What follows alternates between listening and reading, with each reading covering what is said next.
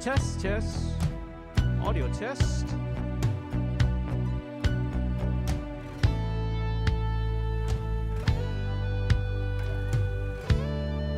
Let's do a little test first.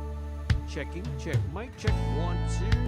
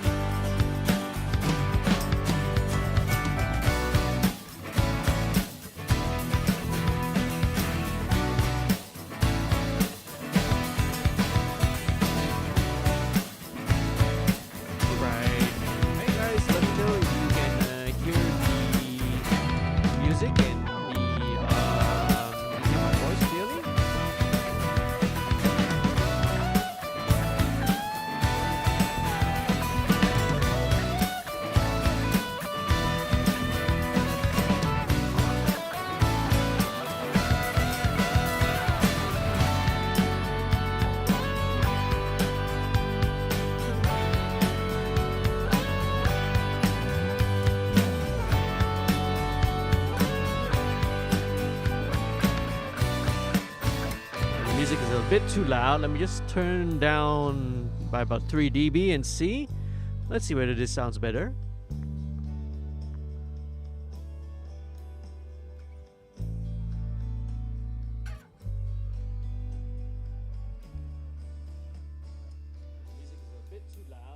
Music is a bit too loud. Let me just turn down by about 3 dB and see.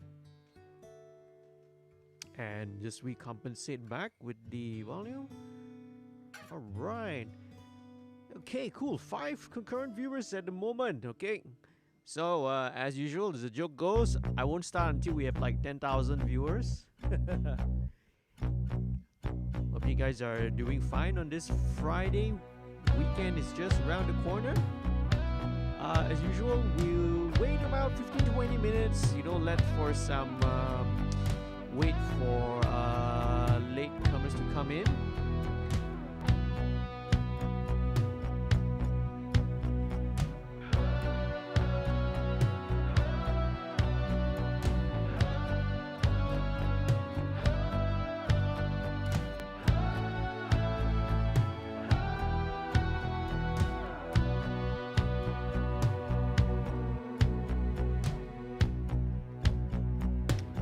moment, if you guys are already tuned in, if you're watching the stream already, wherever you are, just say hi in the chat, okay? Let me know. Can you guys hear the music? Can you guys hear my voice clearly? Okay.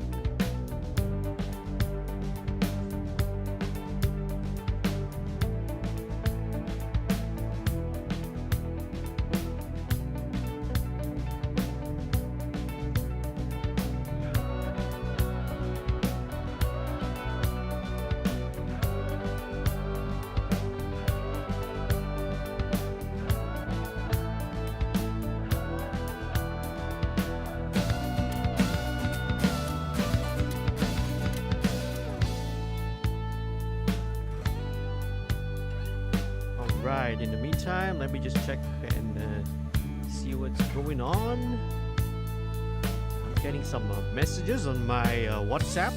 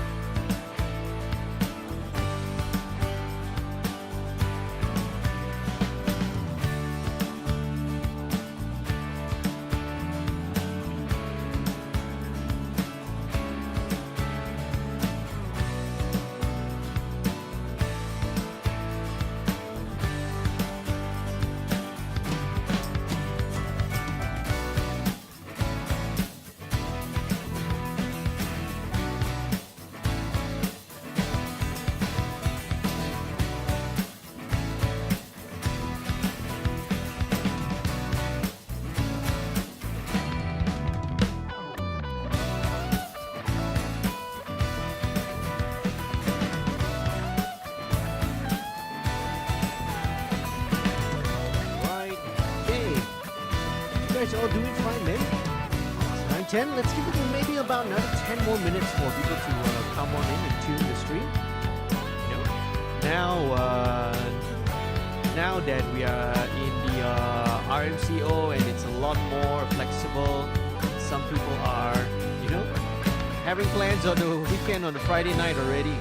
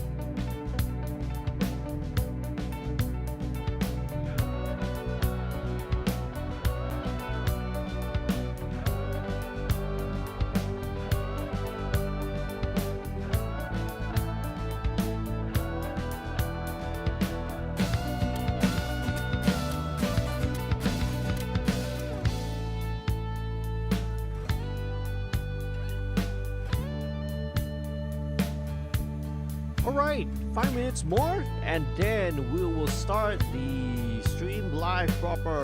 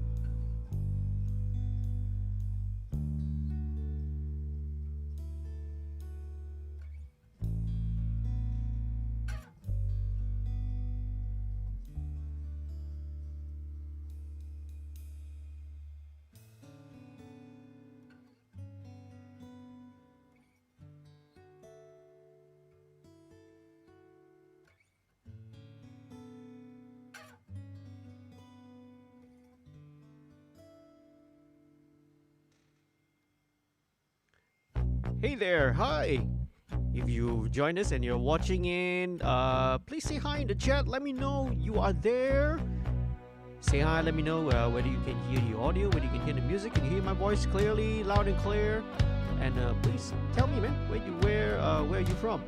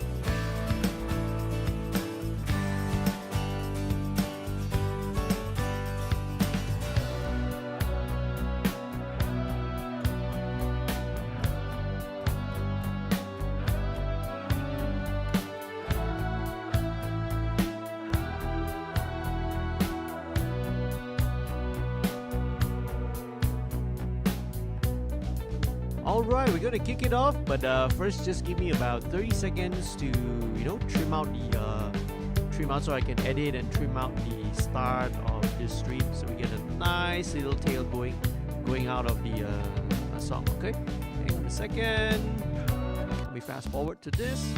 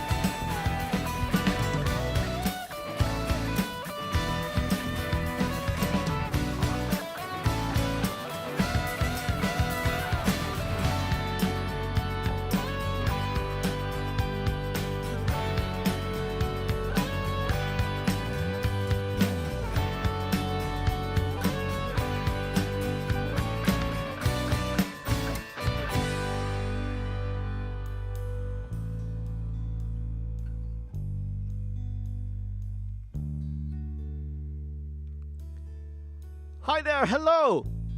Welcome back to another episode of MixStream. We are now in episode 9. My, how time really flies, man. So today's episode, I'm going to featuring a contemporary gospel band. All right. So there's a little bit of a backstory behind this band. All right. So the band is called reSURrEect 14.6. All right. So 14.6 here is taken from a verse in the Bible. Okay. So this is actually not their original name. They actually came out started out with a different name. Right. You can always ask the band members and find out a little bit more when you're watching later on. Okay, so the title of this song is called You Remain, and actually I'm in the process of actually producing and recording their full album, and I think we have about if I'm not mistaken, yeah, we have about 10 songs in total. So most of the songs are probably, we're talking about maybe like a 90% complete. The whole album is done. There's some keyboard parts left on some of the other songs to do, and then I'll be mixing the rest of the album. So stay tuned once the whole thing is out. Okay, so as usual, all right, first of all, I want to give a big shout out to all the patrons who've been supporting the channel. All right, supporting my channel, supporting the live streams, supporting the mix streams, and all the various content. All right. If you want to find out a little bit more about how you can become a patron, right, and how you can pledge and to support what I'm doing here in a more direct, in a more financial way, you can check it out. Right, it should be floating somewhere up here. Yeah, up here. Okay, right. The window up there, it says the website www.patreon.com/studio2105, and the MixStream live streams was something that I started a roughly, yeah, we're kind of coming about 3 months into it right now. It was something I started because it's of something that I want to as a way to sort of give back and to support all our local independent acts. Okay, as we know, because of COVID-19, because of the MCO, and because of all that, we can't have like there can't be outdoor gigs, festivals, concerts, and all that were cancelled. Even though now with the restrictions being lifted, okay, we can start having some gigs, but there's always a certain limit to the size, and we have to maintain social distancing and all. So the industry is going to be hit hard. The live music scene is hit hard, and this means musicians, bands, artists out there, are seeing their livelihoods very, very badly affected. So even though, it's not like other business, it's not like some other businesses where you open up and then you can sort of recover. Um, same goes with tourism and all that. Um, Live music, the entertainment music industry, is all gonna be slow to recover lah. So one of the aspects of this, if you sign up to become a patron, is that 50% of the revenue that you pledge, okay, will go to the featured artist of the week. So for example, if you use the code MixStream09, and when you sign up to become a patron, okay, 50% of your pledge, okay, will go in support, right? It's going to go to support the band, right? So, I mean, musicians and bands have to invest their not only their time, not only their effort and their skills, but there's real money involved. Okay, they have to buy the instruments, they have to maintain it, they have to service it, they have to spend time rehearsing. Renting and hiring rehearsal studios, um, and basically, this is just a way to help and support them. Okay, so now, without further ado, let's head on down. Oh, by the way, before, let me just give a little sneak peek to you guys out there. Okay, something I want to show you all. All right, just hang on a minute. Okay, so hey, take a look what here. Okay, what I have here. This is the Creator 24 bundle by Bear Dynamic. All right, so the good folks at Bear Dynamic were very kind enough to send me one unit. Right. So I will be doing a review and do a little unboxing of this pretty soon. So do stay tuned. Okay. I have other videos that I put every week. Every Wednesday, I do like a weekly update Wednesday, and sometime on Monday, I have videos like song breakdowns and different tutorials as well. So stay tuned, right? All right. Can you see this? Yeah, there we go. So this is really, really cool, man. So what's inside the Creator 24 bundle? The main thing that it has is the Bear Dynamic Fox USB microphone. It's a USB condenser. If you guys who've been watching my and tuning in my AMAs, and for those who are the MixStream students, when they join in for the one-on-one sessions, that's one of the perks of being a patron. Actually, you can also have one-on-one tutorial sessions. That's the mic which I've been using. So crystal clear audio. Whenever you can use it for your Zoom calls, you can use it for a lot of other stuff as well. So it's bundled in also with headphones and also Verge Cubase LE, right? The software, okay, that I use. So the software that I'm using here, as you can see when I'm streaming, is Cubase. It's Cubase Pro 10. What I'm using is Pro 10. So the one that's bundled is like the light version, right? The more basic version, right? With the more basic features, like Cubase LE. So stay tuned, man. I'll be doing a video of that really, really soon. But that's not all. One more box, and this is a big one.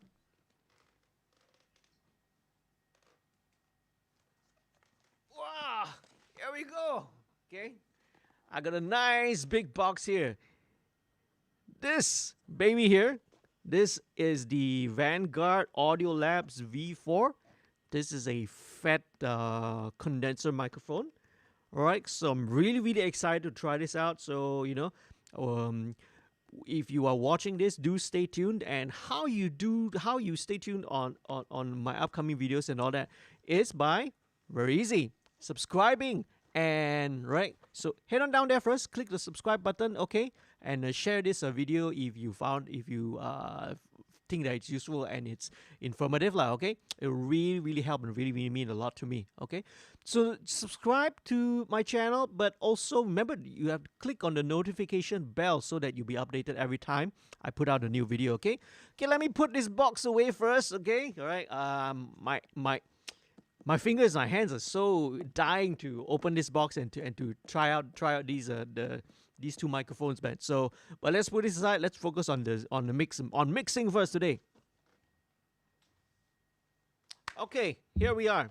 So, as usual, let's start by taking an overall listen. Okay, so I pulled together a rough mix of the song. Actually, when we talk about digital, okay, especially because I recorded this song was recorded here, and I also producing this album as well. But when we talk about digital, we because everything is recallable, every time you open and you open the project, you are always it's always saved in the state which you last left it in, right? So this is a way that we can always take advantage of digital, is that we kind of always mix along as we go, right? So even when I'm already recording the bass, the drums, the vocals, I've always applied a little bit of processing here and there. All right, so let me show you, for example, my bass subgroup. There we go. See, I've already always had some kind of processing going on, because I want to know, because basically what I want to do is I want to know, I want to sort of commit to a particular sound. So I want to commit to particular tones, particular sounds, so that I am much more well informed of what the next decisions, right? Decisions meaning what kind of tones to use, what kind of sounds.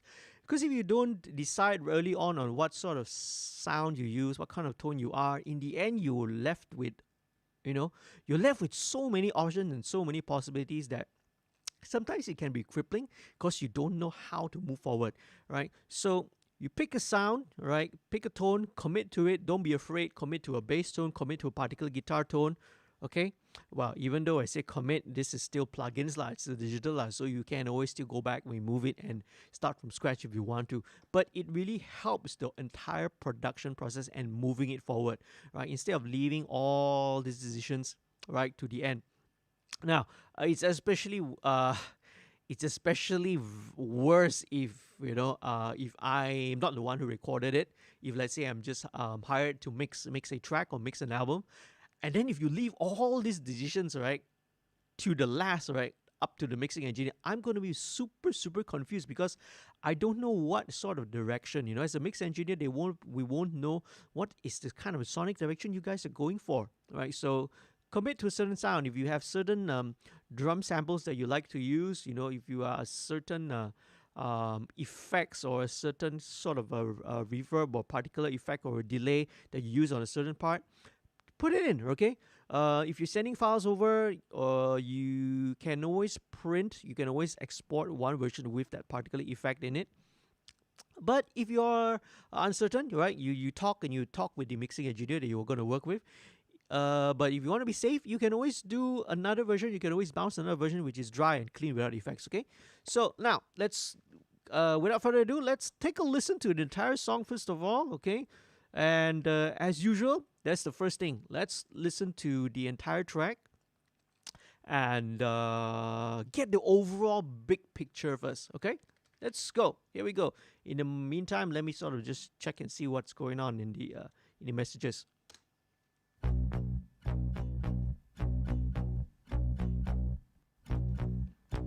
Okay, it's got like a synth bass thing going on.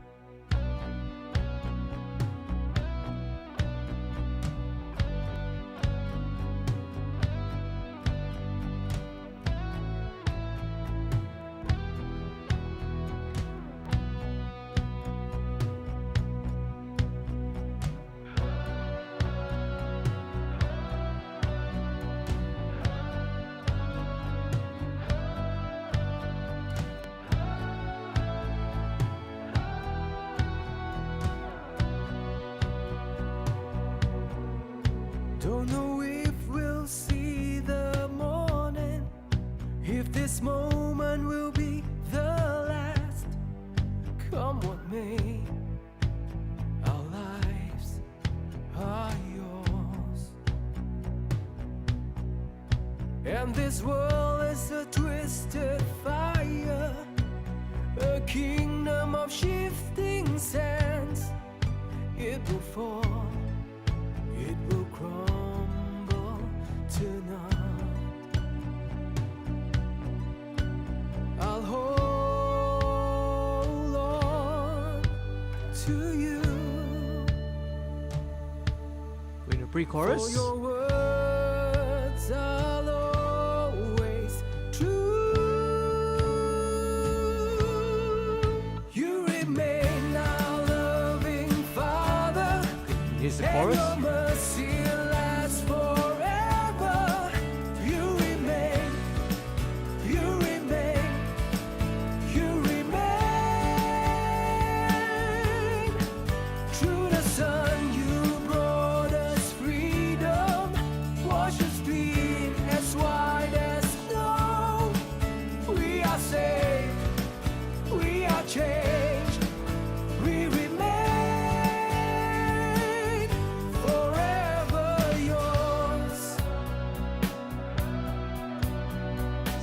intros, interlude.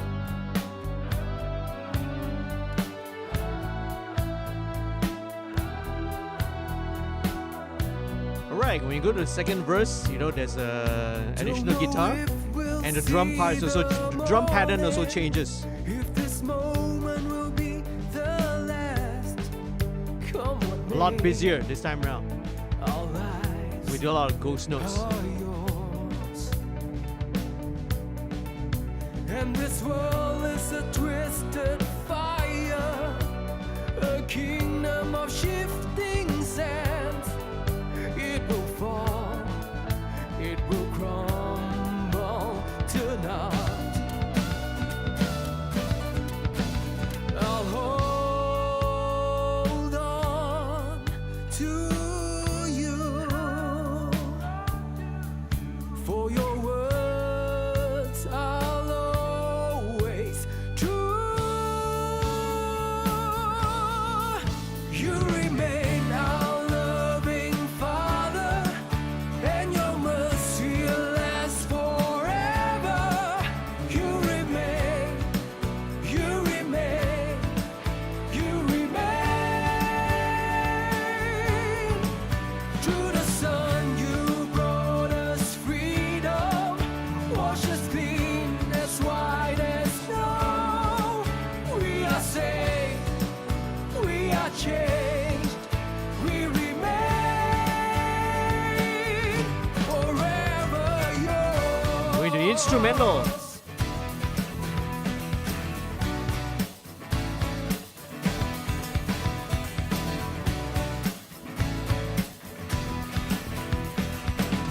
Right into the solo.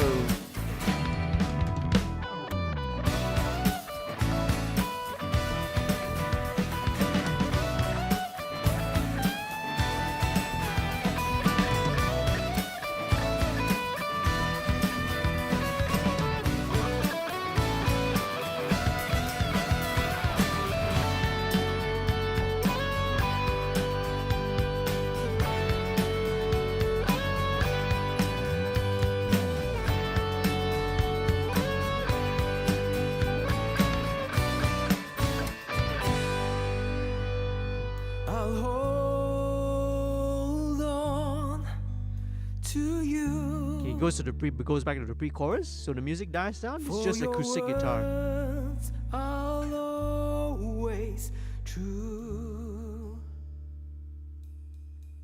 Yes, I'll hold on to you, for your words are always true. And You remain our loving Father, and it goes to an a cappella section. mercy lasts forever. You remain, you remain, you remain. Through the sun you brought us freedom, wash us clean as white as snow. We are saved, we are changed, we remain. We are saved, we are changed, we remain. Alright, and that's how the song ends. We are saved, we are changed, we remain forever yours. Sweet. Okay. Right. So, pretty long song, all right, but you know, this is not a commercial track, right? We're not looking at something that's for radio, okay? So, that's the overall arrangement of the song. Let's start. First of all, as usual, if you've been tuning in and watching one of my previous live streams, okay, let's start with just setting my initial levels first, okay? I kind of really worked it out, and as you can also see, there are also some drum samples, right? So all the resampling and all triggering, I've already done it before this lah, all right, early on. So all prep work, all the editing, whatever is necessary, it's all been done earlier before this, because obviously you don't want to be, disrupting I don't want to kind of disrupt the vibe and having to do all this editing work. So the drummer, his name is Mario. So one interesting about this track is, if I recall, I actually recorded this kick drum with compression. I actually used the 1176 on this, well, because I was kind of experimenting and trying it out. I kind of I sort of prefer to record drums without any compression. Well, this is kind of the school of thought where I've been coming from, right? So I usually record without it. So in this case, I think I ran it through because I just wanted to see how it goes, and it's pretty interesting. Okay, I kind of like the sound of how it goes. So now in this track, I'm gonna be pretty much using a lot of the actual mic sound. The samples are only going to be there to enhance, just to sort of layer, just to give a little a layer of a solid layer underneath it. So let's start with the kick drum. Okay, let me just pull up the mixer window down here. Okay, let's start with this. So as usual, okay, let me get rid of this. This was the trigger which I will trigger to, which I was using for the resampling. Let's take that out.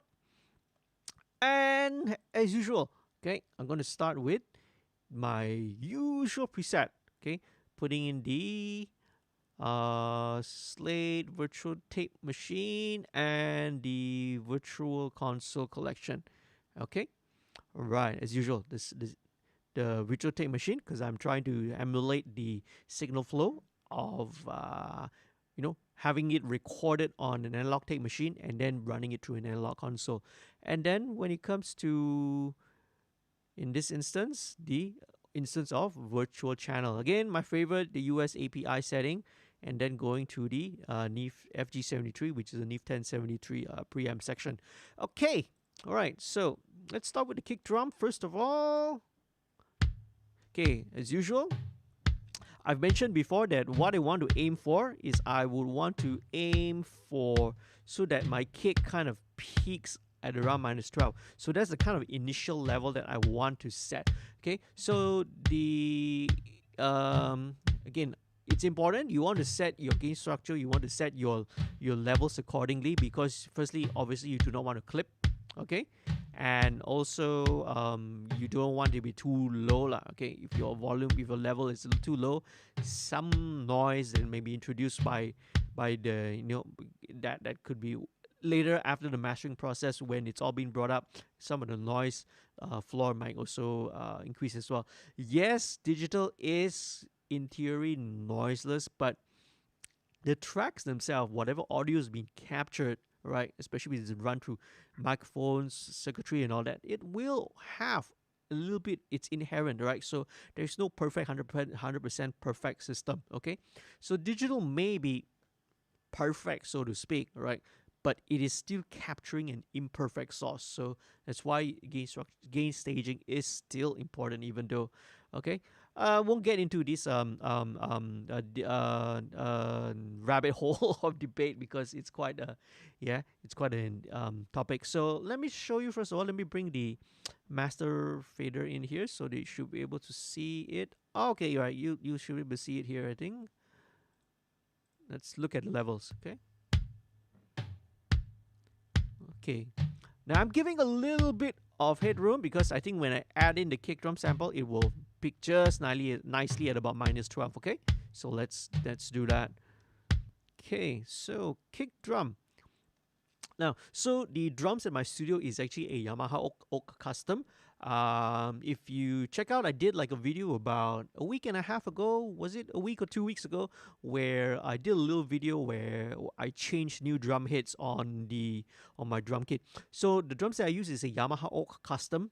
It's a lovely, it's a beautiful sounding kit, man, and it's one of the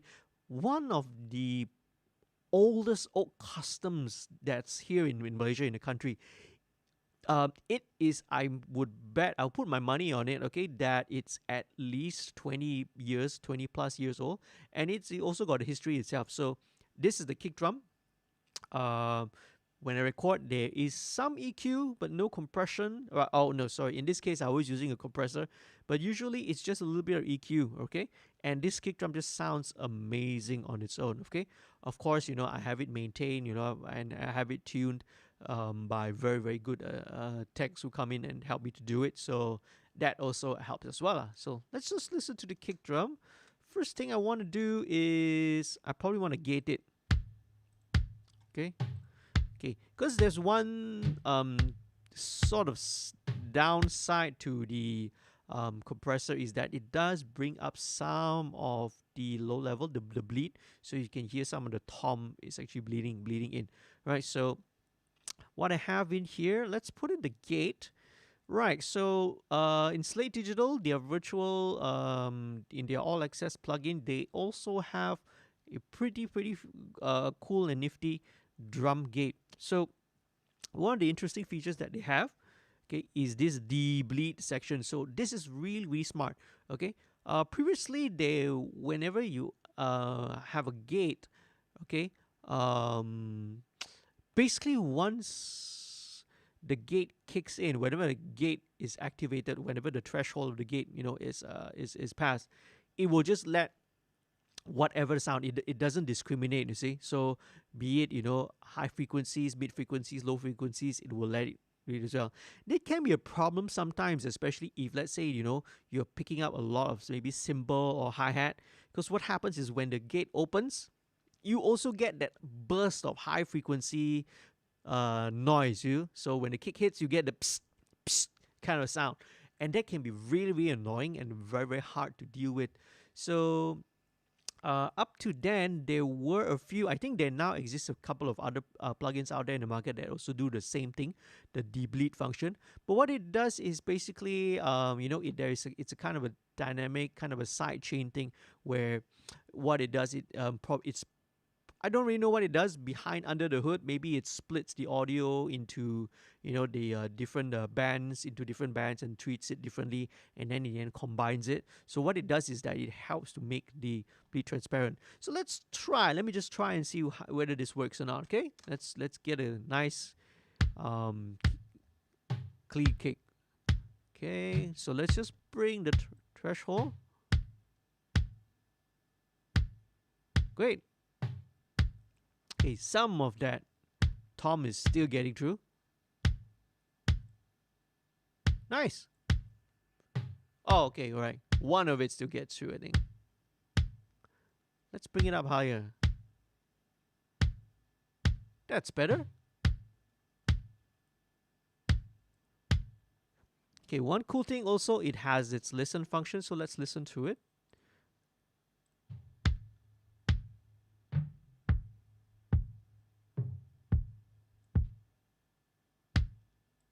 Let's bring it down lower.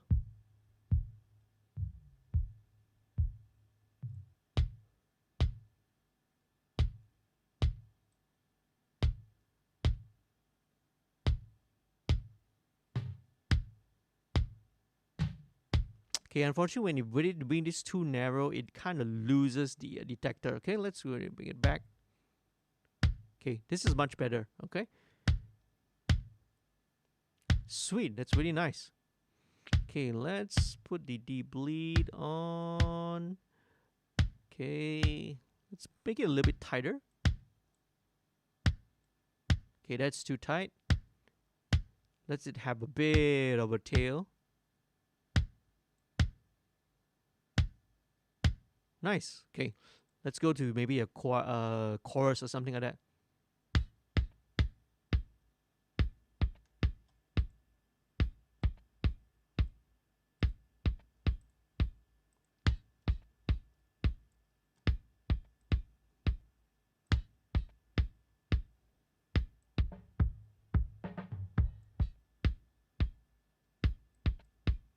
Okay. Sometimes some of the snare kind of bleeds into it.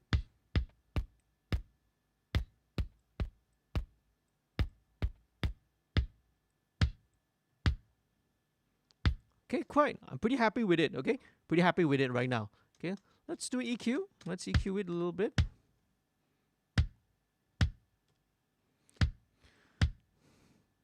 Okay, let's remove some of the... Oh, my mouse's buttons are going a little bit wonky. Okay, it's about 1, 2, 4. A little bit of the honkiness there. That's characteristic of each kick drum, and each instrument will have that particular resonance. So let's get rid of that one there.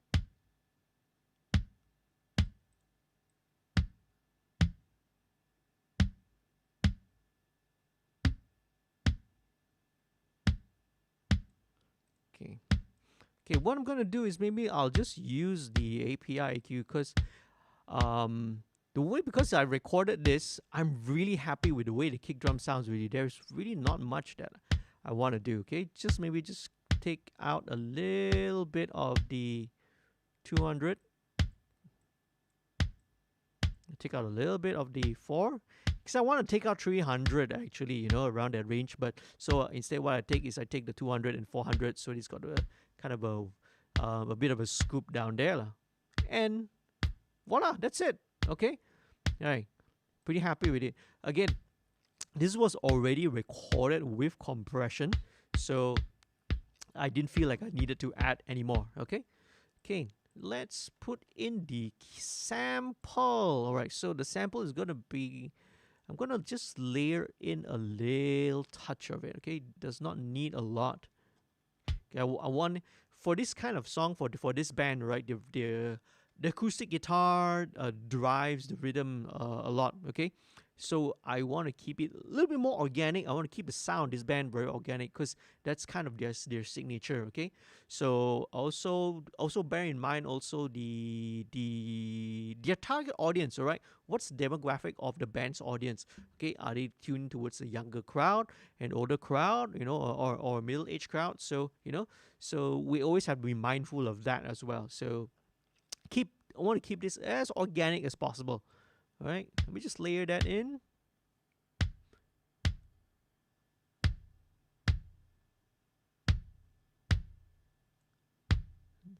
Let's without. So you see the majority of the tone is still coming from the kick drum. What I'm adding the sample in is just to give it a little bit more solid low end, that's all, right? Not doing much. Okay, but I may want to remove a bit of this. About 180.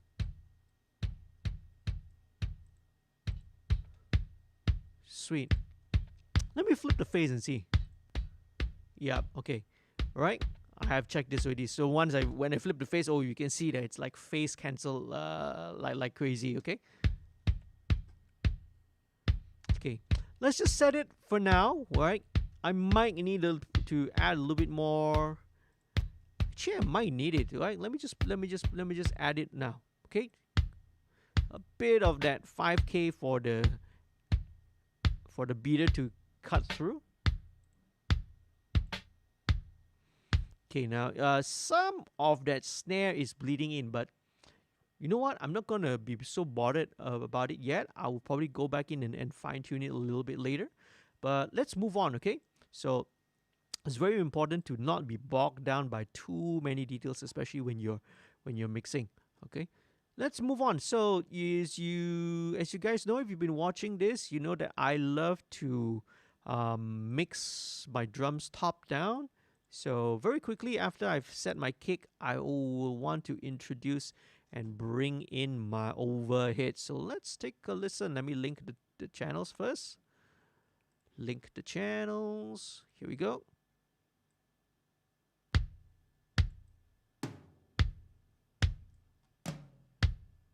Let's go to where the full drum kit start.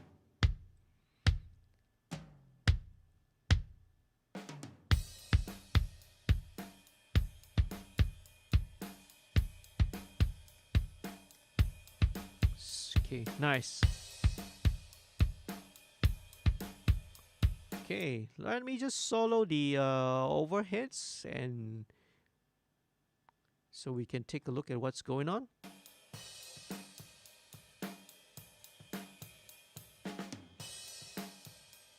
Okay, just a tiny bit.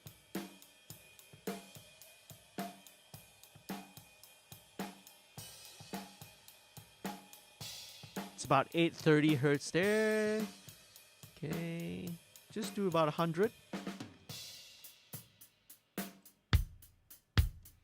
Okay, let me just plunk one more thing in there, right?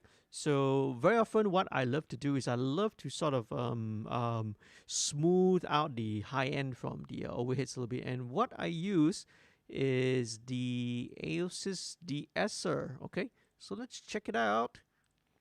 So a de-esser, right? It's not only useful just for de-essing vocals. There's a lot of very, very useful uses as well, because it is a frequency-specific compressor. So it's tuned in to, it's dialed in so that it will act only on certain frequencies. So similarly, you take the concept, you're dealing with S's, right? You can use it to deal with squeaks, noises on the guitar. You can use it even on low frequencies. If you dial it down, you dial a de-esser to, let's say, to, let's say, maybe a bass or a guitar that's kind of honking at about 150 hertz or something, it does the same thing, okay? You're basically tuning and dialing it to a specific frequency. So the Aosis de-esser has got a very cool setting here called the OH Soften, which I love to use, okay? This is just very, very gentle, right? It's just that whenever there's like the crash or something, a blast of high frequency energy, it will just help to massage and help to soothe it out a little bit. So let's listen to it. Okay, just a little bit, right? So this is like 1 or 2 dB, I think, right? Let's wait till it gets to the chorus. Let's go to the chorus.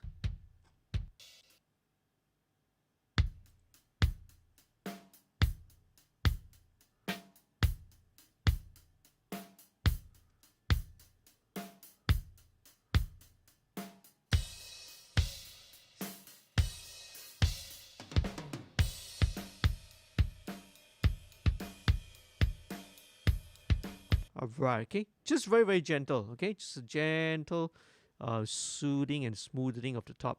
Okay, let's go in with the snare drum. Okay, let's remove the trigger, we don't need this. Okay, right. Now when I record drums, you can see there's a snare A and a snare B. So what this is actually, right, is actually how I record the snare top is I actually use 2 different mics. Okay, so snare A is a dynamic. What I use here is the Audio-Technica ATM 650, right, which is a hypercardioid dynamic. It's kind of their version of the SM57, right? And I pair it with a second mic. So my snare B here is actually a condenser, right? Also an Audio-Technica, it's an 804041, okay? So what I'm basically doing, I'm multi-miking the snare and I'm combining a dynamic and a condenser. So a dynamic, will have the attack and the body, whereas the condenser will have a much more wider frequency range, right? So I combine both and I get the best of both worlds, right? So same thing, let's apply the virtual tape machine and virtual console.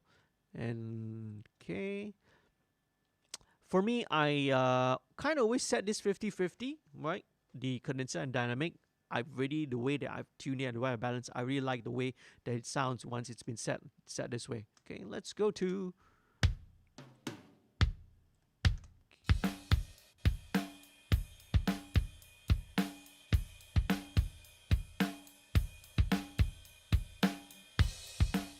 Okay, all right. So again, see, this is for this style of music, we're not talking about super aggressive rim shots and everything, okay? So let's just leave it at that. Let's go to the snare bottom first of all. Same thing, tape machine and virtual console.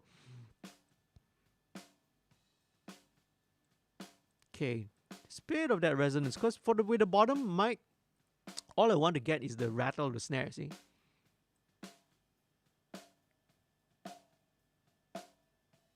It's about 670. Let's get rid of that. That's it. Yeah. Okay.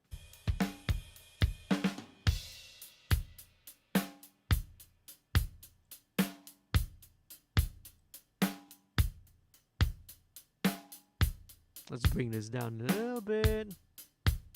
Okay, let's work on the snare sound. All right. The hi-hat though kind of leaks into the into the snare drum a little bit. So this is where our good friend, the same Aosis de-esser, comes into play, right? So I'm gonna go with the exact same preset, but of course now a little bit more aggressive setting so that it will have to sort of tone down all the hi-hat lah. Okay, so this happens in the verse.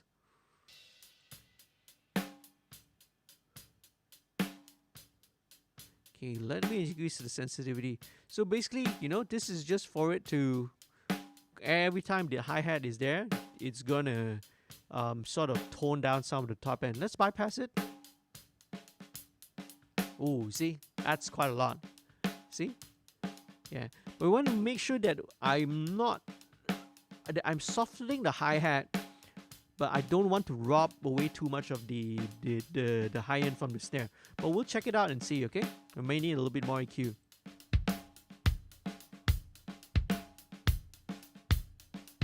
Sweet, okay. Now, especially this part, right, where you have a lot of ghost notes, right? What I love to use to help bring out detail, okay, is the good old Waves MV2. Let's check it out. Let's try it out and see, all right? There might be a risk, a possibility that it might bring up the hi-hat bleed, but let's see what it does first, okay?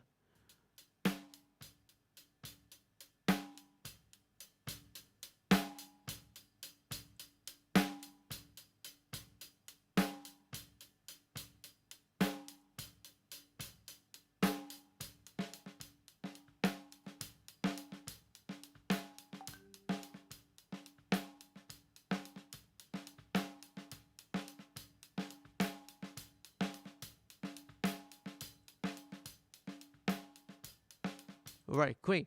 So what I'm kind of doing now is kind of narrowing the dynamic range between the two. Yeah, I'm bringing up all the lower level detail, though it seems to be kind of choking it a bit too much. Let me just lessen it, okay?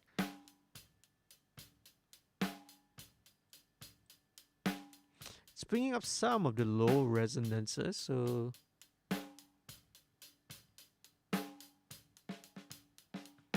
probably gonna need a little bit more. Let's dial this a little bit more.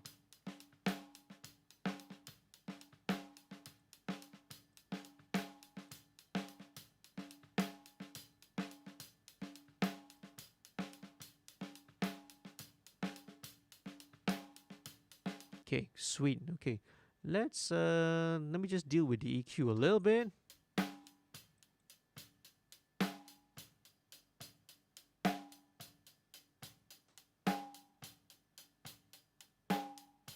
It's about 800.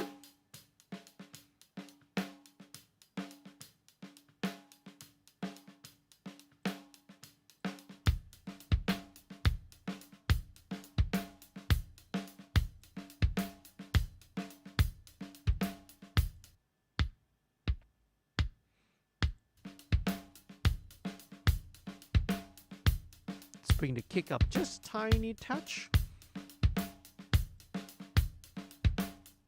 Okay.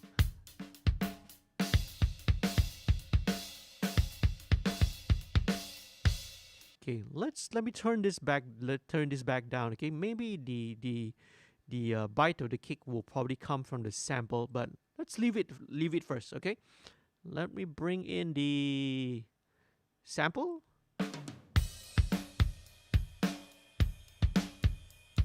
Okay, route it to the drum channel. So again, I wanted this to be as organic as possible, so I selected a snare which was as close as possible to the original sound, because I don't want it to sound like it's obviously been a sample, although, you know, to a good engineer, they will definitely know that it's use of a sample, okay? But just to sit underneath, just to give it a bit of a more defined, solid layer there.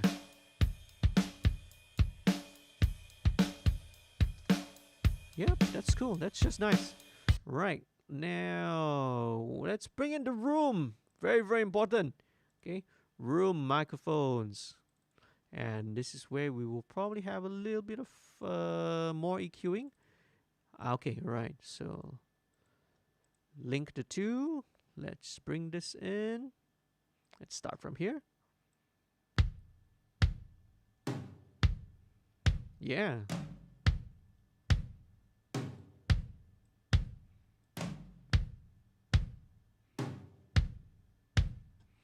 Let's go maybe a busier part. Chorus.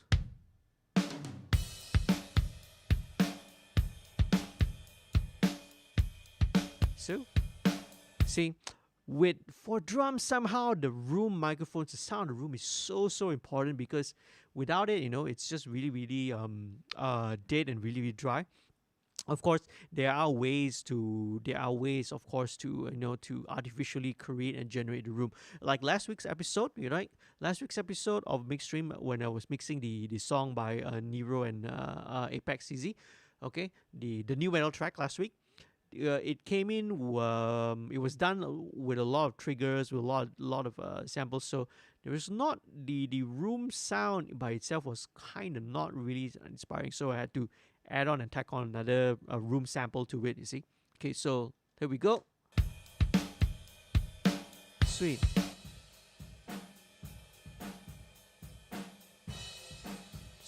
Yeah. Let me just roll off a bit of the top end. Like 12K and above. Oh, here we go. Oh, 12K. I did like 120,000.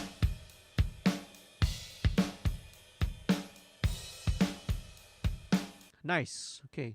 So let's go to the toms now. All right. So the entire first chorus has got a lot of toms. Let's go and zoom in on, let's say,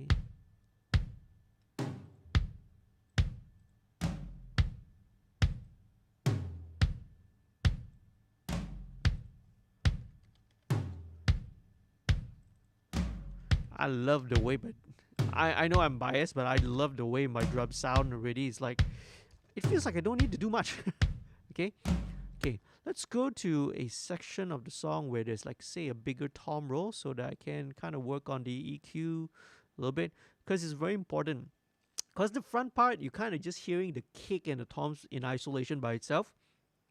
So I want to hear how the tom and whatever I'm doing, whatever processing I'm doing, I want to hear how it's going to sound when it's in conjunction with the rest of the kit. Okay, so very important. I always want to hear what it's doing in context. Okay, sweet. Let me just loop this one. So this is the first tom. First of all, let's not forget, let's bring this in.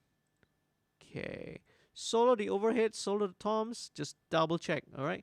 Now, again, even though you've recorded it, like sometimes in the mix stage, it's always good to just double check again. Even though I did the recording, right? So I've checked all the phase relationships. I've made sure I've checked it. But come mixing stage, it's always just good. Just it just takes 1 second to just double check. Okay, no harm in doing. Flip. Okay. They both sound good in their own way, right? It's just that one is kind of scooped in a different manner. So this one's a bit more.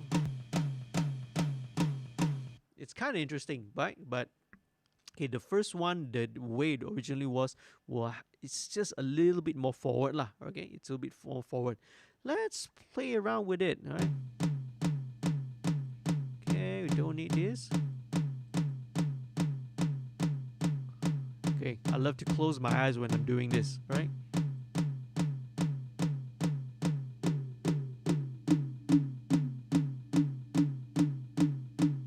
Okay, right. Actually, you can sort of see it's really cool now with all the AWs have some sort of built-in spectrum analyzer there. It can be a very useful tool to help you pinpoint.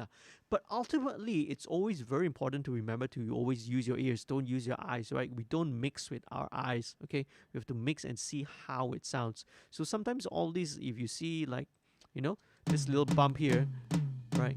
Sometimes it's okay. Sometimes it actually does add to the richness of the sound that you want, okay?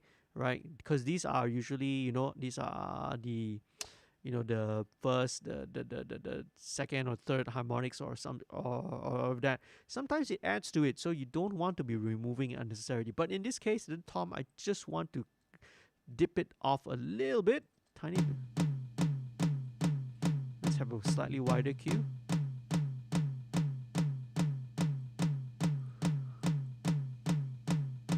And that's it, okay? Right. A good old friend of ours that I've used previously is the bark of dog. Yeah. Okay. So this one is it's a low frequency enhancer. So just to give it a little bit more body, okay? So how I do, I'll start with somewhere higher up first, 220. Then I want to slowly bring that frequency down. I want to sweep it down until I hear the point where what I'm trying to hear is I'd hear the point where it once you sweep it down, once it gets nearer to the frequency that you want to boost, you hear that it starts to grow bigger, you hear the boost that you want. But you will get to a point where when you go down, it doesn't seem to add anything anymore. Then you know that's the point where you want to stop. Okay, so let's try that. Okay, good.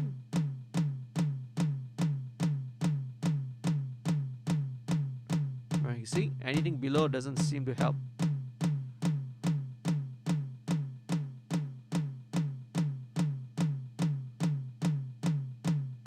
About 130. Let's check it out and see. Is that so? Oh yeah, 140. Yep, 130. So again, right, I'm using my ears when I'm sort of dialing in this frequency, okay? Let's check it. Let's flip it again. Okay, good. That confirms it, right? It's still a little bit more solid, more firm when the phase relationship is kept at the original. Okay, let's go with Tom 2. As usual, let's plunk in let's drop in the tape and the console emulation. Check the phase. Okay, let me loop that. Okay, good, great. Still sounds better original. Okay, I know what I want.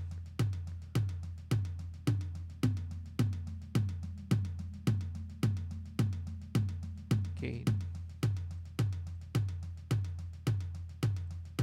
And there's one more.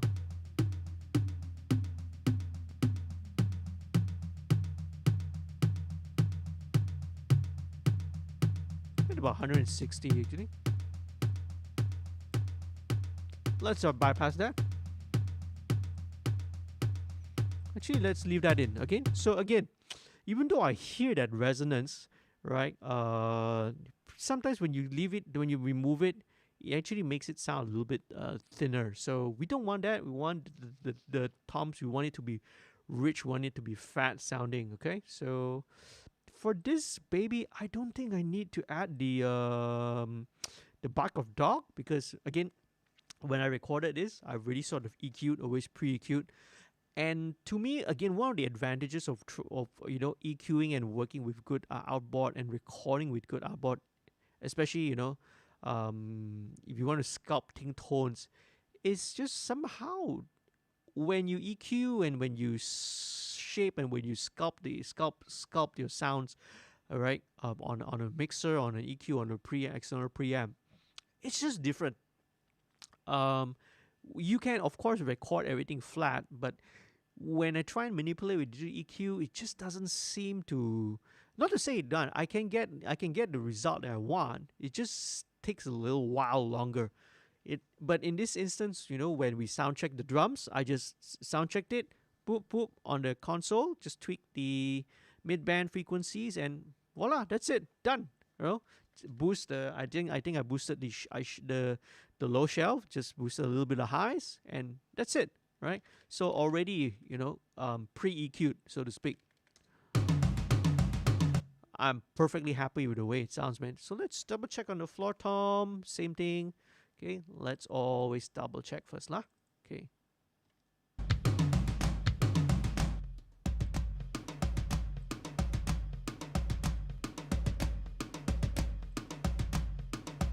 Okay, right, much better as in its original phase. Okay.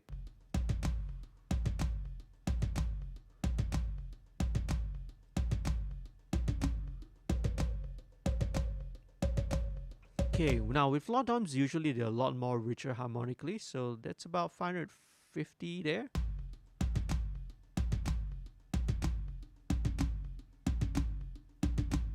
It's about 290. This can be a wider.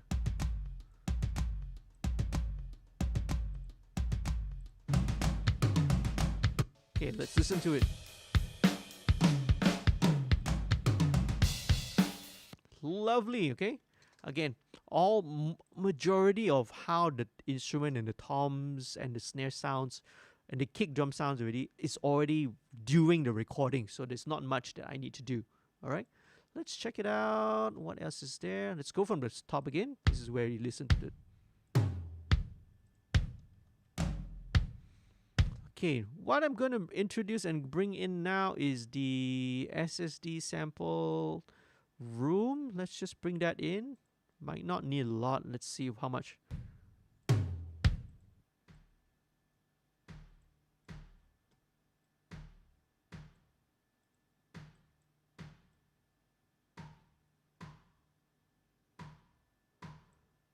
Around 1K. I just want to sort of scoop out 1K a little bit. Okay, let's go maybe to a busier spot.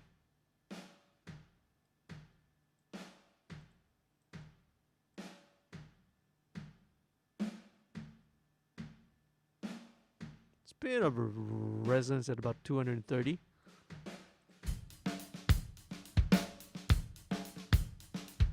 Okay. Alright, now the next one that's going to be lots of fun is this track here. I want you to bring your attention to. This is the room far track. So what happens is, alright, okay, I can't really show you, but maybe, you know, when I do the another video in the future.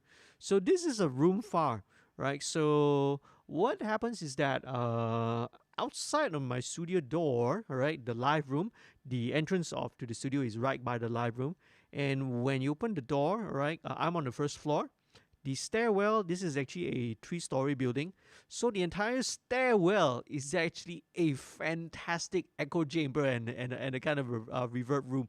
So what I do in certain projects and certain recordings, especially, you know, when I need to, is I'll put a microphone, right, in the stairwell, usually on the halfway up to the top floor, right? So I have that, and I capture the room sound, and it's an amazing sound, man. Let me just solo it for you, okay?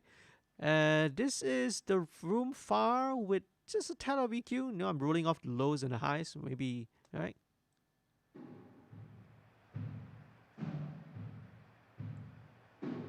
Let me just disengage the EQ.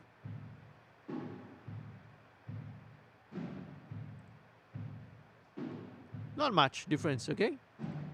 Oh, there we go. Yeah, that's the filter section.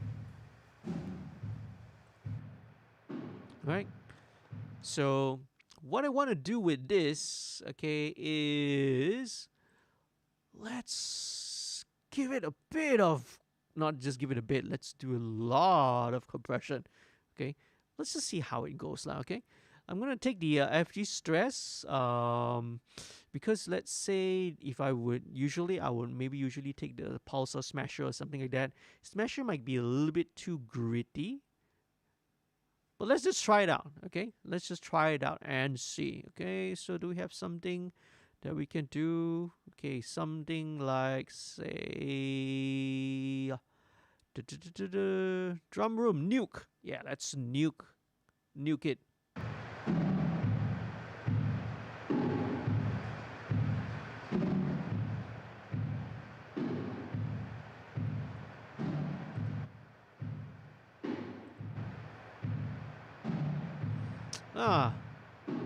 It's kind of maybe just a little bit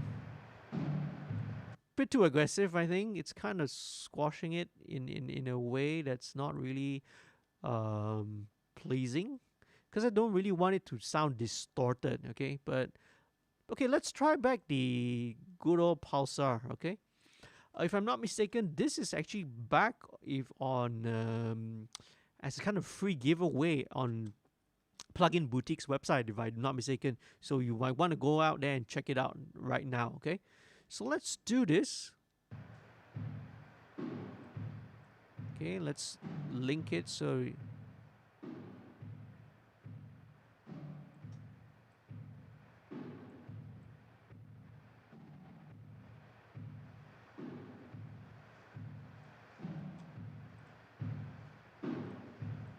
Bypass, active.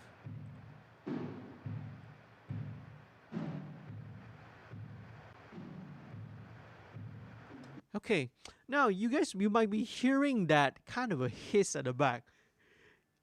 Here's a little thing. When we were recording this drum session, it was actually raining outdoors. Okay, so you see the far mic, right, is being placed in there. So it's actually picking up some of the rain because there's like a little window sill on the topmost floor.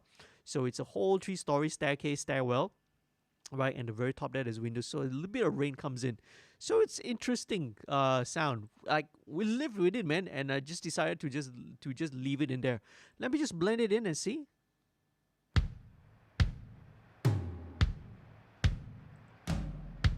me just bypass it.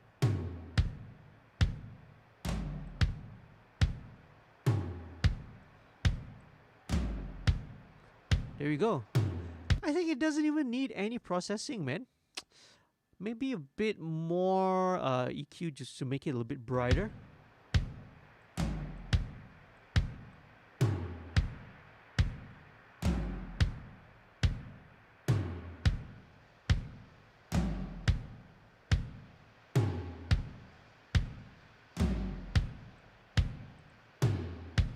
Let's listen to it. Okay, now I'm going to bear in mind that there is going to be that hiss there that's coming from the rain, the sound of the rain. But let's just live with it for now, okay? Just bear with me. Let's just live with that sound for now. Okay.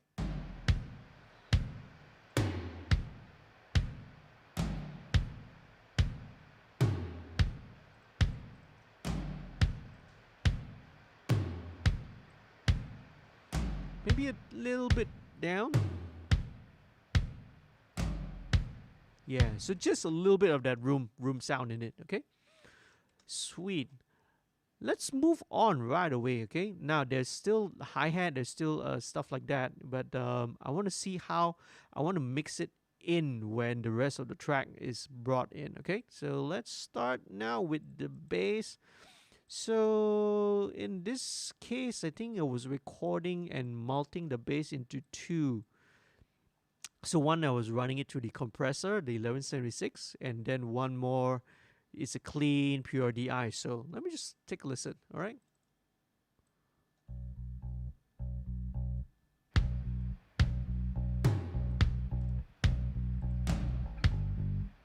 Okay, as usual, let me just drop all this info.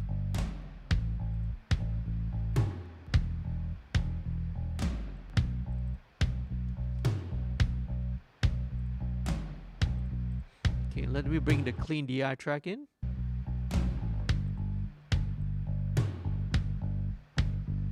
Okay, you guys are probably gonna guess and know why I'm gonna go with this, okay? So with the bass DI, alright, the clean DI track, I am going to add in an amp sim. Alright, so let's go with the favorite one that I really love, the Ampeg B15. So let's check it out and see, okay? Already, immediately, it sounds good already, Okay, let's go with something a little bit more, let's go with this. Yeah, because I want to bring out a little bit more bite to the bass tone. Let's just go with all this. Solid bass, no horn. Sounds good.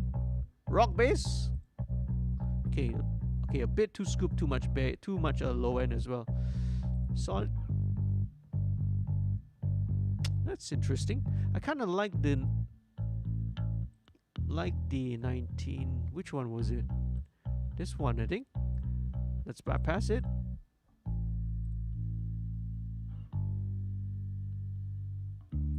Let's see how it plays in together.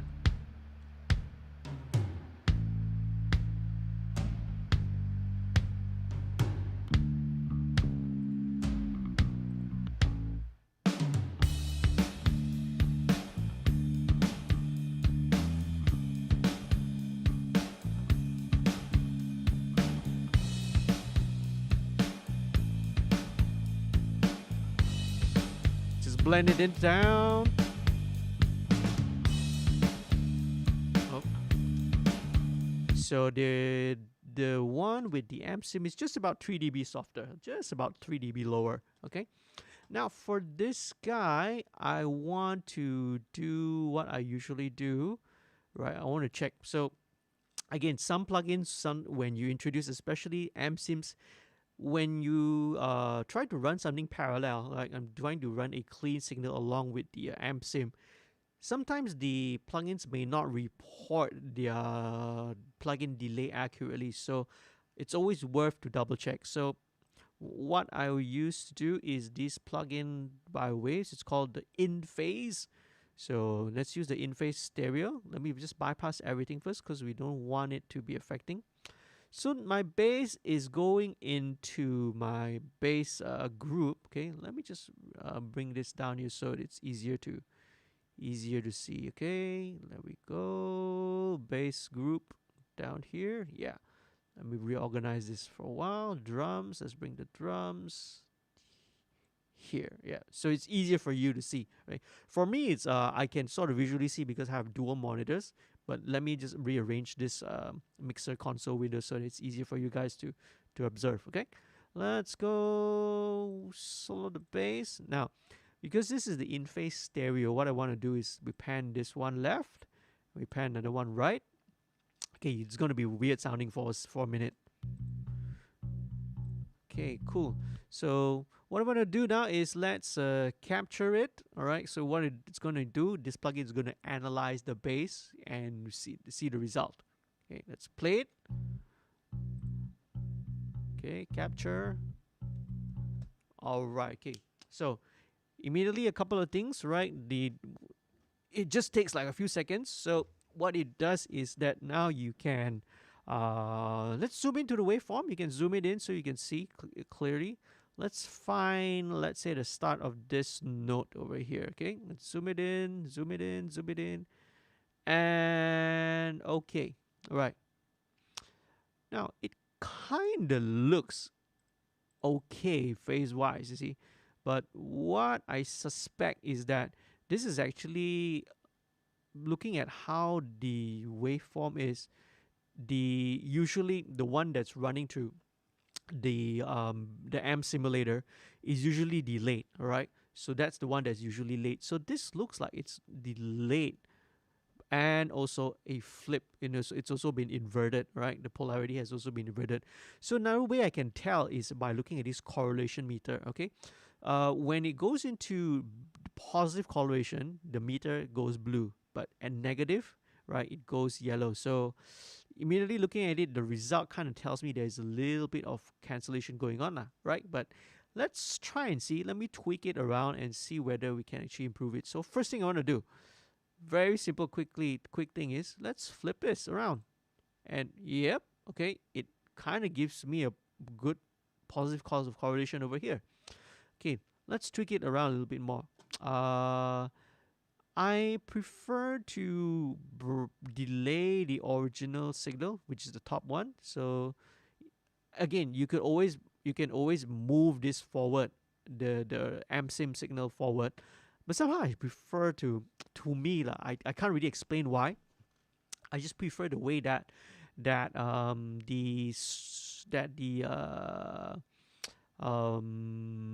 how to say that the DI unprocessed signal, I prefer the way it sounds when I delay it. Like, has something about having the bass slightly a tiny fraction milli nanosecond laid back, still feels good, feels better to me. All right, okay, let's pull this over and see. What I want to see is if does the correlation improve or not. Okay, so this is the delay setting. Let's drag it, and And as you can see, look at the meter, right? As the waveform moves, the meter is increasing. It's gone from 3.3 to 0.34, 3.5, 3.6, 3.7. And oh, unfortunately, all right. Okay. And what's the best value that we can get? 3.8 at about 3.8. Okay. So now let's, as you can see, the waveform doesn't seem to align. Okay. Right. This still feels like it's a little bit early if you look at it. But again, let's not rely on the eyes too much. Let's listen to how it sounds. Okay. Okay, so bear this in mind. So this is 1.63 milliseconds. Let's keep that in mind, okay? Right, so first of all, let's disengage the plugin. All right, oh, disengage. Yeah, all right, here we go. Remember, 1.63, yeah? So let's do this. I'm going to put the track delay 1.63 milliseconds. Okay, 1.63 milliseconds is not, it's technically not a lot, lah, right?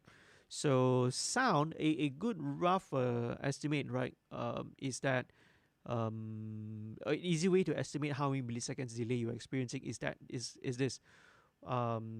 Sound travels roughly 1 foot per millisecond, okay? So it's about 0.3 meters.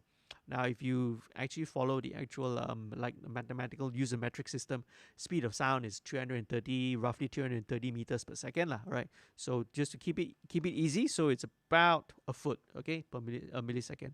So this is about 1.5 feet, okay, slightly above 1.5 feet.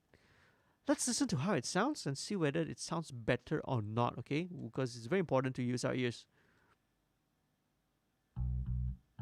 Okay, let's remember that the phase on this was supposed to be flipped. Interesting. It is definitely a lot more solid once you flip it, right? Okay, but now let's go with, let's say, I'm going to toggle the delay, okay? So let's play it. I'm going to keep the delay going off. So now it's delayed 1.63. Let's go with no delay. Oh, yes. Oh, definitely. You can hear a big improvement, okay? You can hear now it's a lot more scooped. You know, it's like a chunk of the low end's been scooped out, right? I'll play it again for you in case you didn't miss it, okay? So now, with the track delay conversation 1.63, okay? And then once I disengage it, you hear a big drastic difference. Okay, so it's a lot nice, rounded, okay? Nice and rounded bass tone. Okay, and then when I remove the delay,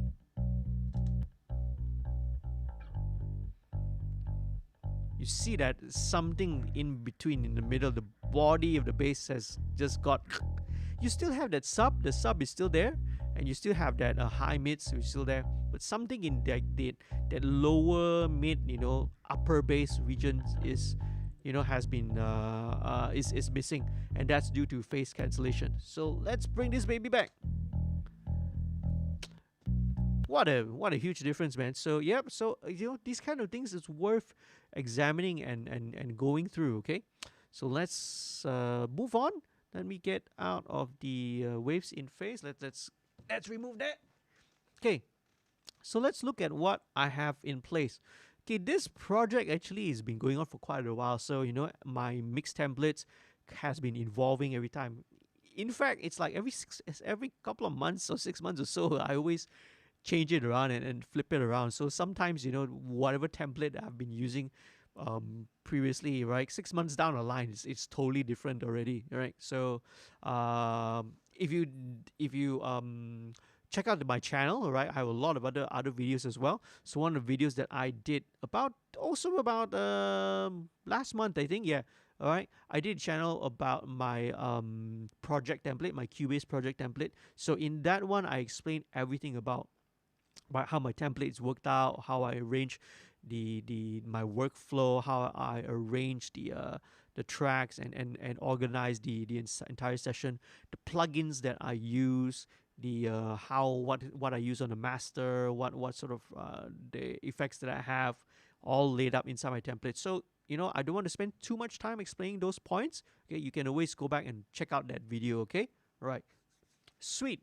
So first things first, a bit of the waves C4 just to, all right, I have only the low first one band engaged. This is just to again control the lows, right? Okay, let's just play somewhere. Sweet. Okay, I love the way it's sounding already. Okay, again, this was something that I already dialed in during the recording session. So let me just solo this. Let's listen to this guy. All right. Okay, Surfer EQ again. All right.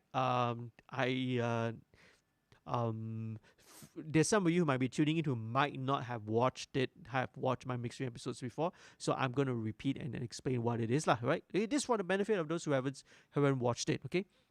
The Surfer EQ is by this company called Sound Radix. This is actually the free and like the light version, the light edition.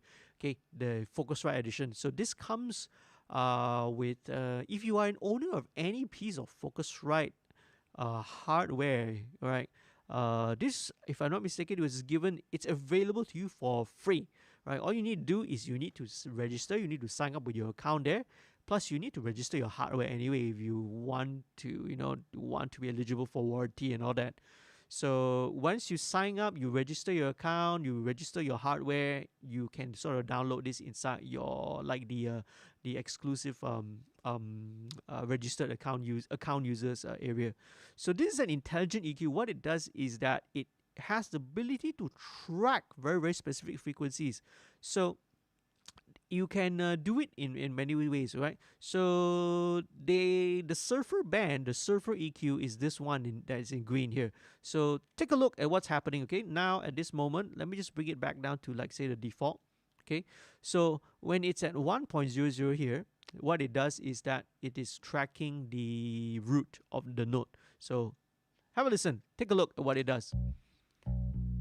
Here you go, B goes to G, right? This song is in B minor or D major, right? If you want to look at it that way. E. See, it tracks the note. Okay, so similarly, what it can also do is that in some notes sometimes you have some of the harmonics, upper harmonics, which you don't really want. So especially in this case, some of the bass, there is a little bit of that. It depends. Sometimes it's like the fifth above, because I don't want to have like a fifth sound. Otherwise, it sounds like a power chord. You see, I want to sort of make the bass note, the root, a little bit more clear and defined. So what I'm gonna do is let me dial it in and see. Okay, so as like anything, these are the different bandwidths. So this is the smallest and the narrowest bandwidth. The ones here on the left, the red and the blue ones, these are shelves lah. Okay, these are the regular high shelf, low shelf, right? So we don't need to be bothered. It's not really of a concern for now. Okay, so we can bypass. Okay, so let me boost this.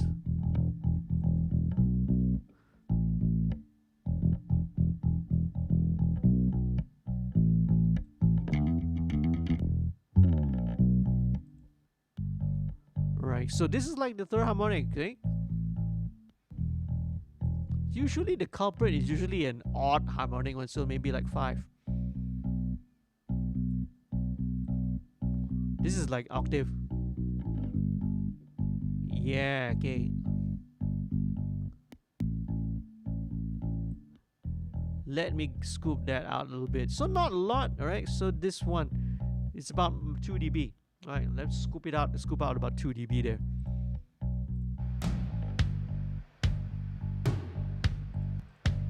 Sweet. Alright, what I have next is the 1176, right? This is by UAD. The 1176, this is the revision A, the blue stripe. And again, it sounds like I already have a very nice setting there going on. So, right? kind of medium attack, very, very fast release, and a 20:1 ratio. Wow, I can't remember why, right? But let me just go in and check it out. That's all.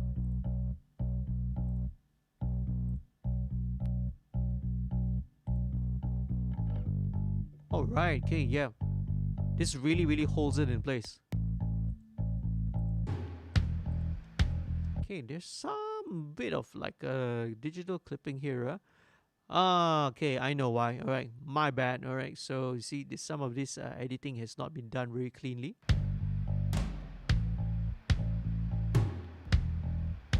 All right, all these things I will clean up later lah. All right, okay. So again, because this project has been sitting around my hard disk for a while, I might have totally missed out and forgotten about cleaning up all those parts. So as you can see, there is some editing done. So I have done some editing, but all this fine tuning yet, I'll have to clean it up later. Okay, no worries. That's why I'm hearing some of this. Hey, why got some clips and some pops on? Okay, that's totally unbecoming and unacceptable. All right. So let's go and let's put in one more guy, right? As you've been watching my mix streams, you know that I also love to use the foreign bass. I love to use the MV2. Let's bring this baby back in.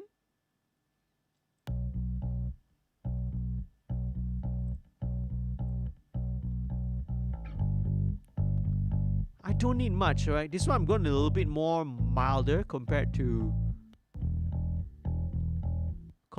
some of the other tracks. Again, this project, right, needs to be a little bit more. The sound of the band, right, determines, right, the style of music determines what sort of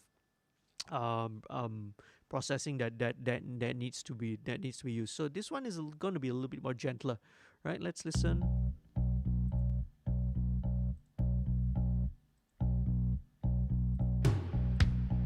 That's all it needs, man.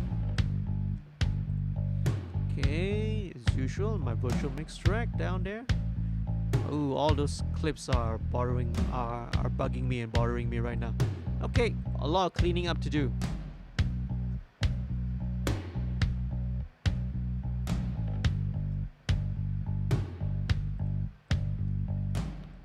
Okay, there's one tom there which was a little loud. Let's see.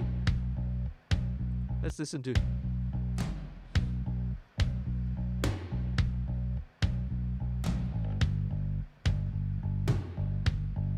Okay, interesting. Okay, so this particular tom was struck a little bit more, like almost on the rim of the tom, maybe. Okay, set and then forget. Let me mark this guy. Okay, let me sort of mark this. No, let me pick a different color. Otherwise, it's too. Yes. Okay, let me just mark it. So I'll do something with it later. Okay. All right. Alright, so what I added down here, I actually added a kind of a synth bass to the verses. So this track here that's titled Lumbering Bass. So let's check it out, alright? I want to sort of layer it underneath the bass.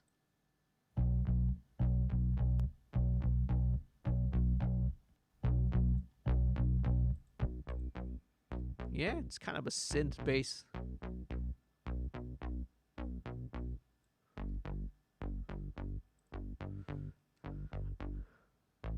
All right, okay. Now what I want to do with this, okay,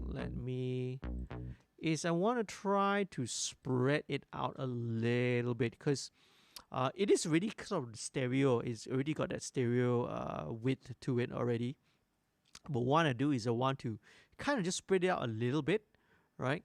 And filter out some of the subs, so like 40 hertz and below, we don't really need it. Okay, so but I don't want to use a stereo widener, because with a stereo widener, it will kind of give it a little bit of like phase weirdness and issues. So what I have in mind is I'm going to use one of Plugin Alliance's EQs, right? So what I kind of want to use, it will be this guy, right? the 2098 EQ. This is kind of based on the AMAC right EQ, but one of the great features that all of the plugin alliance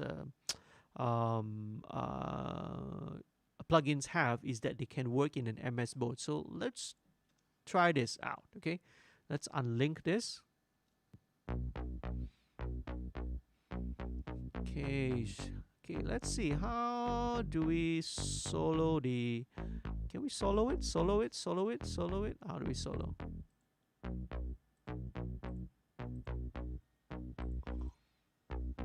This is the phase, right?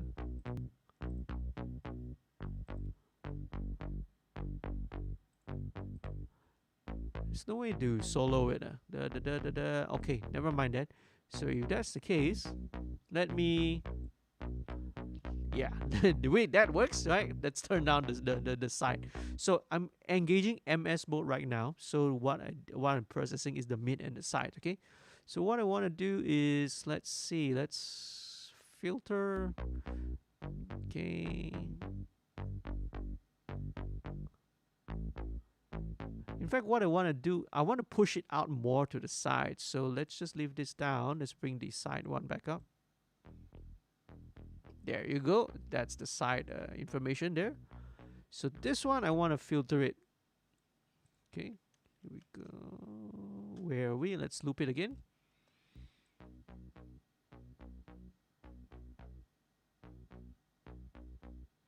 Right. So I don't need the sides to have all the sub information. Okay, all the low end. So 300 maybe. Let's bring it back down.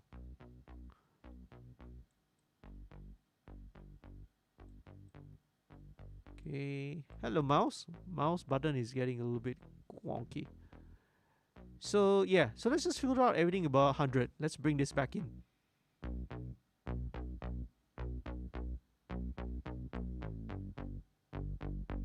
Let's bypass this.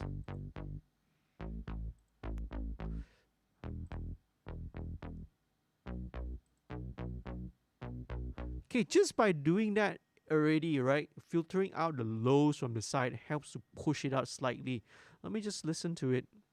Now there is also another additional trick with the Brainworks plugins, is they always come with their mono maker and the stereo width parameter as well. So we'll probably play around with it in a second, but let's just listen in context, right? Let's bring in that synth bass.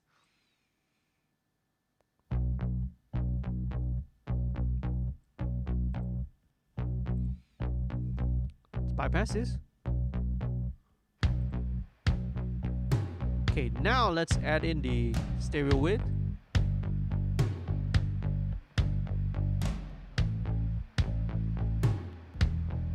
Sweet, okay, this is nice. See, it's pushing it out towards the speakers. Okay, this is quite addictive, okay? Let's just leave it at that first, because, you know, let's bring in the rest of the mix instrument and see whether, you know, I've kind of pushed it a little bit too far, right? So as remember, you know, I sound like a broken record. I always say set and don't forget, okay? You set your whatever processing you apply, you do it, you set it, right? Then you move on, okay? You move on, but don't forget, okay? Don't forget what you've done, okay? Okay. Let's go on now to the acoustic guitars. So, reSURrEect 14.6, right, is the core of the sound, right? Is very much heavily around the acoustic guitar, right? Because two of the members themselves, Chris, okay, who is the lead singer, also plays the rhythm guitar, and Paul Lau, who is also one of the primary songwriters, okay, and also plays a lot of the acoustic guitar in this recording, right? I think probably 80-90% of the acoustic guitars was recorded by Paul, okay, all right. So his guitar, oh, he's got a really lovely sounding guitar. This was actually the brand is called Maestro, so it's like it looks like a very very nondescript. It doesn't even have the like a logo or fancy fills and frills and all that on the guitar, but it's a really great sounding acoustic bit, and it also comes with a its pickup. All to me, this is one of this best sounding. I've Paul has no idea. The guitarist has got no idea what sort of pickup is in it. There's no logo, there's no name, there's no brand, but it's one of the best sounding ones that I've had. So in this, on when I'm mixing some of the other songs, I had no problems at all in using the DI track as well. Okay, so let's take a listen to it. Okay, acoustic guitar.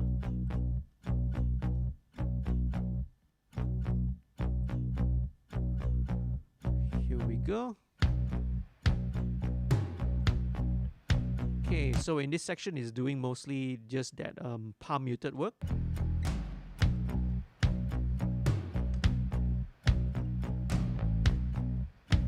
Let's go to the pre-chorus, right? It's still in the lovely.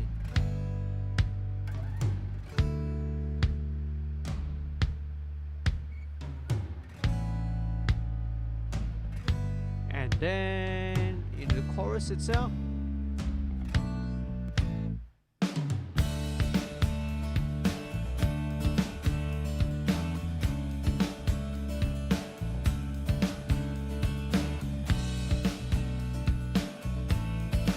Okay, probably need to bring down the bass a tad.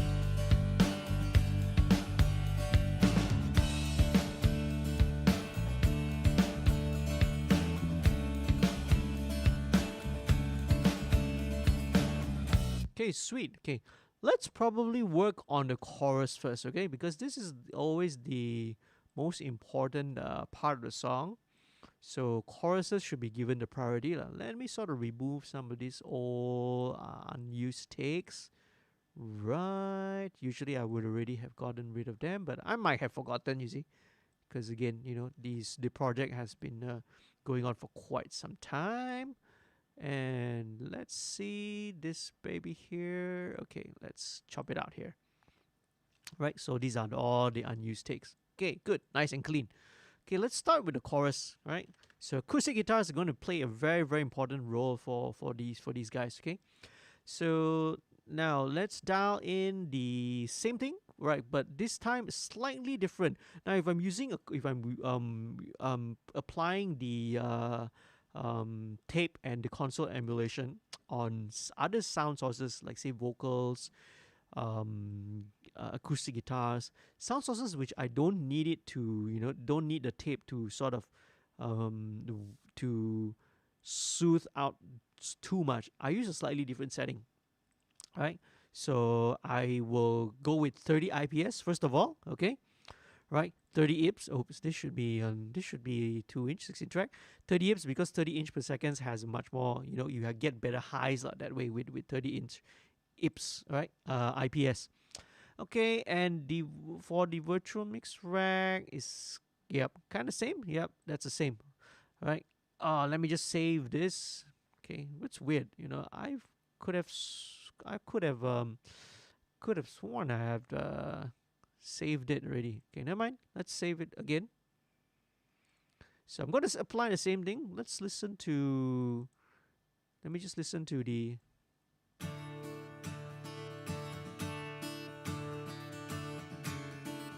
Yep. This is the mic. This is the DI. I like the sound. I really like the way that both of them blend together. Okay, so let's do this. Let me just do a little bit of EQ on this first.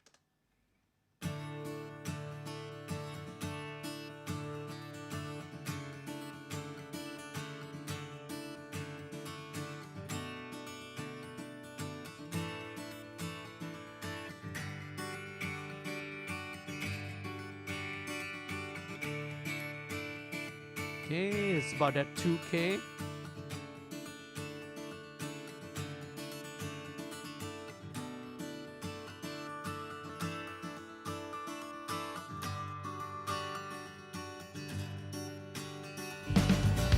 Sweet. Okay, let's check out the DI track.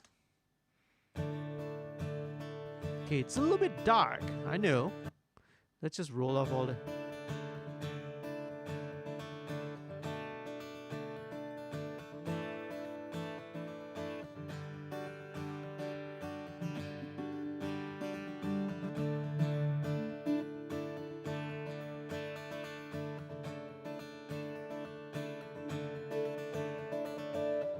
Okay, there's a bit of that honkiness there at about 600.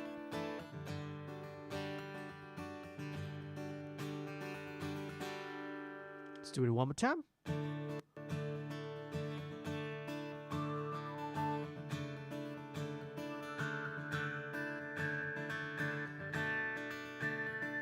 And about 1.8K, a bit of ring there. Sweet, okay. So what I'm gonna do, once I've found this EQ setting, let me just duplicate it over to this guy, alright? So the right hand side ones. Okay, and there we go. So let's set it to pan left, heart right. Let's relink it. Let's listen to it.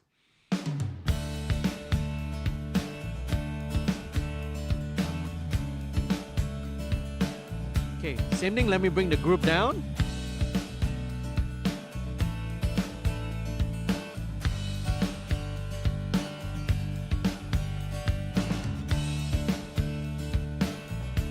Okay, let's go into the group.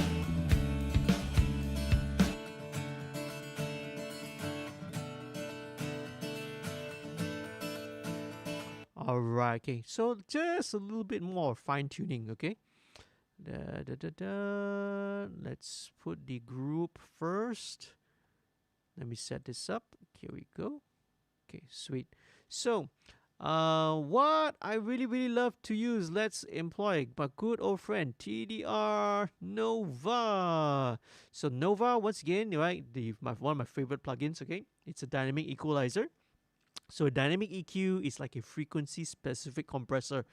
Same concept with what a de-esser is, except now in this case you have 4 bands of a dynamic EQ. Okay, so what I'm going to do is I'm going to set it so that it will only what a dynamic EQ is. It's very powerful tool because not only can you apply a boost or a cut, but it's frequency specific and also amplitude specific. So you know, it behaves like a compressor. You dial it to a certain frequency, and if those certain frequencies jump out too much, you know, or vice versa, what it does, it kicks in, right? It kicks in, and then it will reduce and bring a little bit of gain reduction.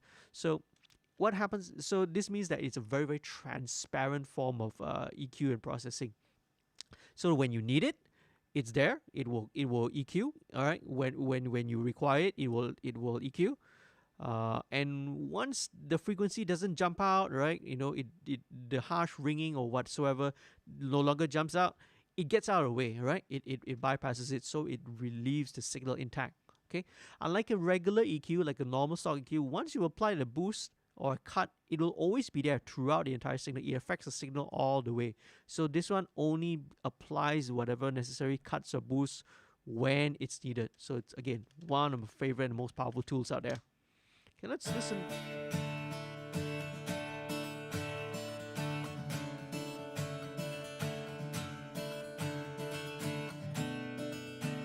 Okay, just want a bit of that honkiness.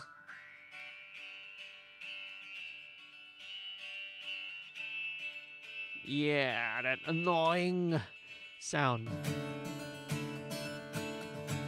Okay. Right, I'm gonna go into wideband mode. Let's have it fast attack and moderately medium release. Let's go about 100. Okay, 100 milliseconds. Let's listen to it.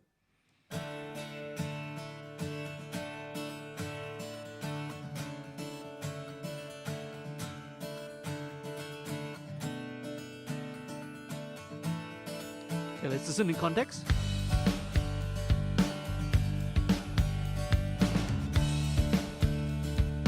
Sweet. Not much, right? Not much needs to be done. Now, another one which I love to put on acoustic guitar, let's put this overall, would be the good old LA2A. I love how it sounds in acoustic, man. let's just listen to it and see.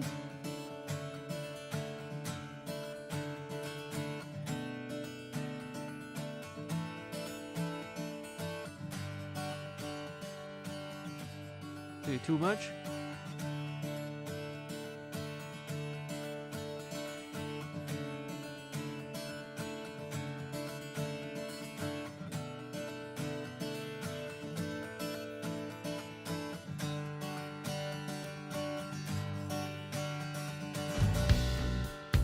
Sweet, okay, lovely, right?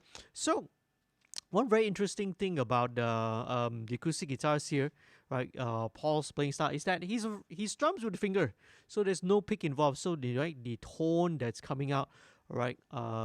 It makes it a little bit different, a little bit more unique compared to like because most of the time for most rhythm acoustic guitars, it's always using a flat pick.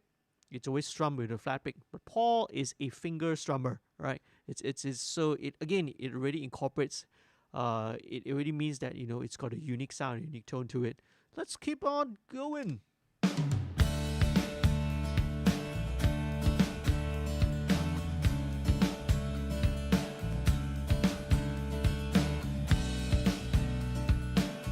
Okay, I'm gonna just put in a little bit of sparkle to it, right? Let's put in the custom series lift EQ.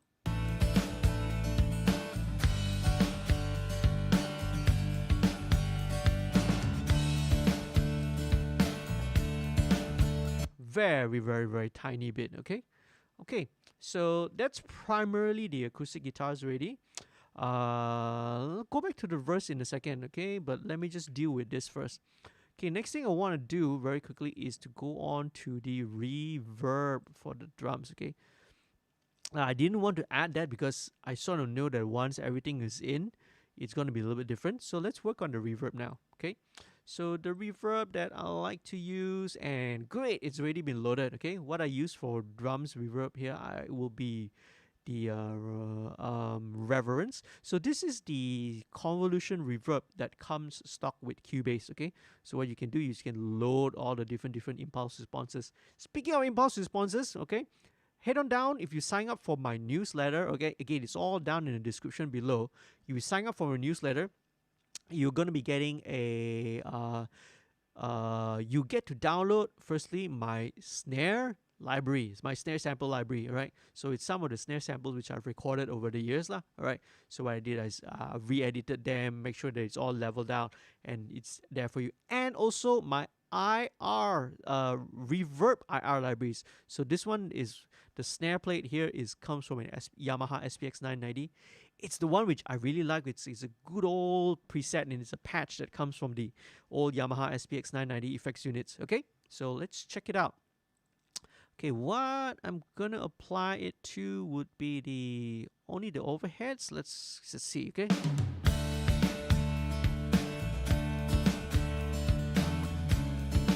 Okay, overhead.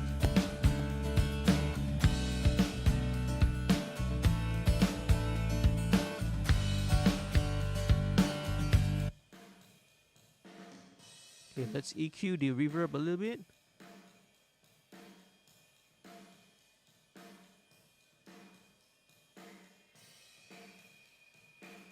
Okay, let's wait out that coming from the right cymbal probably.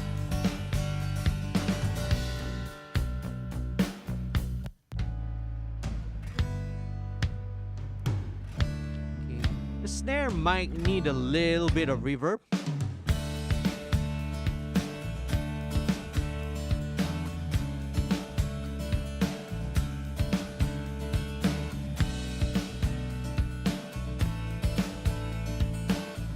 Just a tiny touch.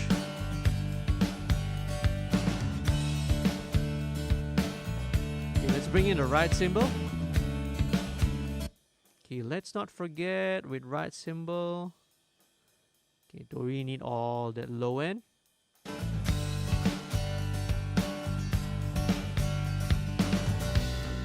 Okay, so you see with all the close-in mics, I really don't need a lot of it because much of it's already been taken care of and captured by the overheads, right? For me, I love to take I love to make sure that my overhead sound really good and it captures the overall drum sound detail.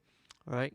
The way that I look at it, I always prefer to capture to make sure that I get depth, that I can look and see into the drum kit, the way that I position my overheads, right? And on this project, if I'm not mistaken, sometimes I will switch. There is the traditional, well, when we say traditional, right? The traditional AB space pair array where you put a pair of overheads above the drum kit. Very most likely on this one, what I'm doing is, and I do it a lot, very, very often, I probably use a sort of a Glyn Johns approach method of miking the kit drum. So what I actually have is one drum mic, one of the overheads. They're not in the traditional overhead position, yeah, that we everyone learns in audio school, and you read on the internet. They always teach you that, right?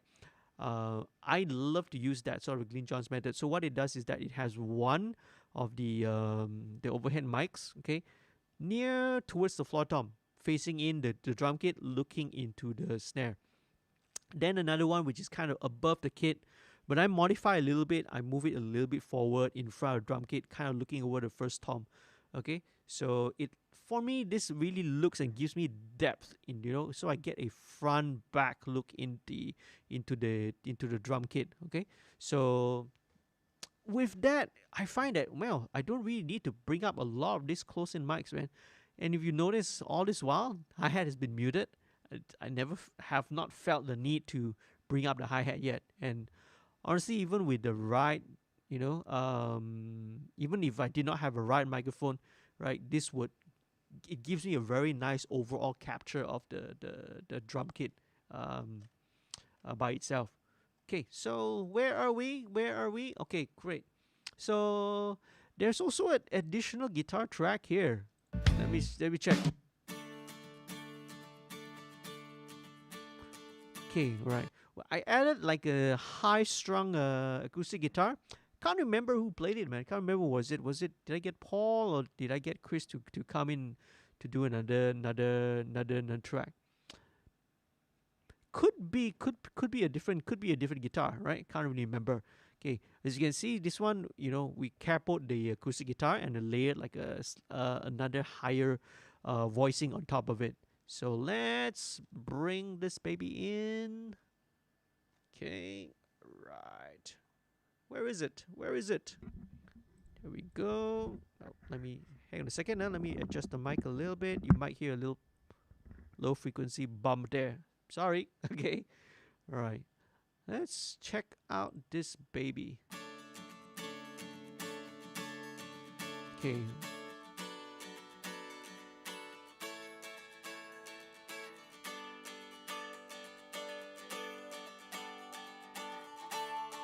Okay, we don't need this.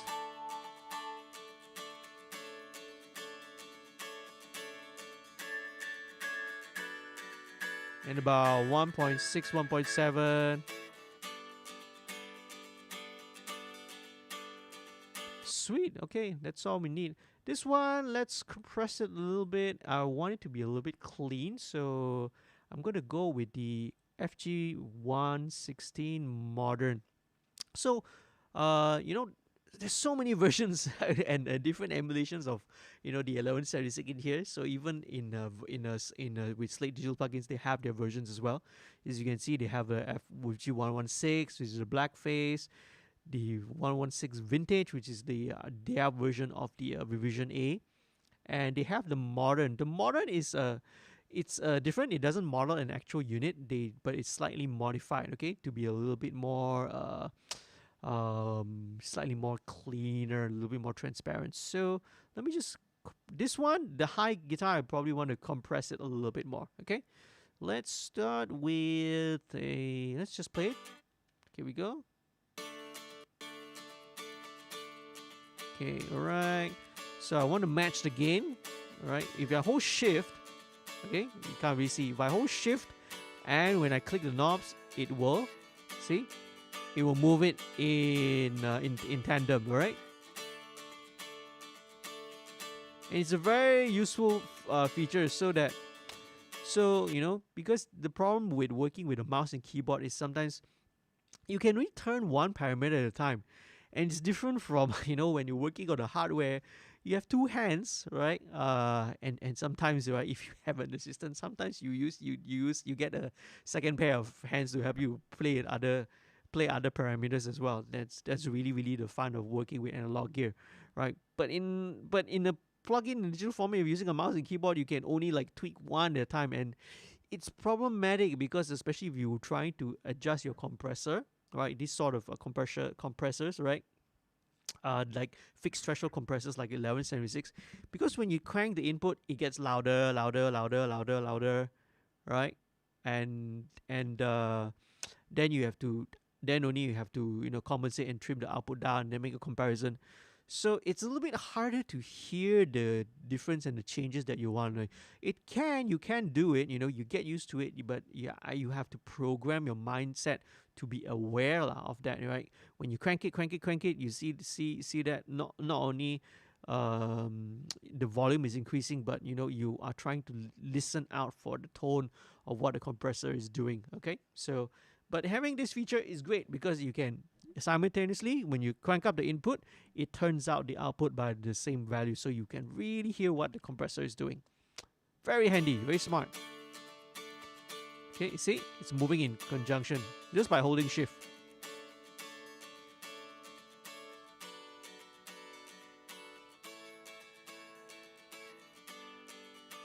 Okay, let's see the attack. Okay, this is really smashing the transient though. Try and listen circuit too.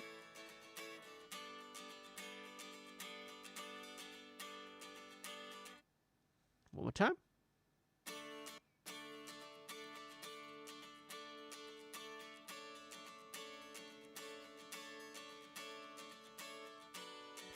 It's not too huge of a difference. Let's go with circuit 2, right? To me, it just sounds a tad nicer, right? It's very hard to explain it. Okay, so where is the high acoustic going to go? It is also going to go to, I think I'd send it to the acoustic guitar bus as well, and let's see how it reacts. The way I've done it is that I wasn't sending it; it was straight going to the stereo bus. But let's see how it reacts. Okay, once if I send it to the same group.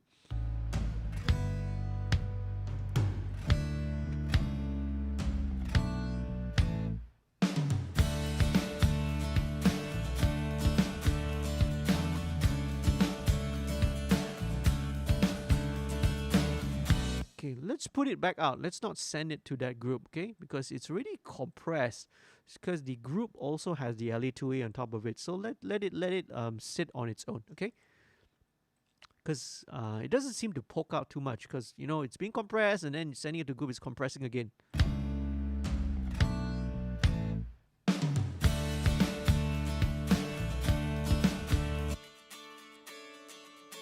Oh yeah, that's much better.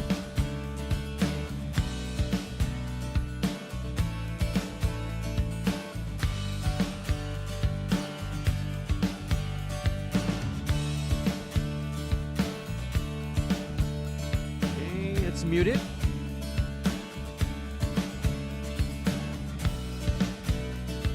Okay, so you see, it's just adding. I'm not really using it to hear so that you can hear like a distinct second guitar. It's just to add a little bit of shimmer to it, and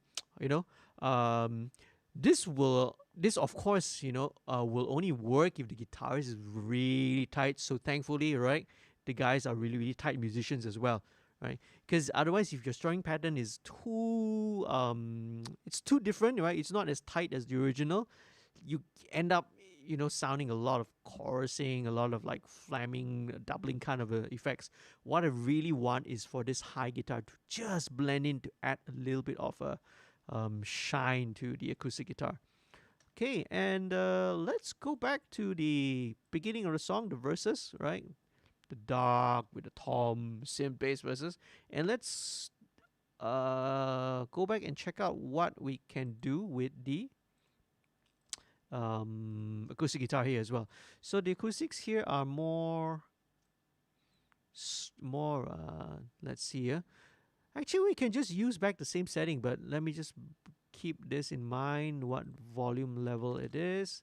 Let's set it at, let's say 10. Okay, let me unlink this. So for the mic track, okay, let's copy the mic track setting. For the DI track, let's copy this over.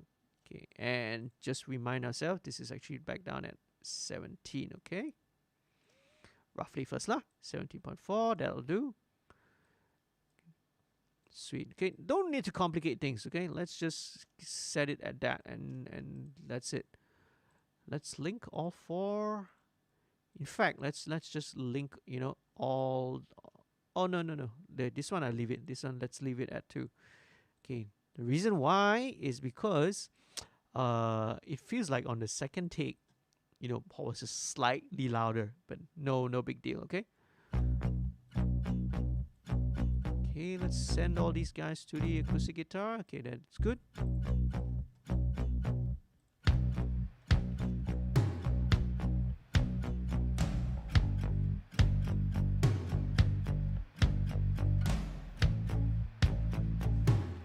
Let's send even some reverb to the kick, shall we?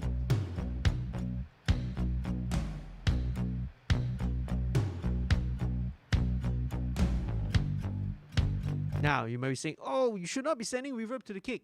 Okay, yes, that is true if there's too much low end, but what I did is I've already sort of EQ'd the kick, right? So, you know, I'm rolling off all the lows. So it's more of the body of the kick having a little bit more sustain.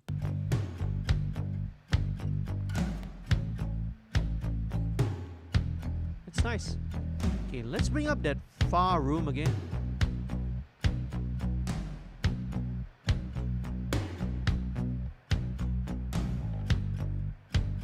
Okay, is there a way, I'm asking myself now, is there a way that I can reduce the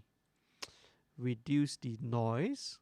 And there might be a way. Okay, let me check this out, okay, in a second. There might be just a way. Yes, okay, perfect.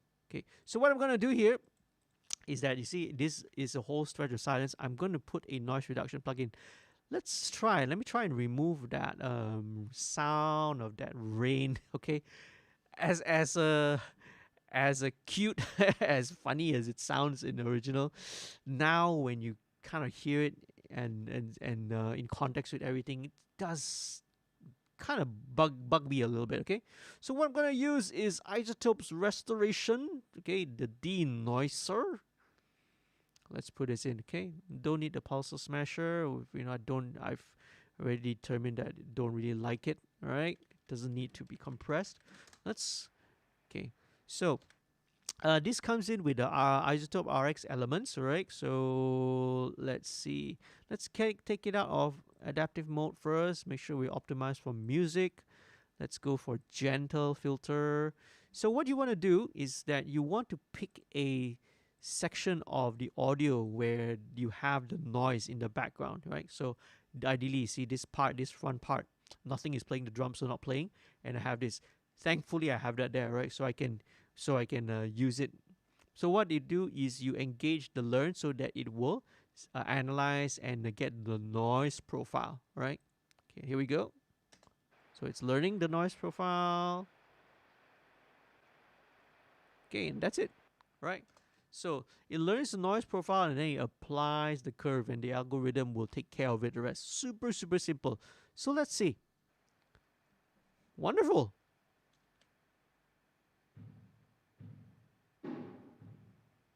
Okay, let's tweak it. Let's adjust the threshold and see, because sometimes what it does is that it can be a little bit too heavy. You might be removing some of the information that you want. So let's maybe lessen the reduction first. Let's see. Okay.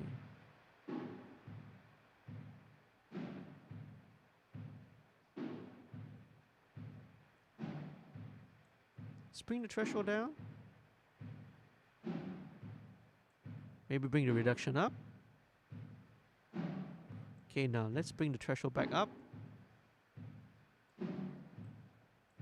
Bypass it. Huge improvement. Great, great, great. You see, I don't want to lose too much of that top end, because especially, you know, it helps. You're hearing the top end, the reflections that's in the stairwell. See? So if I don't want to lose too much of that, that's great, man. Okay, really, really handy. Thankfully, I have this right in place right now. So let's listen. Now I can bump the room up a lot more.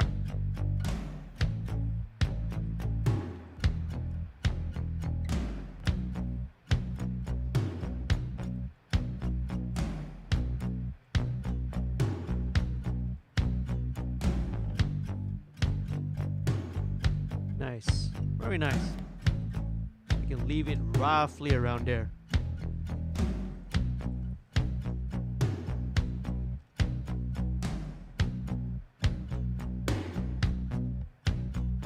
Okay, right.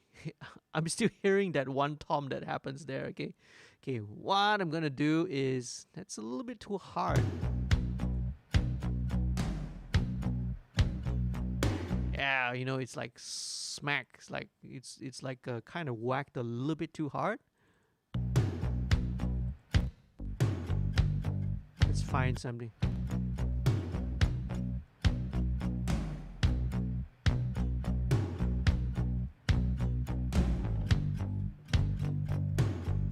Okay, let's just take that one.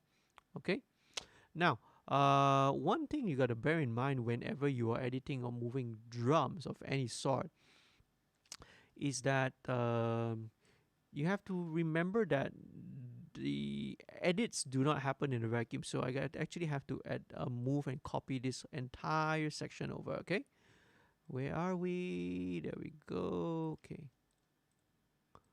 let's move this entire section over. Let's hold down alternate so that you make a duplicate copy of it. Let's chuck this in here. Exactly 6 beats, 6 bars away. Okay, all right, that's cool. Much better right now. It doesn't bother me anymore. Okay, because previously that, you know, that tom there was just, it's like kind of hit a bit too hard, right? You know, it could have like struck the rim of the tom, right? So it's almost like a tom rim shot. Okay, very good.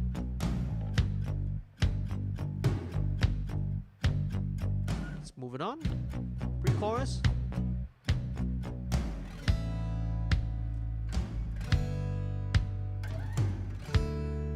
Nice. Let's give the acoustic guitar a touch of reverb.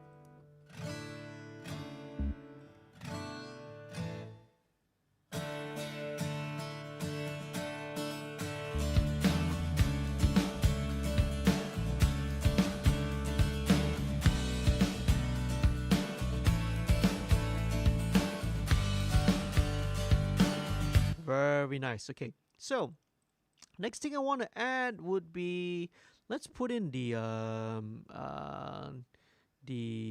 drive guitars. There's a little bit of an overdriven guitar that's kind of just sitting underneath. Remember, the majority, the main feature is mostly acoustic. So the electric guitars here, I'm playing more of a supportive role. Okay.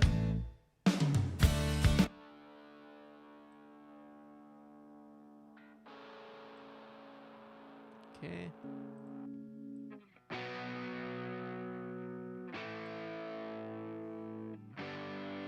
Okay, sweet. So what we have here is let's put in the drum one, because again, with the electric guitars, this is a kind of sound source which I may want to soften a little bit, right? So the difference here is that this is 15 IPS instead of 30, okay?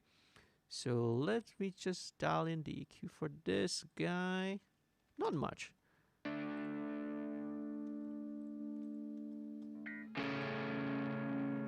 Okay, Okay, a little bit of that.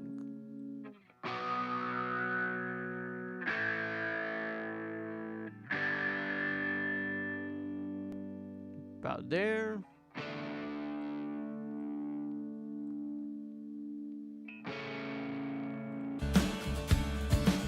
Okay, that's cool. So, when I record this, the guitars, the electric guitars, I always record number one with the. Oh, in this case, this I don't think we use any mics at all. This is GT8, so this was probably taken direct out from the lead guitarist Matt. His name is Matthew.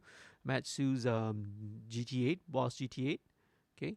And what I did is also a DI track here. So let's take a look at the DI. The DI track I was running through Slate's THU. Okay, so what do we have here?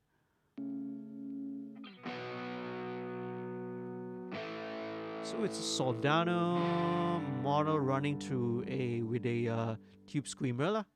So it gives it a little bit more bite here. Okay, cool. And it seems like I already have it EQ'd. Let's check it out again. Is it similar? Right? Yeah, about 1.7. Yep, similar. Okay, because again, this could be the characteristic of the guitar that kind of rings around there. Nice. Okay, let's copy this over and this guy as well. Let's see the drive DI. Okay. Okay, am I using the same settings in here? Yes, I am. Okay. Let's just copy it over. Keep it simple, all right? In some situations, sometimes I will change the tone of the second one. But in this case, let's just keep it simple, all right? Okay, let's bring this down. Let's just link these boys up. Okay, these should be going to another group, right? They should be going to a group. And yes, they are. Okay, let me just bring same thing. Let me just bring this down so it's easier for you to see. Let's bring the drive guitars down here. Sweet. How are we doing for time, man? Oh, we were now at 11:20 already. Thanks for joining in, still sticking around, man, for all this while. Okay, so let's take a look at the group. What's going on? Okay, nothing much there. As usual, let me put in my mix bus emulation. Okay, this one I'm going to put the virtual mix bus.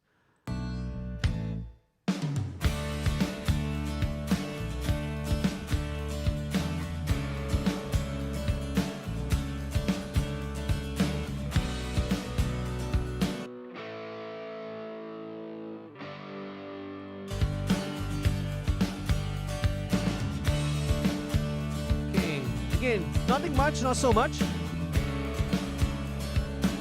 Just underneath it to support it and to give it a little bit of grit. That's all, okay? Yeah. So it doesn't need to be like way up front. Right? We're not dealing with a punk rock or metal or something like that. Okay. Now I'm gonna jump a little bit forward, okay? Because I want to sort of listen to how this keyboard. Well, so the keyboard player, right? The keyboard player in the band, his name is also Paul, right? Paul Soon, right? So he's like a full-time working musician. So this was all recorded with his Roland Juno, if I'm not mistaken. Okay, so let's check this out. So this is like a kind of a piano organ blend. Let's listen to it.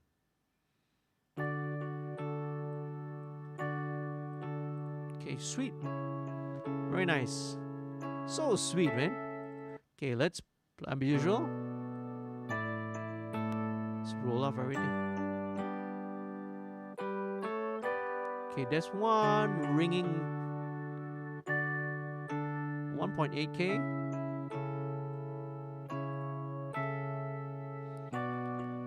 Okay, now this one, let's compress this a little bit more. Right, I love one of these. Let's go with the keys natural. Okay, let's play around with it. So same thing again. I hold shift so that you see the input and the output are going to be locked together.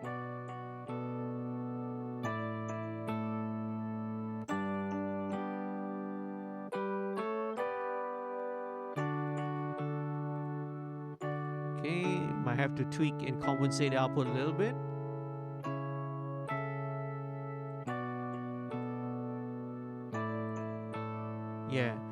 See, for me now, it brings some of the attack a little bit more forward.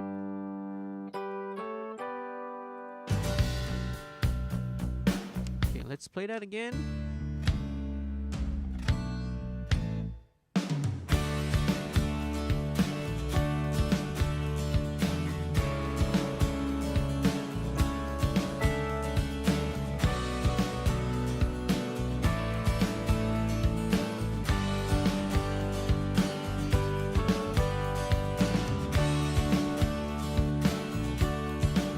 Sweet. Okay. So now I again kind of want to spread this out a little bit. Okay, I want to spread the keyboard, the piano and all that a little bit more to the sides. And maybe in this case, let's just use a good old simple basic waves S1. Let's just use that and see. Let's see how it goes. Solo it for.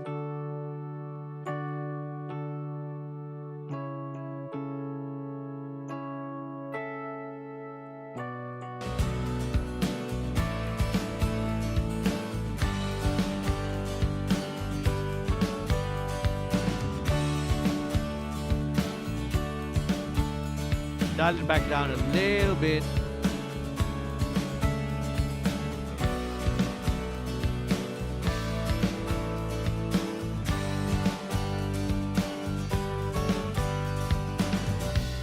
That's right? That's cool. I like the way it sounds now. So again, just spreading it a little bit wider so it doesn't clutter up the middle so much. Okay, bear in mind because the most important part is to come, which is the vocal, and that's what we're gonna move on next. Okay. Lead vocal. So the lead vocal is his name is Chris Lee. I've known Chris for a long time. He's a really good buddy of mine. I've met him when we were still in secondary school. All right. So I think we were like probably 16, and I think we attended some kind of a youth camp or something like that. And we gravitated to each other because both of us were guitar players. Okay, so come fast forward now. Wow, 16. Let me do a little bit of math calculation. 36, 20. Gosh, that's like almost probably 20. I've known Chris for like 24 years. It's going to be coming up to 25 years already. So we really go way long back, man. Right? All of us have our own families and our wife and our kids now. Okay. So, a bit of piece of trivia. Okay. Chris was actually one of the members. All right. He was actually a guitarist in a band. Now, I don't know whether you guys recall. All right. There's a band, the name of the band was called Edge of Fire. Now, if you are the old time and the old timers out there, if you're like 30 plus, you probably remember like listening to the radio stations of Wow FM, if you can remember, Wow FM, Trax FM, and the early X Fresh FM. They had a hit song, right? The band Edge of Fire had a hit song. The title of the song was called Whole Again, if I'm not mistaken. It's a beautiful ballad, all right? The lead singer is also another good friend of mine. His name is Ivan. So Chris was actually a member of this band, Edge of Fire, as well. So I'll probably leave a link in the description down below, right? Maybe a link. I have to try and hunt down, right? Because they had a hit song, right? It was a really fantastic, like a rock ballad, that the band had. So this is actually Chris's current band, lah. Okay, so a little bit of trivia, all right? So the lead singer here, has got bona fide rock star back in the day as well. Okay, let's check it out. All right, let's just play. Where's the lead vocal? Here we go. All right, no, that is the group. Let's go with the yes. Okay, so as you can see, I've explained before, I will split my vocal processing into two stages, the corrective and also the creative EQ. Okay, so you can see what I have in here, the waves tune. I can get rid of that, all right, because I've already done all the tuning. And let's just solo the vocal, right? Don't know if we'll see the morning. If this moment will be the last, Okay, let's we turn off the effects first so you hear it dry. come what may, our lives are yours. Sweet, okay? And this world is Okay, let's a balance it in. twisted fire, a kingdom of shifting sands. It will fall, it will crumble tonight. I'll hold on to you, Okay. for your words are always true. You remain our loving Father, and your mercy lasts forever. Let me bring this up. You remain, you remain, you remain. Through the sun, you brought us freedom. Wash us clean as white as snow. We are saved, we are changed. We remain forever yours. All right. You remain our loving Father, and your mercy lasts forever. Oops, sorry. I went a little bit loud over there. Okay, so I'm kind of set the initial level first, okay? The rough level. Because it's a very dynamic song. The verses are very dark, very quiet, whilst the choruses is very, very bright and more upbeat. So I'm going to set it to the loudest portion of the song first, and let's work on that, okay? And let's solo the vocal now. Let me sort of disengage all the rest of the processing, okay? Okay, let's turn off the compressor. Let's go with the lead vocal. First thing first, my good old friend, the TDR Nova, okay? So with the corrective processing, which I mentioned, right, doing vocal, I'm just going to get rid of all whatever harshness or ugliness that might be present in the vocal. So let's do this very quickly. So first thing I want to filter out. Forever you remain, you remain, you remain. Through the sun you brought us freedom. Wash us clean as white as snow. We are saved. Okay, right. It's a little bit okay. The little different thing that I do is, as usual, I have the tape. I have the console emulation. But let me swap this out, because what I usually like to use instead of the 1073 is I like to use the Hollywood. Okay, so this is part of the virtual tube collection. Previously, the 1073 is more of a solid state preamp. The Hollywood is a tube, right? It's a flavor of tube. So I love to use the vocal. Let's use vocal fattener, right? Because it fattens the vocal. Forever you remain, you remain, you remain. True. Okay, and then the next thing that's in this chain would be the FG stress, which is the distressor I showed you before. Okay, so what I've said this here, this is actually a parallel. I'm actually parallel compressing the vocal here, right? So one is heavily. This is the nuke setting, right? Which is on the distressor. It's almost like a limiter, acting like a limiter. But what is great about the here is that you can always have a mix, right? You can always have a blend. So now it's currently 50-50, which might be a bit too much, right? Let me just back it off and see where it sounds best. Forever you remain, you remain, you remain. Through the sun you brought us freedom. Wash us clean as white as snow. 25%, roughly about 25% is just nice for me, okay? All right, so moving on, I have the wave sibilance. Okay, so this is a de-esser, all right? Very simple de-esser to work with. So just let me just set it to that it removes the SS lah. Forever you remain, you remain, you remain. Through the sun, you brought us freedom. Wash us clean, as white as snow. We are saved. We are changed. We remain forever yours. Alright. This is I'm having it a lot lesser than usual, right? Because I don't want it too much, okay? Forever you remain. Let's listen in context. Forever you remain. You remain. You remain.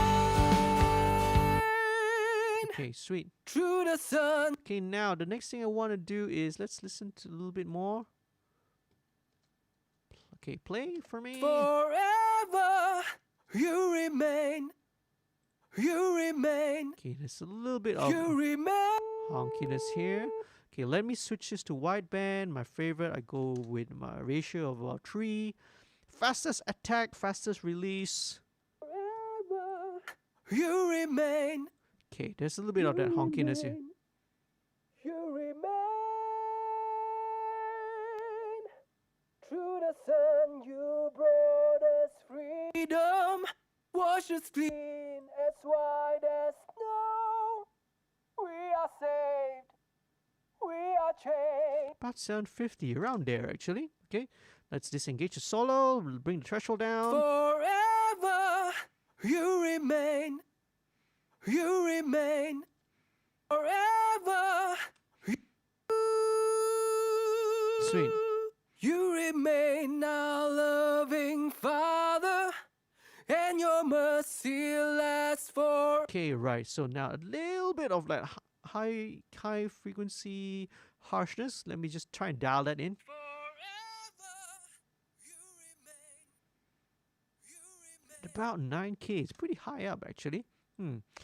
Okay, let's just try that. Forever. This one will be a slightly wider cue. Forever you remain. You remain. You remain. Through the sun, you brought us freedom. Wash us clean, as white as snow. We are saved. We are changed. We remain forever yours. Okay, right, sweet. Right, this cleans it up a little bit. Forever you remain. You remain. You remain. Through the sun you brought. Okay, last but not least, I have this here.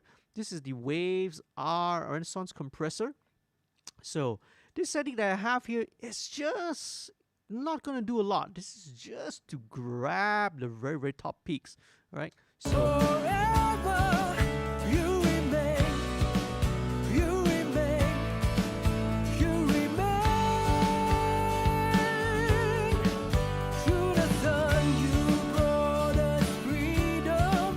Wash us clean, as white as snow. We are saved. We are changed. We remain forever yours. so that one again. Forever you remain. You remain. You remain. Let me tweak the sibilance value again because I think I was going way too far over, okay? That's why I was like get a little bit confused as well. Why am I going a little bit much further than usual, okay? Because usually I hover around -20, you know? Forever you remain. You remain. You remain. Through the sun you brought us freedom. Wash us clean, as white as snow. Okay, right. Really, really good. Okay, so I've kind of sculpted it and sculpted the vocal to where I want it to be. So, next thing that I'm gonna do, okay, and you've seen me doing it in all my previous videos as well, is to do the vocal thickening trick. Okay, what is this vocal thickening trick? What is this trick that you're trying to show us, JD. Okay, so basically, alright, I just want to make the vocal sound a little bit slightly bigger, slightly thicker, a little bit more richer, spread a little bit more outwards. So it again depends on stylistically. And you can also do the same thing using chorus, using like very, very subtle delays. There are many ways of doing it, but this is just one of the ways which I've tried and I like to do lah. And what I'm gonna use is I'm gonna use a plugin called Waves Doubler. Okay, so first of all, now the lead vocal previously is it's bussed into a lead vocal group. Now I'm going to bus it and send it directly into the effects plugin. So I have this already here in my effects channels, Doubler 2. Okay, let's pull it up. Let me pull it up and see so that you guys can see. There you go, Doubler. Okay, so this is Waves Doubler, right? So basically, what it creates copies of the original vocal. Then you can filter it, you can pan it, you can add modulation, you can pitch shift, detune it, play with the formants and all of that. Okay, so but what we want to do is let's go with the basic stock default setting, right? And make sure you want to turn off the direct, because we do not want to process the direct signal. I just want to be processing and hearing only the affected signal, the wet signal. Okay, so let's turn this off. And another very important thing as well is that we want to switch off all the master bus processing, okay, which I'll get to in a while later after this. Okay, so here we go. Let's switch all this off. Okay, because you don't want to bounce the effect and the double effect down with it. And then when you import it back in, which is what we're going to do with all these tracks, when we import it back in, and then you're running it through all the master bus processing again, right? You're just going to be compounding all that EQ and all that whatever compression that is. So let's switch this off. Okay. Oh, got some messages from my WhatsApp. Let's see what it is. Let's see. Oh, okay. That's tracks. Got some messages from my friend Leanne, the guitarist from Slapshot. Okay, because I'm actually mixing some of the Slapshot's album as well. Back on track. Let's do this first. Okay, I'll check it out. What he's got to say afterwards. Okay, so turn off the. Remember to disengage all the inserts in the master bus. Okay, send and route it so you can sort of hear how it sounds like. Let me solo it, huh? Don't know if we'll see the morning. Okay, let's go back to the doubler. Now, so the first thing, what I'm going to do is I'm going to export and go through 4 passes of this, right? So what I'm going to do first of all is, the only thing I want to tweak is the detune parameter. So the first one I want to do is +3 and -3, okay? Right, so I've set it to this, and then I'll bounce and then I'll export it. Okay, wait, +3, okay. So it'll export into one stereo file and re-import that. Then the second one I'm going to do is I'm going to do -6, okay, you can watch this, and +6, okay? Now, the reason why I'm swapping the positive, the plus and minus values is very, very simple. If I were to just continue having +6, okay, you guys can see that, right? Right, if I continue to have +6, actually, if you are watching, it will be this side, okay? If I have this as +6, and this is -6, and then the third one, I have this as +9, and then -9, right? What happens is that one side, all right, one side of this is gonna go, sharp. It's gonna sound sharp, and then the other side is gonna sound flat.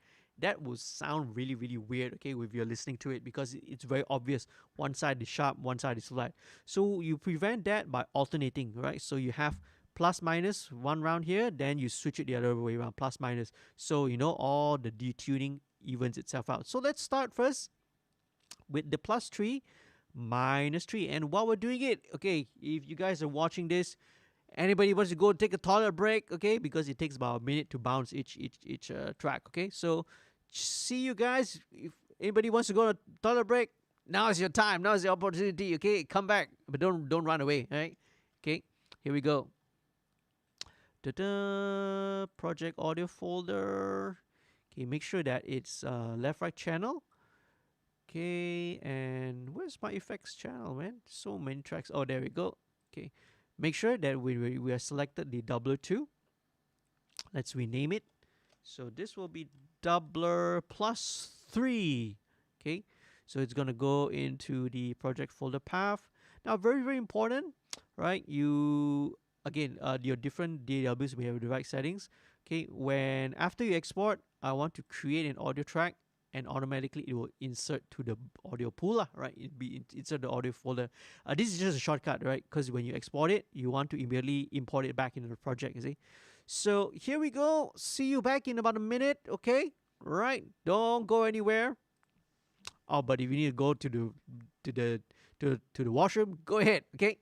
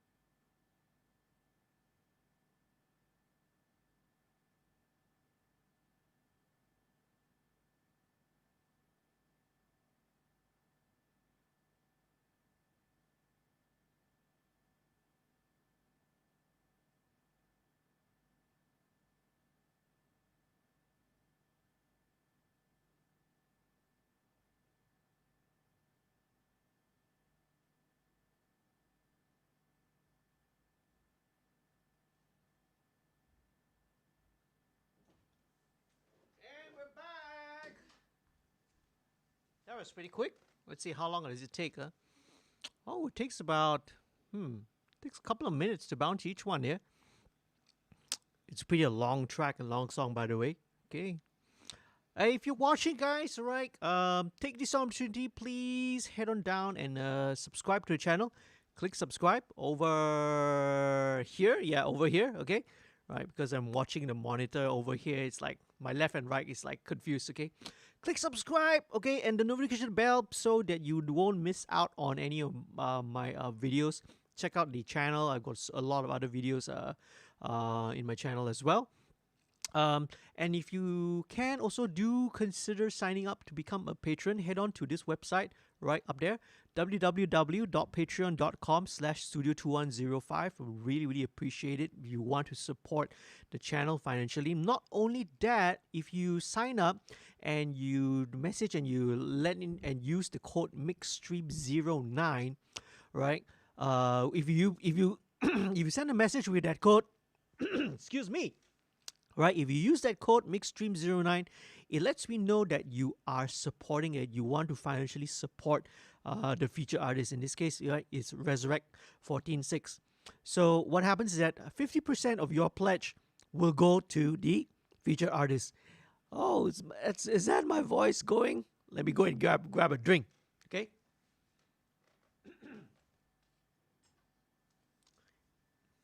Have some coffee, and I've got some tea as well. Probably coffee is not the best thing. Tea should work better.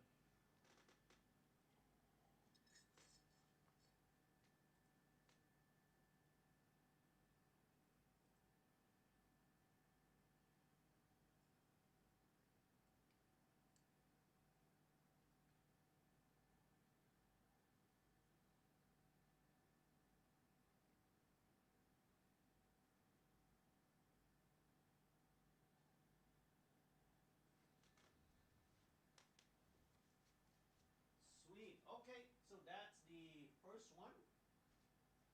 Right? So that's the first one that's been imported. Let me turn off this view so you can see it automatically re-imports it back here into the project. So we repeat this process 3 more times, okay? And of course we have to go into the edit window for the plugin. So the second one, we go with -6 +6, okay? All right, okay, here we go. So this will be doubler -6. The way I label it so that I know that I started with the -6 first. Okay, export audio. Let's see. Man, I got a lot of messages on my WhatsApp. Okay, let me just check it out and see. Okay, but if you guys are there, thank you again for watching. All right, thanks for sticking around with me. Really appreciate it. I hope you guys found the video and found that the live stream useful. Okay.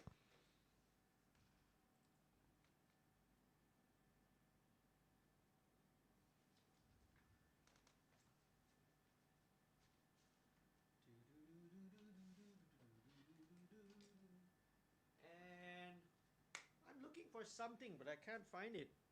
Where is my schedule book? Oh, there it is.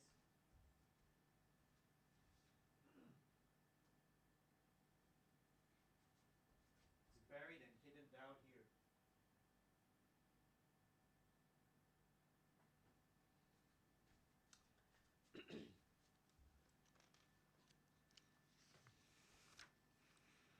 All right. Okay, gotta take a look at my schedule because there's some stuff that's coming up.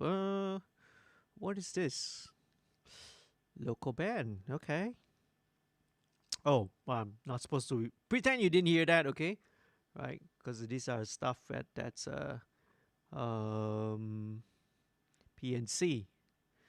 Okay. While the thing is bouncing down, it takes another 2.5 minutes, I think.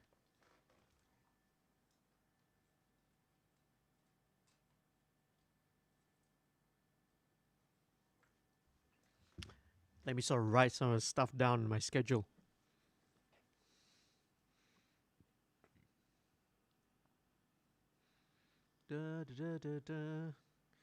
Okay.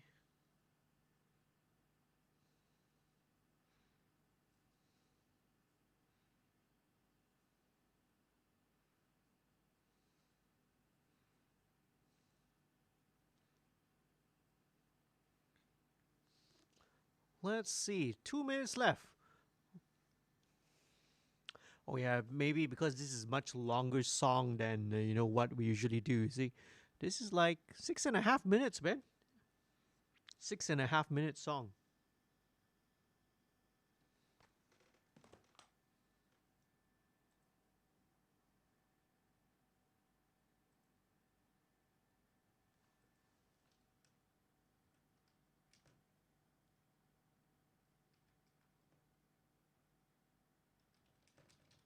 Okay, let me reply some of the messages.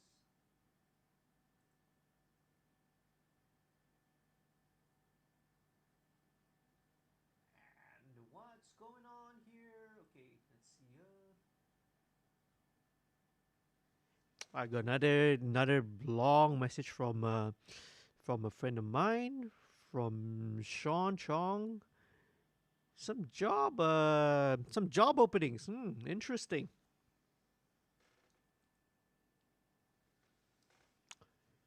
From Tencent, Jukes.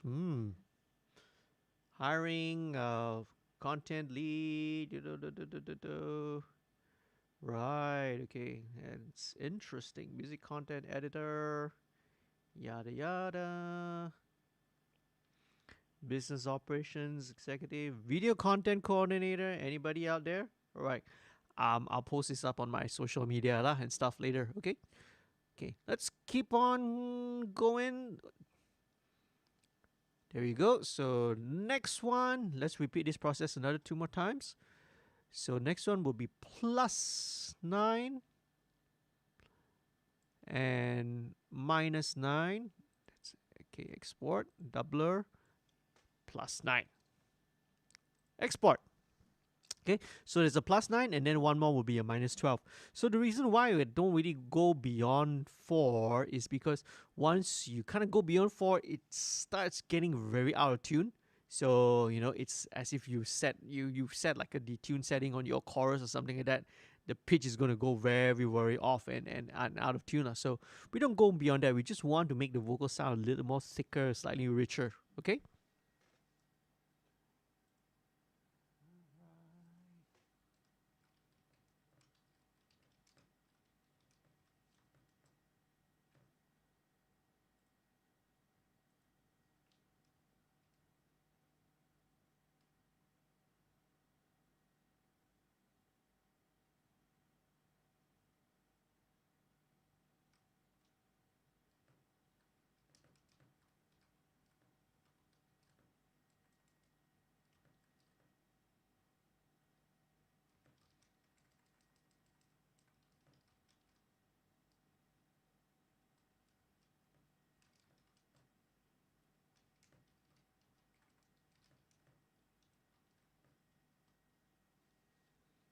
Okay, exporting this one. Oh, and then now this one you can't see what's the progress.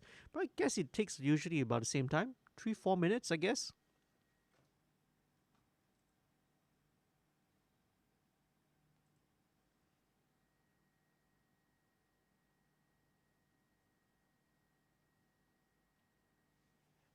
Oh man, I've got a morning session tomorrow. Ooh, so after this is wrapped up, I got a little more mixed tweaks to do on some other projects as well, and then got an early morning. Well, not early lah, 11 a.m. That's early for musicians. Okay.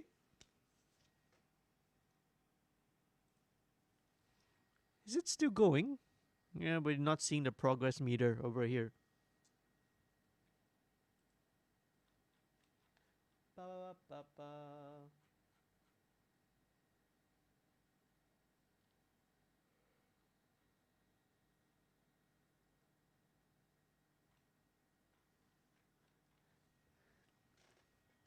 Sweet.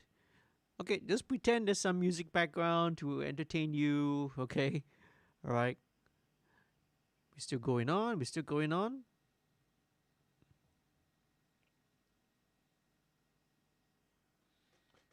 Okay, what else is going on here? But some stuff to do for 6 cents as well. Oh boy, man, it's a lot of stuff to do.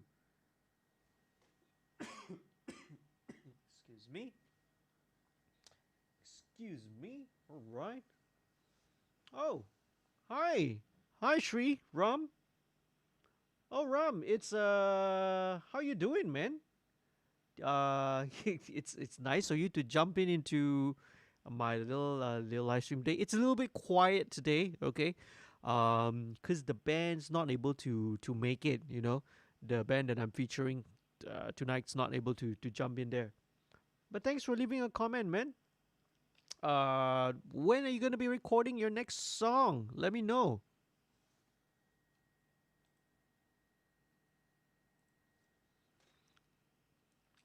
So Ram, if you wanna, uh, do share with us, right? With your where you post and your covers and all, right? That you've recorded. I'm sure maybe some people would love to hear it. See, okay, one last one. Let's go with the doubler -12. Okay, -12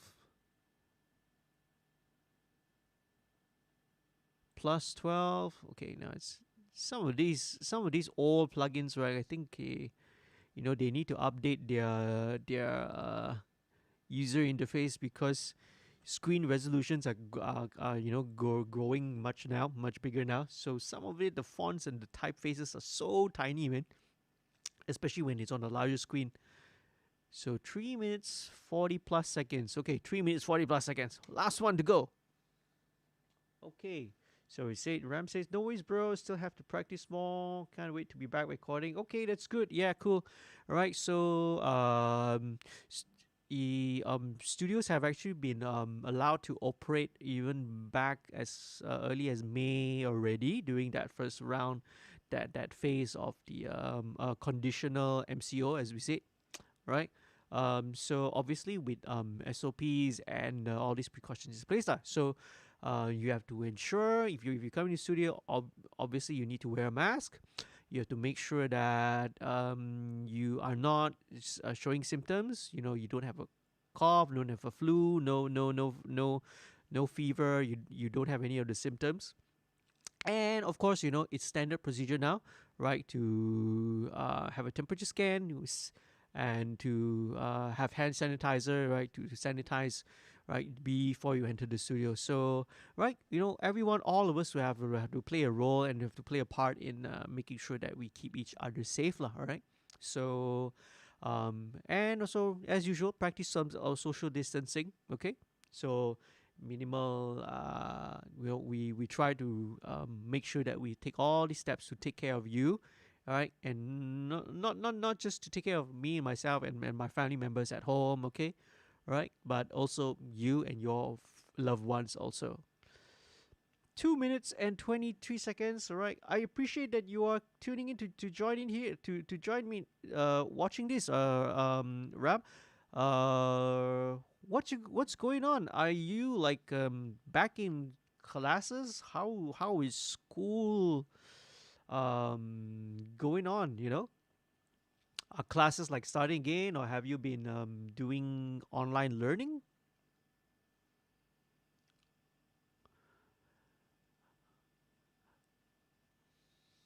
And obviously as well, music schools, I think I can't remember what's the latest news and updates on music schools actually. You know, are music schools allowed to, if I remember, music schools were allowed to operate, but again with strict SOPs, okay. 1 minute 40 seconds to go.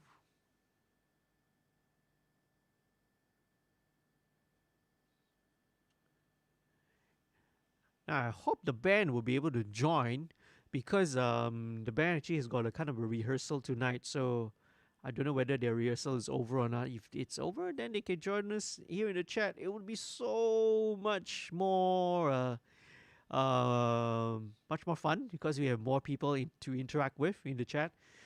Today is really, really quiet. I don't know why.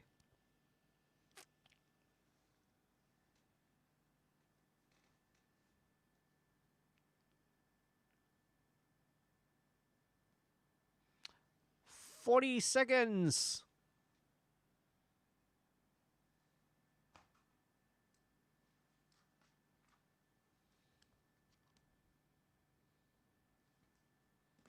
All right.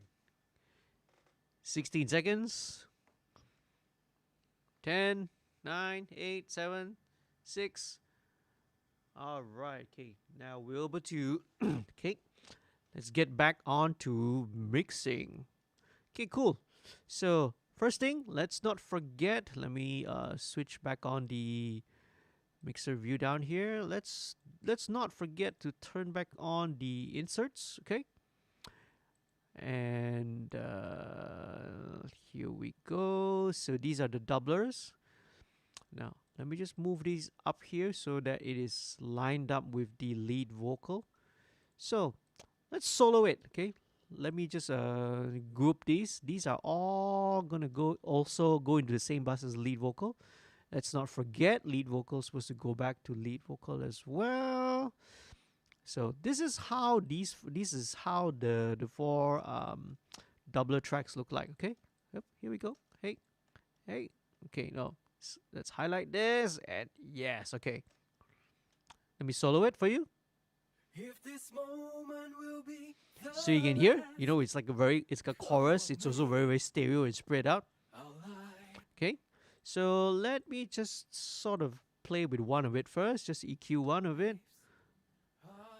Now I don't need all the super low end. I don't need all the top end, like 10. Okay, and then let me listen to it. A bit of build up here at about 590, 600. Okay.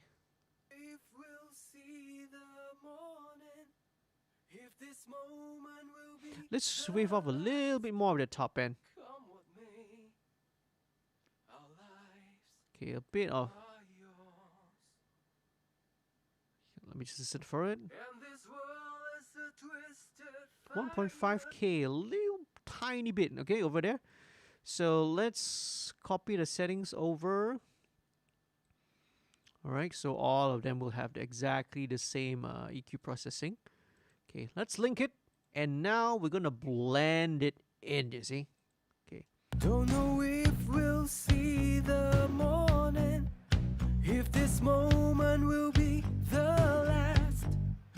Come what may, our lives are yours. Floor tom needs to be louder, okay? So you see, sometimes I will jump back and forth very quickly between one thing to another, because if you hear something and then it it perks the ear and grabs the attention, let me address it, okay? So just bring this up. And this world is a twisted fire, a kingdom of shifting sands. Okay. It will fall, So let's mute this. it will crumble to naught. So it's very, very subtle, alright? It's very, very subtle. It's just there to give a little bit, to make the lead vocal just slightly thicker, a little bit more denser, slightly more richer, and having a slight stereo spread as well. I'll hold on to you. Okay, now going back to something else, I feel that the kick drum is a little bit too heavy, right, at this intro, right? It's a little bit too intense, lah. Okay, so to speak. So let's do this. Okay, now I'm selecting both the kick sample and the kick mic track. I'm going to add a VCA fader. Okay, so VCA faders, right, is a function that came, I think, in Cubase 8, if I'm not mistaken, or could be an earlier version, right? I can't remember. So VCA faders are let me label this first, VCA kick, right? So VCA faders is something that's borrowed from analog consoles, especially the large format analog consoles, because what it allows you, VCA stands for voltage control amplifier. Okay, so what it allows you to is that it is a control. There is no audio passing through this fader here, right? So what it does is this VCA is assigned to, when you assign certain channels to a VCA fader, VCA channel, what it does that it does this, right? So it adjusts the volume, but it doesn't affect the there's no signal passing through it. So there are some different ways. There's pros and cons. You can also do it via groups, like it's in certain cases, like my snare, I'm sending it to like a snare group, and as you can see here, a tom group and all that. But there is some differences, like if you just purely want to play with the if you just want to manipulate the volume of the group, okay, a VCA can be much more handy. Okay, let's just automate this a little bit down. Okay, maybe about 2 dB softer.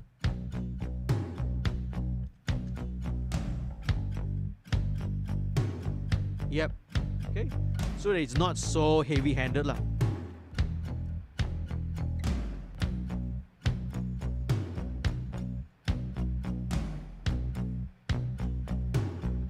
Okay, sweet. Okay, so it will kick back up when it gets into the chorus. To you,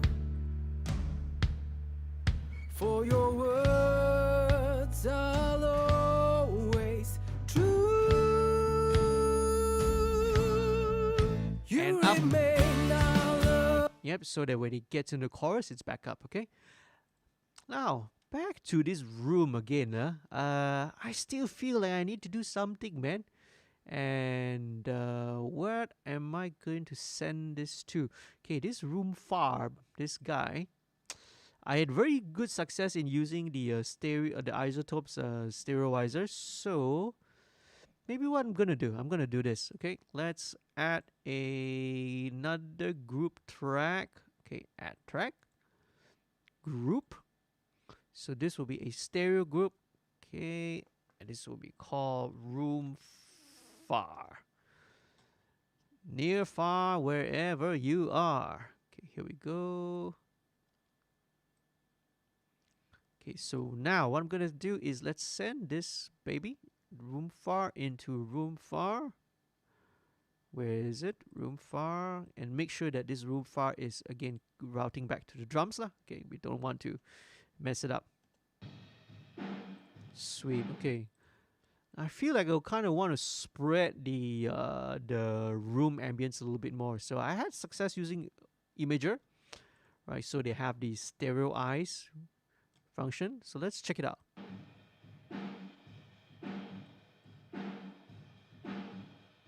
Sweet. There you go. You remain through the sun you brought.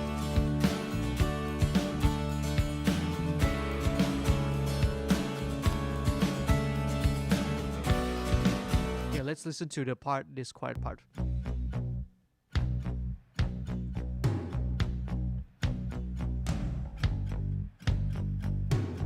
Wow, it really adds a lot more like a three-dimensional element to it.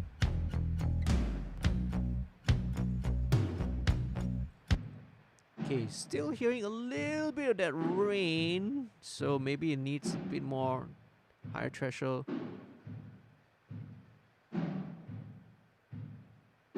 There you go.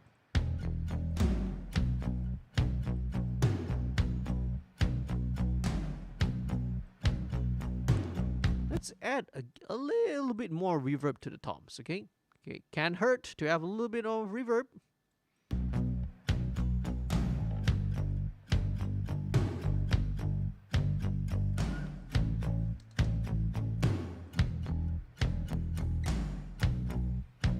Okay, very nice. Okay, it's great, great. Let's move back to the lead vocal then. So I've blended that in. And the next thing I want to do is, so first half, like I mentioned, okay, is that, first half I mentioned is that when the process vocals, first half is doing what we do to corrective EQ. So now, corrective processing, sorry. So second half will be what I call the creative processing. And this takes place in the lead vocal group, okay? So lead vocal group right here. So what do I have here? I have a couple of things. I have a Pultec EQ, 1176, okay, another Instantaneous Nova, another de-esser, right, vocal rider, okay, I'll look to it, UAD API 560, and another instance of MixStream lah. Okay, this is more for the group busing. Okay, so first thing I want to do is, for some reason I was using the LN. Let's switch it over back to the revision A, right, which I usually like to use for vocals. Let's solo the vocal. Don't know if we'll see the morning, if this moment will be the last. Okay. Come what may, our lives are yours. Okay, yep, that's a lot. That's much louder. And this world is a twisted fire. See, with the UAD ones, I cannot move both knobs at the same time. Unless, have they implemented something like that? No, they haven't. They still haven't. Sad. Okay, they should, man. It's because it's such a simple thing to implement, you know. A kingdom of shifting sands. Hello. It will fall. It will crumble. And why is it not acting? To naught. That's weird. Hello. I'll hold on to you. Is the meter working? For your words I'll always. Hello. You remain our loving Father. Okay, let me just mute all the doubles first. Okay. Hello. What's the 1176 not not behaving? Come on, man. Let's reload it again. Okay. And your mercy lasts forever. You remain. You remain. Okay, this is bizarre. This is bizarre. Why is it not reacting? You remain. Seems like the GUI is not responding for some weird reason. That's really, really weird. Okay. All right. Let me go and switch this back on to another one. All right. Through the sun, you brought us freedom. So the revision E works fine. Wonder why the revision A is not the. That's really, really bizarre.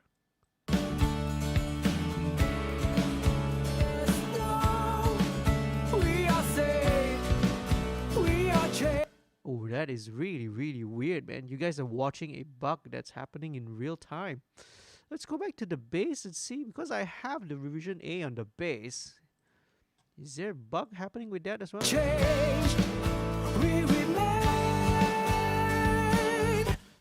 Wow, this is really, really weird. See, now this revision A doesn't seem to be working or responding, the GUI on the base, even though, remember, earlier on I was working on this, okay? Really, really weird. Okay. Anyway, so if that's the case, all right, let's go back. Let's just go back to using the.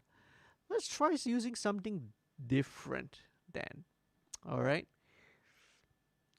Let's go with.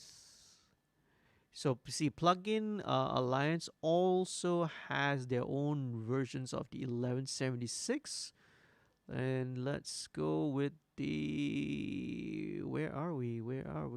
Okay. Let's go with this one, right? The purple audio. Let's go with the purple audio. Okay, so this is kind of their version of the 1176 now. Okay, so this will be in. Let's link it in digital, because this should be. I want to make sure that it's.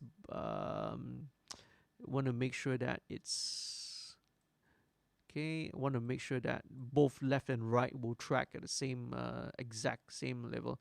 Okay, let's link parameter. Okay, let's play. Forever yours. See the morning. If this moment will be the last, come with me.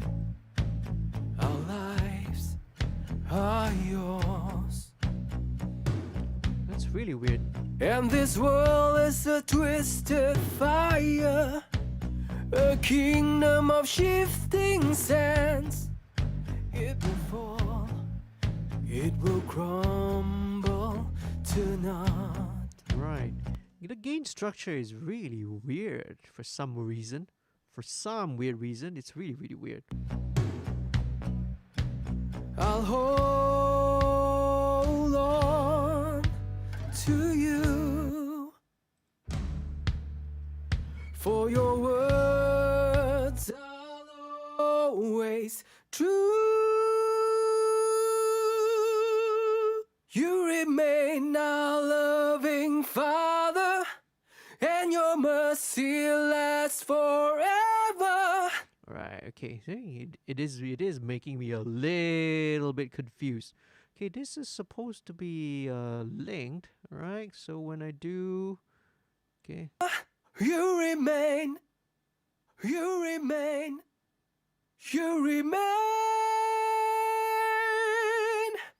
through the sun. You brought us freedom, wash us clean as white as snow. It sounds to be doing something a little bit weird, actually. I really have no idea whether some sort of bug is going on. Okay, let's go back to something that I know works, which was the 1176 revision E, which is cool. It's just that this is a this is just a slightly cleaner version. Okay, so what I like to do is slowest attack, fastest release, 4, and let's play around with it. We are saved, we are changed, we remain. See, the gain structure is supposed to be like that, roughly like this. This is correct, but without it, that was really, really weird. Okay, all right. With the revision A, wasn't happening, even with the purple audio. So oh man, bug day today. Forever your if we'll see the morning, if this moment will be the last, Come what may, our lives are yours. Okay, that's nice. And this world is a twisted fire, a kingdom of shifting sands. It will fall. Okay, don't need to compress it It will too much. crumble. Let's go to the chorus. You remain our loving Father, and your mercy lasts forever. You remain, you remain, you remain. Through the sun you brought us freedom, wash us clean as white as snow. We are saved, we are changed, we remain. Okay, let's listen to it in context now. True, you remain our loving Father, and your mercy lasts forever. You remain, you remain, you remain.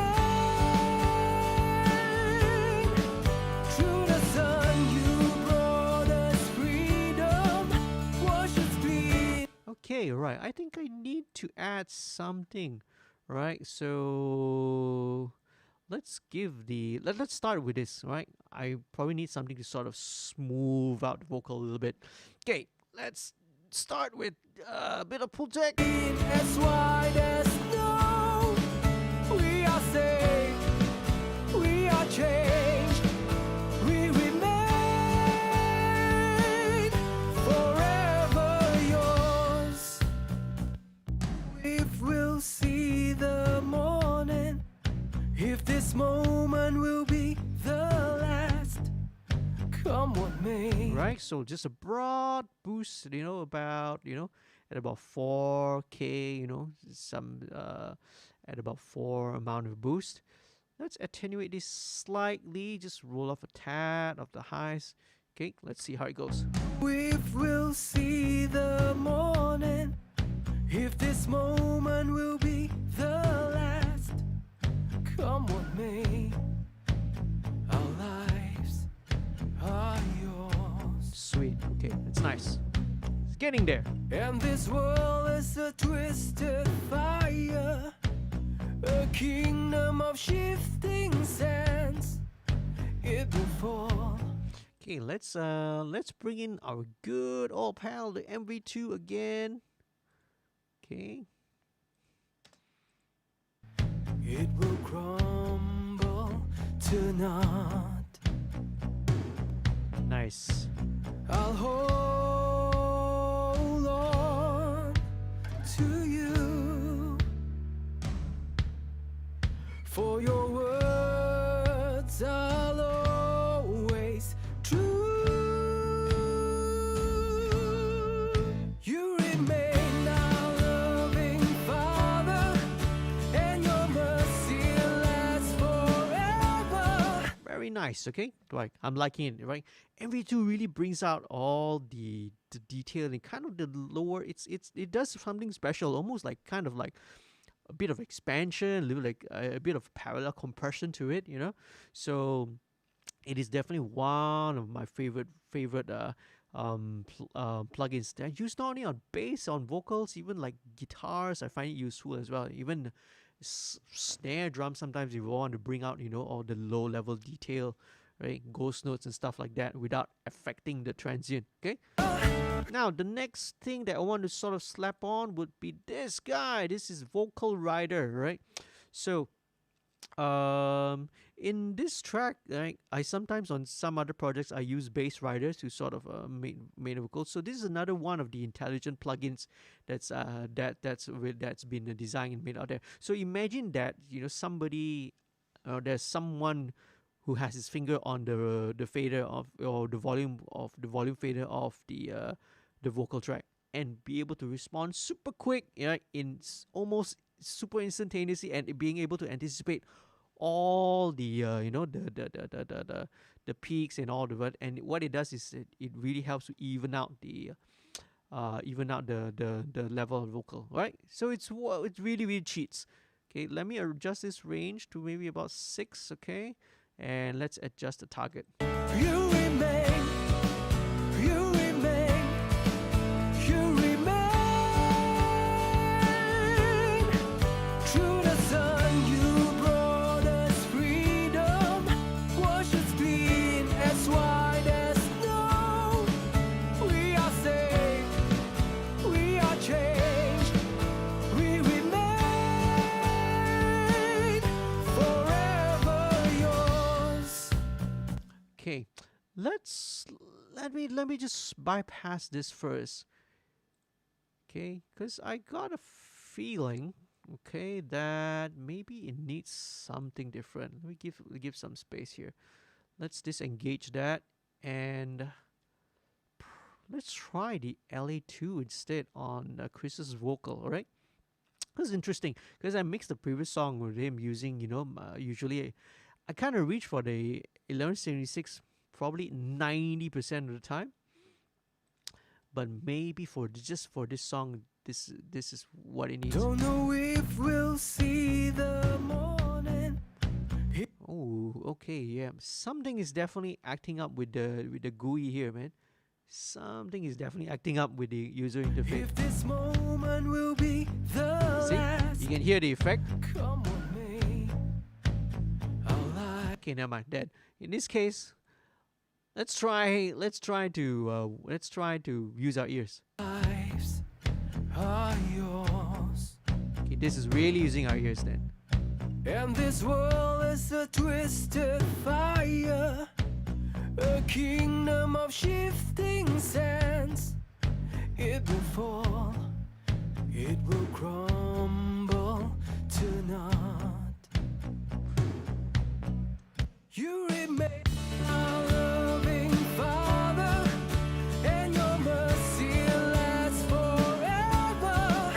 You remain, you remain, you remain. Through the sun, you brought us freedom. Wash us clean as white as snow. We are saved, we are changed. We remain forever yours. Okay, right. I kind of sort of prefer the LA2A over the 1176 in this case. Let's just stick with it, right? I might switch and then change it off later on, and we'll see. Okay, so vocal rider is just there to sort of even out the level here. So let me go back again. Okay, so now because again it's very dynamic, the verse actually starts off about 3 dB softer. Okay, let me sort of automate in this overall level of the vocal first. Don't know if we'll see the morning, if this moment will be the last. Come what may, our lives are yours. Okay, I think I want to put in some of the vocal effects first, and show you what I'm gonna do. Again, because now when it's so dry, it's a little bit uninspiring. So I want to feel a little bit more inspired, okay, when I'm playing with the vocal. So let's add in maybe the vocal effect first. So first thing I love to do is to put super tap. Super tap, is actually a delay. But what I've set it on is like a very, very, very short delay time, so that it's only a single reflection. And very importantly, I roll off all the highs, everything above 1.5K, okay? So basically, it's what I'm trying to do here is I'm trying to put it as if the vocal is inside a nice sounding, kind of a room, okay? So here we go. Very subtle, so they just hear that initial reflection. Don't know if we'll see the morning, if this moment will be the last. Just a little bit, okay? Just subtle so you can hear it. Okay, next thing I want to add would be the instance of the delay. I want to set a mono delay in here, so let's listen to it and see. Last, come what may, our lives are yours. Okay. And this was a twisted. Woohoo! So that's like an insane amount of delay. Fire, a kingdom of shifting sand. Okay, this feedback needs to be reduced by quite a lot. Okay, there we go. This is correct, right? It will fall, it will crumble. So just a little bit of slapback. To naught. I'll hold on to you.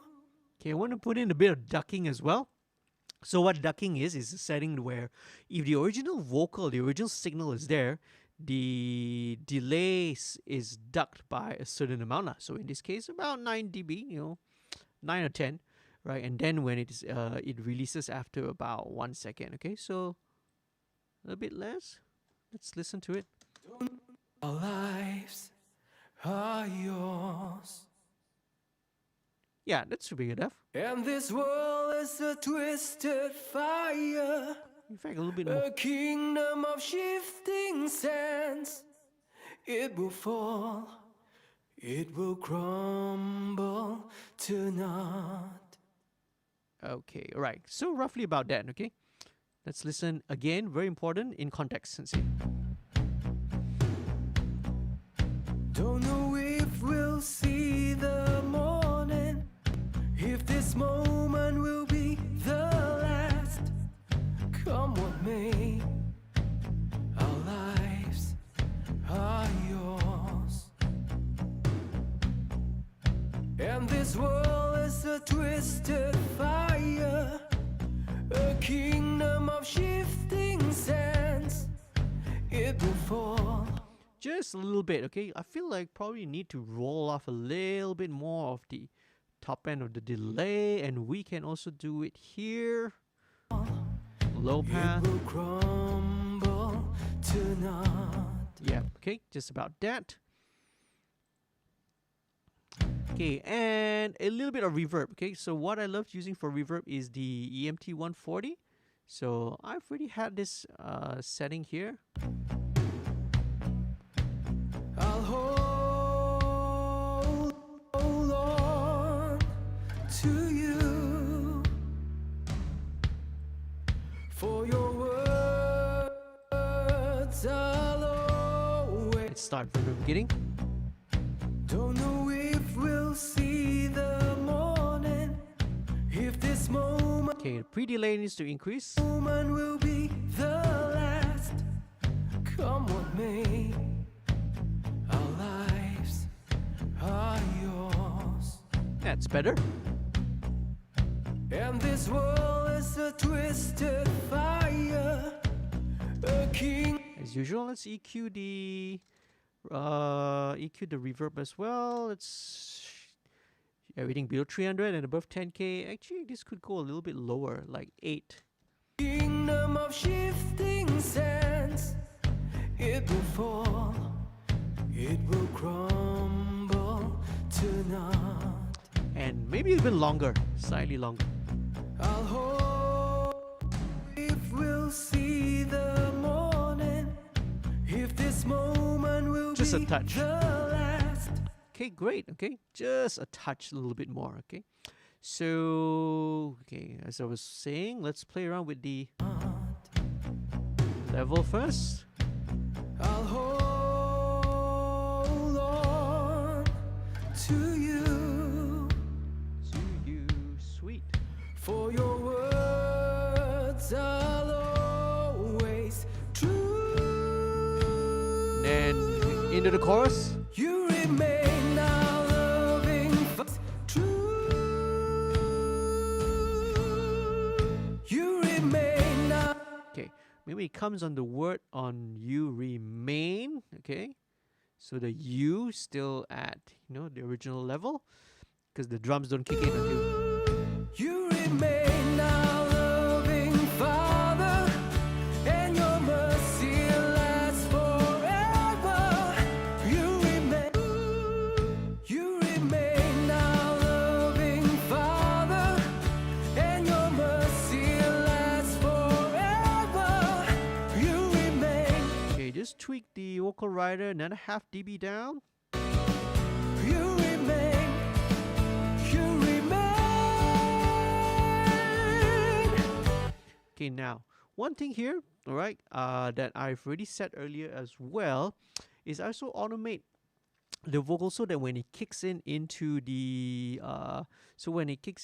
chorus, you engage a stereo delay instead. So let me just set this to quarter notes. Let's offset this, okay, by 100%. Okay, the reason why you want to offset the delay is because if I don't set an offset, what happens? The mono ends up going into the middle, you see, right? Right, because it's linked. So I set this offset to 100%. Same thing, let's duck it by also about 10 dB. Yeah, 10 dB and C. And let's check it out, all right? So I've automated it. You remain our loving Father. Let me rename this, okay? Because this is the old, template. Let me rename this so that we don't get confused, okay? Mono delay, stereo delay. This Carlet is actually one of the old legacy plugins that used to be in Cubase, right? And it's lovely. It's a kind of a tape delay, but unfortunately it went away. They kind of removed it, but they actually brought it back in 10.5, if I'm not mistaken. I actually have it already. I've downloaded it. It's just I've not installed it yet, right? Because I don't want to install it in the middle of in the middle of this. I'll probably do it tomorrow, okay? Right. Otherwise, in case of any kind of weirdness that happens when you install new versions of software, check it out. Okay, so stereo delay comes in again. This is more of want to create excitement inside the mix, all right? So before this, it's all mono, kind of mono delays, and then when you kick in the stereo, everything goes up a notch, everything goes wider, everything goes bigger, you know. So that's why we do a stereo delay. You remain our loving Father, and your mercy lasts forever. You remain, you remain. Okay, that's too much. You remain, you remain.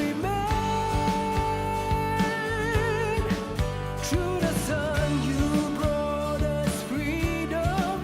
Wash us clean as white as snow. We are saved. Okay, that's cool, right? Let me just play around with the, I have this API 560 EQ here on the vocal as well. So this one, I use this to sort of like make some fine tunings, just to polish up a little bit. So what I want to do is maybe just give the vocal a little bit more, slightly more presence. We are changed. Just suck out a bit of the 250. We remain forever yours. Yeah, just bump the 1K and the 4K a little bit.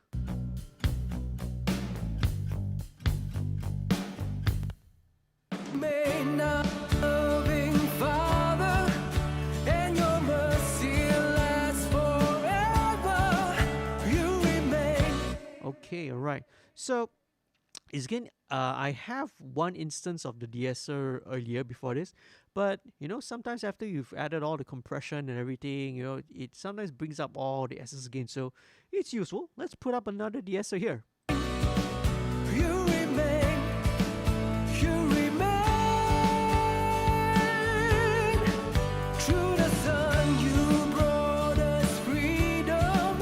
Wash us clean as white as snow. We are saved, we are changed. We remain forever yours. Okay, let's bring it down again.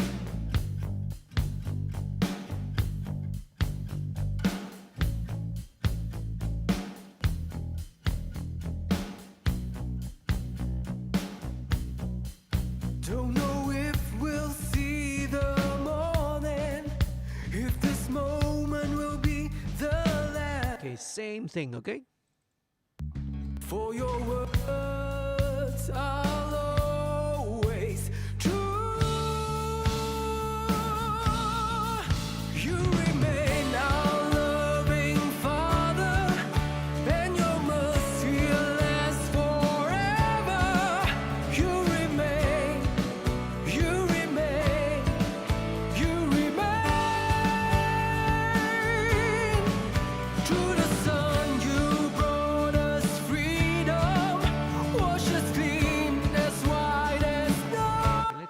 the drive guitar. We are saved. Okay. Oh, the drive guitar. Wasn't the drive guitar being sent to the group? Oh, it wasn't all this while? Okay, never mind. Let's send it to the group. Okay, just want to take out a little bit of the low mids on the drive. You remain our loving Father.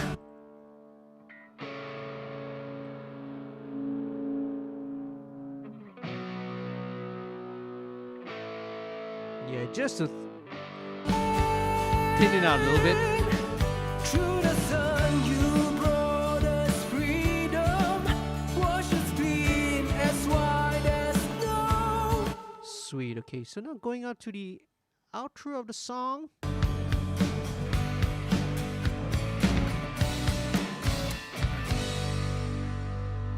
I'll hold on to you, for your words are always true. Okay, we can actually probably take out the stereo delay here. Yes, I'll hold on to. I'll hold on to you, for your words are always true. Okay. Yes, I'll hold on to you, for your words are always true.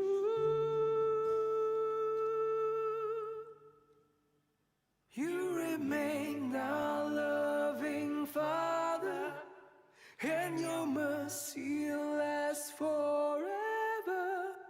You remain. Okay, all right. Excuse me. My throat is like really killing me there.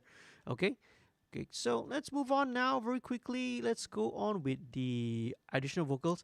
Again, very heavy on the a lot of emphasis is a lot on the vocals, especially on this song, okay? So let's go with the doubles. So what I do is during the choruses I usually double each part. So not only do I have a double left and right, but I also got Chris to do an octave down below as well. Okay, let's listen to this and see how it fits in. You remain our loving Father, and your mercy lasts forever. Lovely, okay? Right. It really just makes the chorus a little bit bigger already instantly. So again, there are ways of doing it. You can use plugins, but really there's no better way if you really want to get the best sounding doubling and thickening effect. You just layer more tracks on top, man. Of course, there's always, you get a point of diminishing returns. You get to a point where it sounds either too big or too obvious. It starts sounding quiet already. But here, what we don't want that. I just want the vocal to sound a little bit bigger, a little bit thicker. Okay, so let me just solo it. We can EQ it a little bit. You remain our loving Father, and your mercy lasts forever. You remain, you remain, you remain. Okay, a bit of build out about Through 500. the sun, you brought us freedom. Wash us clean as white as snow. Okay, with the doubles and all these backups, you can actually sort of, just scoop out a little bit. Don't need all the lows and don't need all the super highs. Just again, you want to give a bit of space to the main vocal. Okay, let's go. You remain our loving Father, and your mercy lasts forever. Very nice. Okay, so let's go with the low. You remain, you remain. Take out the top Through the high. sun, you brought us freedom. Wash us clean as white as snow. Okay, so this is a bit honky, right? Because it's singing a lower register, you get a bit of a nasal honkiness there. We are saved, we are changed, we remain Okay, and about 2K. So forever yours. okay, this is just to smooth out everything. Okay, so the lower pitch ones I don't pan out as wide. So this ones I pan about 50%, 50-50 out. Let's listen to it, let's link it, and let's blend it in. Always true.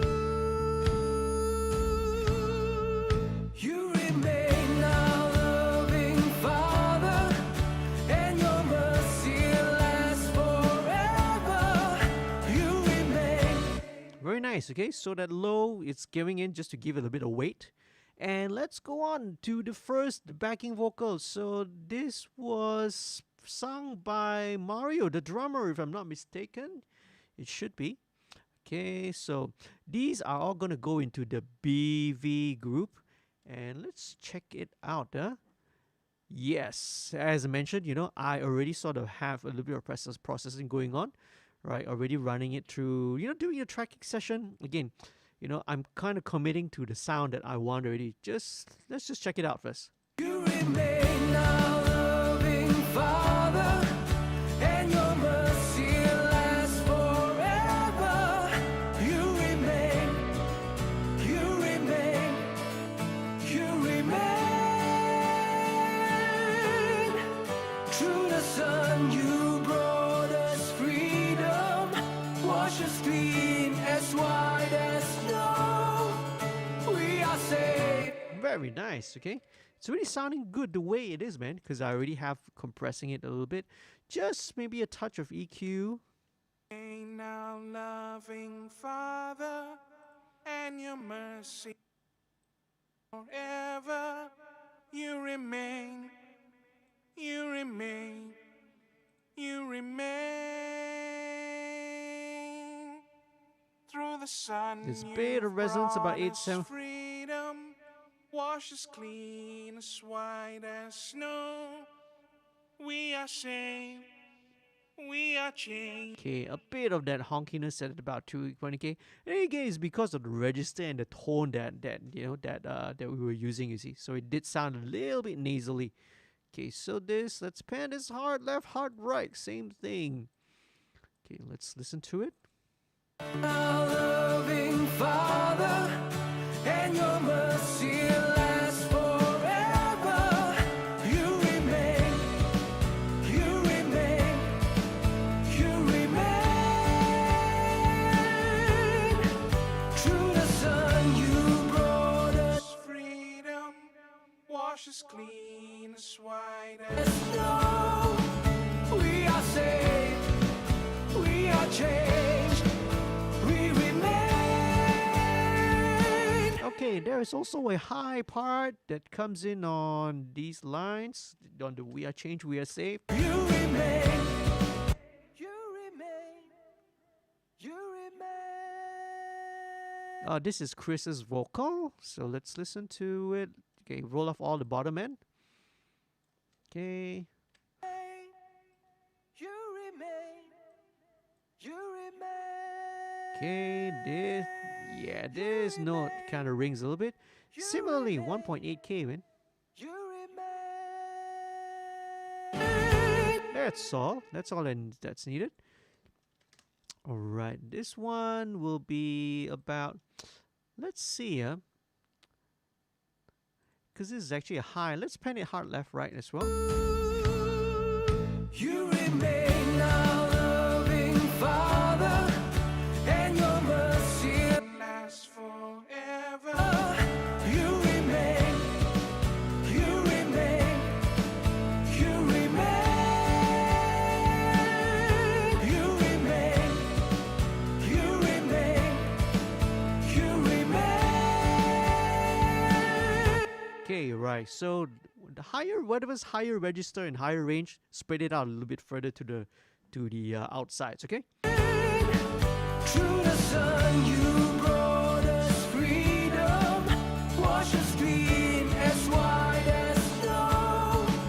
We are saved, we are changed. probably can just still drop the bass down by maybe about half dB. All right, see, I'm jumping back and forth, right? We remain forever yours. Okay, very cool, very cool. Let's go back again now. Let's add back all these additional elements. Okay, so once I kind of got the vocal sitting where I like, let's bring in all the other supporting elements. So there's this little pad that's going on.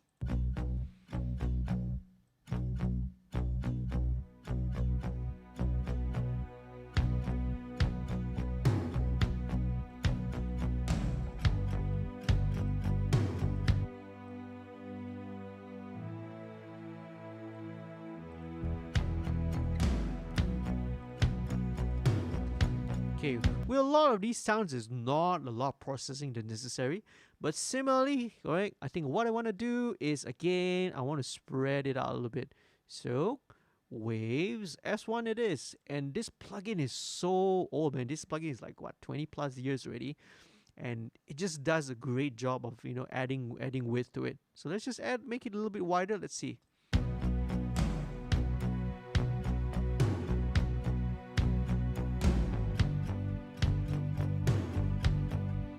A bit wider more.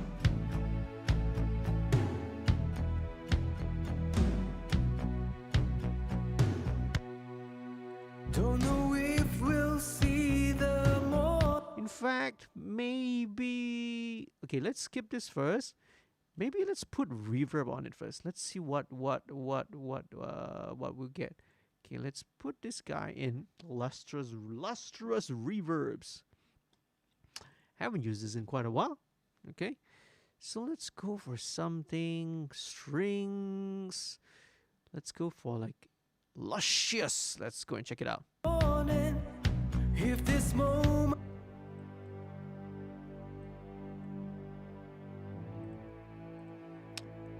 Oh, it's definitely helping to widen and spread it out, man. Okay, let's listen in context. this world is a twisted fire, a kingdom I think this does a great job. Probably don't need the S1, okay? of shifting sands. It will fall. Maybe a little bit less of it. Crumble to naught. I'll Let's play back. Let's listen to the pad again.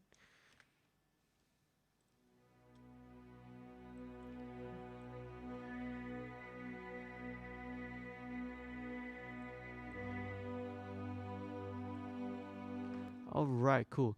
One last thing I want to add on to it, okay, is the...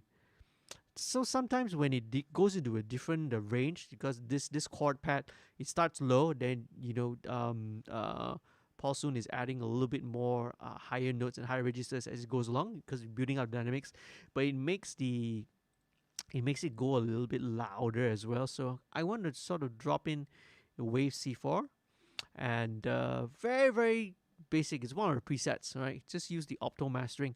So this is kind of an overall thing, just to make sure that, you know, none of the frequencies starts jumping out a little bit too much, especially when he gets to the second half of the verse.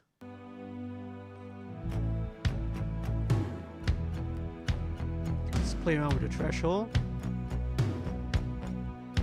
Let's bring it out a little bit.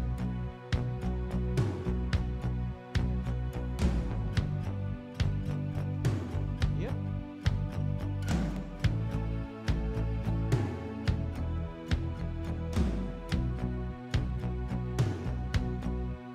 don't know if we'll see the morning, if this moment will be the last. Come what may, Okay. our lives Sounds like this acoustic guitar can go a little bit up. are yours. Can go a little bit up. And this world is a twisted fire, a kingdom of shifting sands. Very nice. Okay, next thing, let's bring in the line, okay? The guitar line, which is kind of like the hook, like a riff. Let's bring this guy in.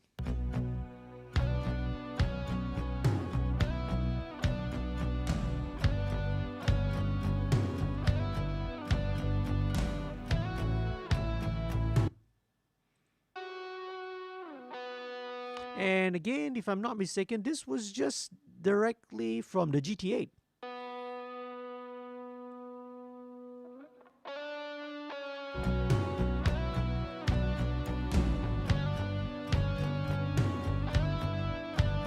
Okay, right. Again, sounding good on its own. Just roll off a little bit of the lows. That's it. Then this is the harmony line. Let's check it out. Where's the harmony? There we line high GT8. Oh, there we go. It's actually this track. Okay, wrong track.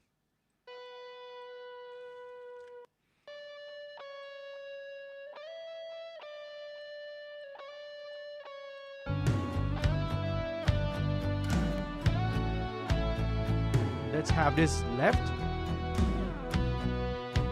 There we go.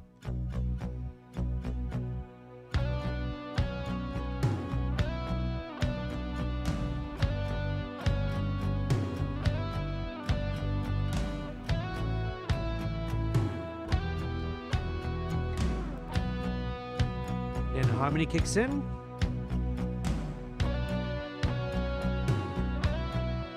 Not harmony, is it? Yeah. 1 octave higher. Okay, that's very good. I like that. Okay, let me just disable the DI tracks. Don't really need the DI tracks in this situation. Okay.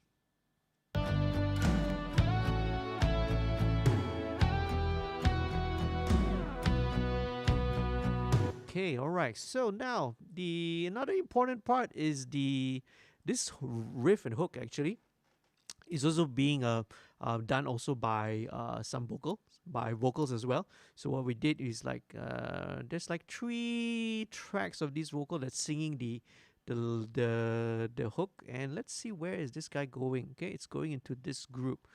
Let me just bring let's just bring this down here so that we can see it, so it's easier for you guys to see. Okay, going down. Come on, scroll faster, man. There we go. Yes. Okay, so let's check this out. Again, this is already kind of running through some effects. Let's check it out, what's going on.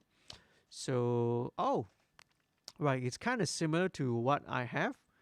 Right, let's throw all this away if it's not being used. So again, I already committed to all these sounds during the recording session. So, if you are able to do that, that's great. Because when you hand off to the mixing engineer, it makes the job of the mix engineer a lot more simpler, because he already knows what you have in mind. He already knows what you have envisioned for the song, you see. So, there's no need, if you have a very particular tone or effect that you're going for, if you're very specific, right? The argument is that there's no point for you to rebounce and remove all those effects, and then ask the mix engineer to sort of recreate it. Just print it with that particular EQ or you filter or effect or whatever thing you have on, because that's kind of what you want. It's really what you're hearing in your head. No point in having the mix engineer go back and recreate it. It's just a waste of time, you see. Okay, so commit to the sound. If you have a particular tone, particular sound, just commit to it. So let's listen and see what we have. And this is what, okay, all right, so this is what's happening. So this is again going through another compressor, the LA2A. What I have is the EMT 140 here. So I have this particular setting, which it's called the choir setting, and I play around with the balance, and let's see how it sounds. Okay.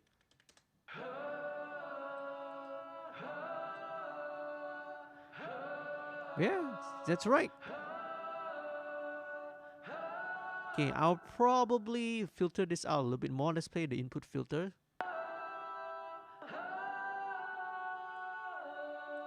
Filter out a little bit more the low end, because especially doing the there's a little bit of the a bit too much of that low end there.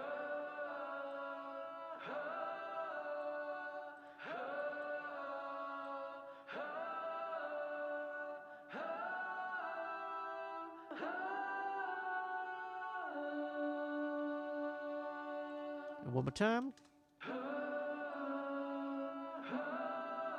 Yeah.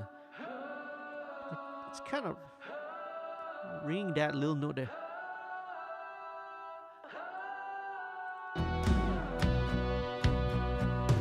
Nice. Okay.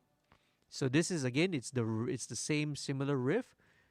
Okay, let me just check it out. Okay, I think I know what to do. I need to smoothen this out a little bit. Right? So sometimes during the recording session, this has not been smoothened out yet. So let me just kind of smoothen these guys out. Okay, so what I'm gonna do is just a little bit of editing. Just pull a little fade in. So sometimes, all the dynamics stuff, doesn't necessarily have to be dealt with compressors. Okay, sometimes if you want to soften the impact, the attack, you can always do this, right? Do a little bit of editing, just to fade in the entry. Let's just listen to it first.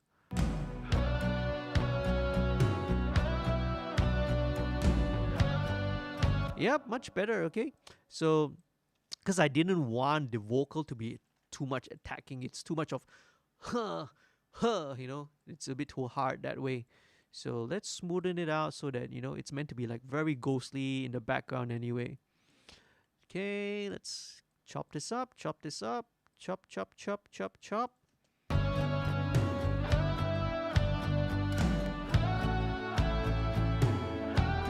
Okay, alright. I'm still hearing some of the bass, the digital clicks and all that, which again, reminder to self, alright, to deal with later, okay?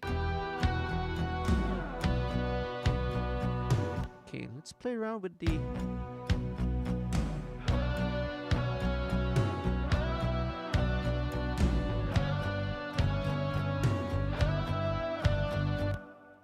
In fact, let's try and make it a little bit weirder.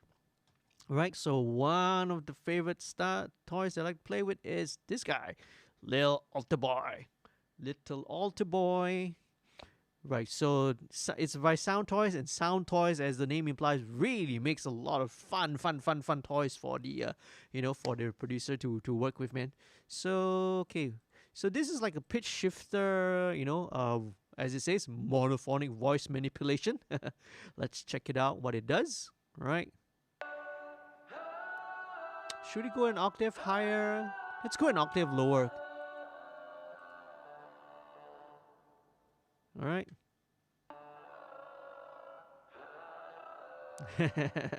It's struggling because it's actually meant to work on mono sources, but now, there's actually 3 tracks. And heck, that weirdness is actually cool, man. Let's add a bit of drive and see.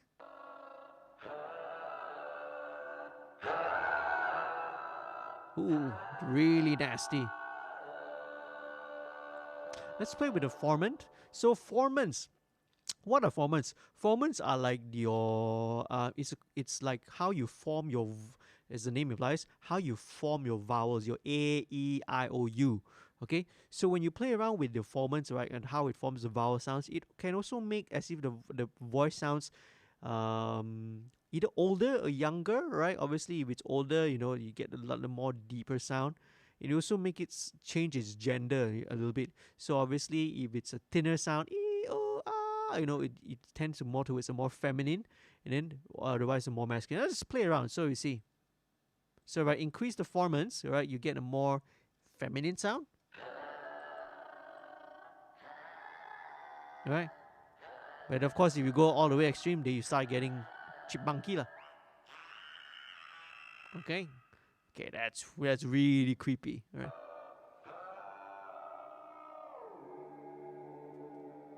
Yeah, okay. That's what I want, man. Okay, so what I'm gonna do is, right, obviously not gonna sound like that. I just want to blend in a little bit of it.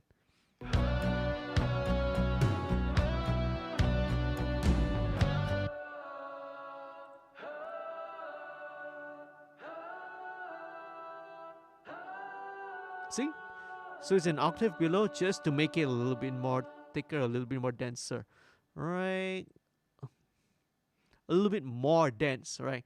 Is there a word as denser? There is, right? Right? Like say earth is denser than water. Okay, so let's check it out. If we'll see the more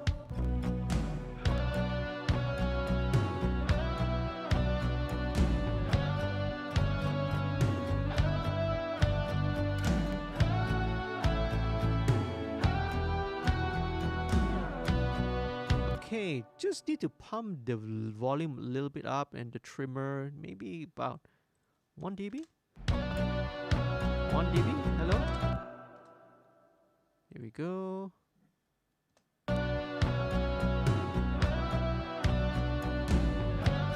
Lovely. Okay, so let's copy this over because we can, because it is actually just a copy and paste. Where was this? This is gonna go at bar 65.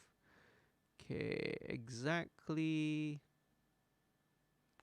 48 bars later. Okay, 48. Let's move it another 60 frames. Forever yours.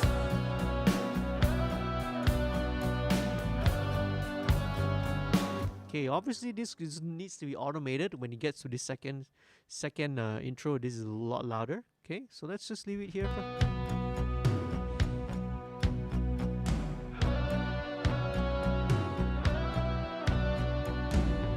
In fact, let's bring it louder, man.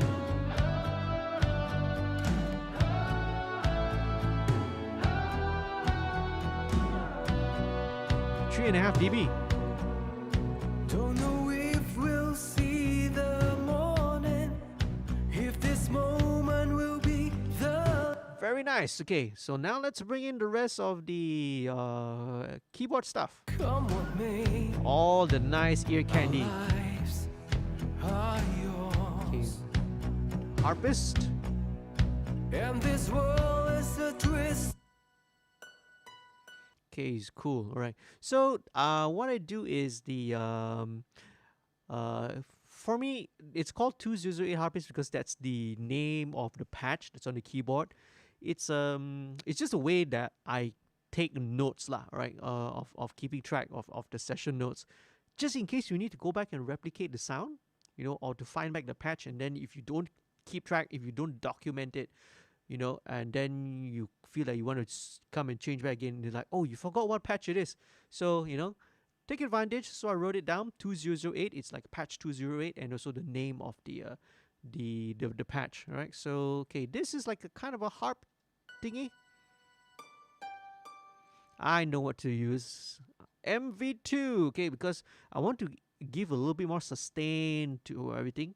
Right, to the to this little harp pattern. Let's check it out. Okay. Okay. Nice. Because it's gonna bring up all that. You see that little synthy pad things that's underneath.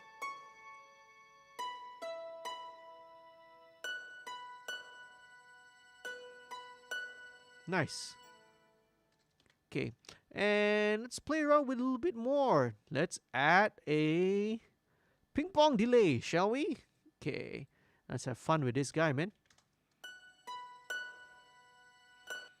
Okay, right. So this is set to sync. Okay, let's sync it to, let's say, quarter notes. Okay, that's way too much. Bring the feedback down.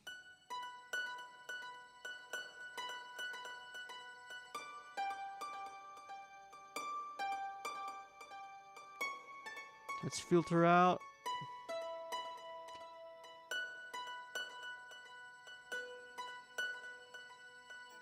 Wow, see, it's a lot more interesting. You get a lot more motion coming out from that instead of a simple plug.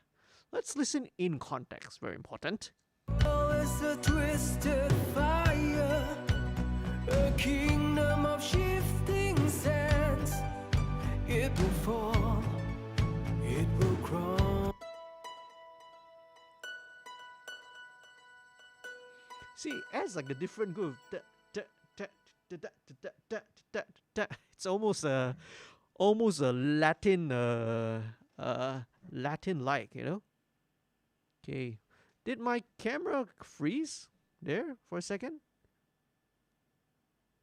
Oh no, it is, right? Okay, because I was monitoring on here on my laptop, I thought the camera kind of froze for a second.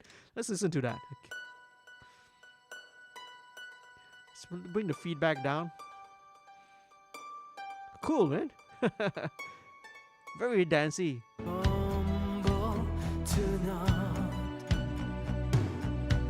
Okay, probably the high level compression needs to chomp down a bit on the just to bring down the peaks of that harp thingy as well. I'll hold the twisted fire, a kingdom of shifting sands.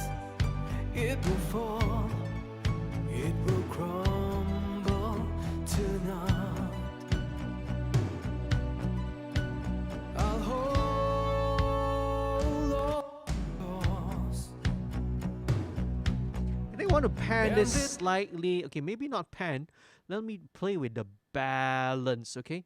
Because this is a stereo track, so if you pan it, you actually pan, you know, what you're playing when you pan a stereo track is you're actually shifting the balance. But what I want to do instead is I don't want to shift the balance. I literally want to pan it. So I just have to switch to this combine meter because I want the left to sort of remain there, but I just want the overall shift, or want to shift it overall to the left. Okay, so let's bring this off here. Let's see. And this world is a twisted fire. Yeah, that'll do, right?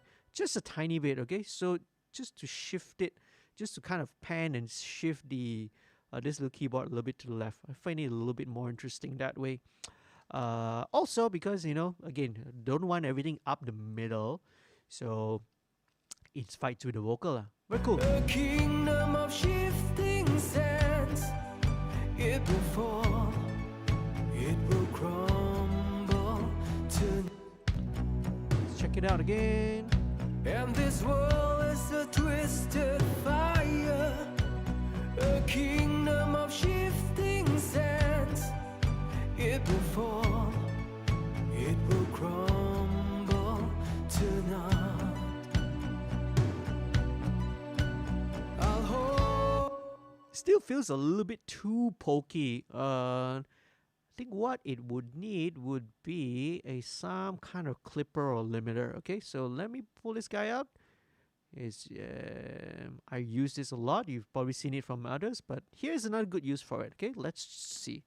It's a twisted fire, a kingdom of shifting sands.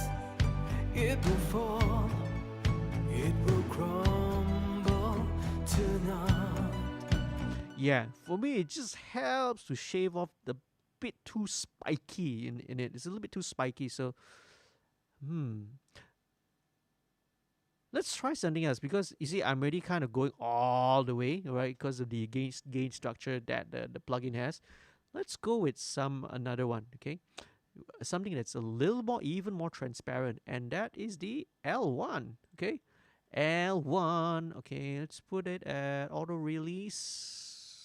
Okay, and let's bring this down. Let's see. Okay. Oh, this is a lot more transparent, okay? Alright, so L1 is a bit more transparent. It helps me to, it helps me to remove the spikiness of the harp. It's a twisted fire, a kingdom of shifting sands. Compensate a bit. It will fall, it will crumble tonight. Nice, alright? So from a plain old little keyboard thing, it's now a little bit more interesting, okay? Here we go, and it's going into the pre-chorus. Tonight, I'll hold.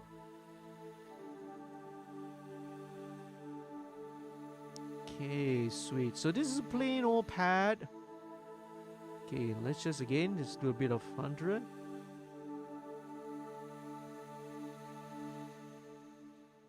Which in fact it doesn't really need it. Let's just leave it. Let's just leave it that way. I once again want to sort of have this swirl and spread a little bit, and there's one plugin which is, let me go through and let me try and look for it. Where is it? Where is it? Where is it? Where is it? Let me think about it first. Icon multiply? Nope. Okay, there's way too many plugins in here, man. Okay, let's look for it. Which one is it? I can't remember. The one that gives you not the reverb, not that. What's in here? Animate? Animate. What's animate?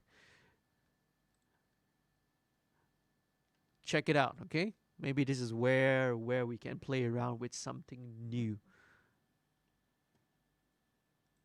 And hello. Is it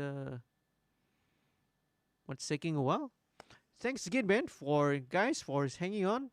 We're coming up to about it's likely about 4 hours. It's kind of good. It's kind of par for course, actually. Oh no, has Cubase crashed because of the plugin?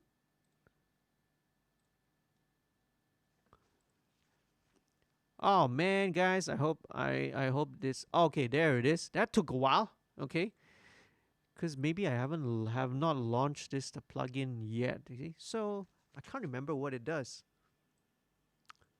Animate. Let's pass around and see. Okay. So what does it do? Ignite?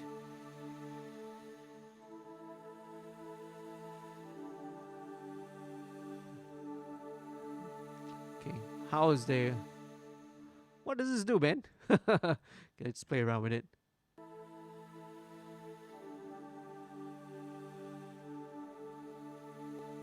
Oh, trash hole, okay.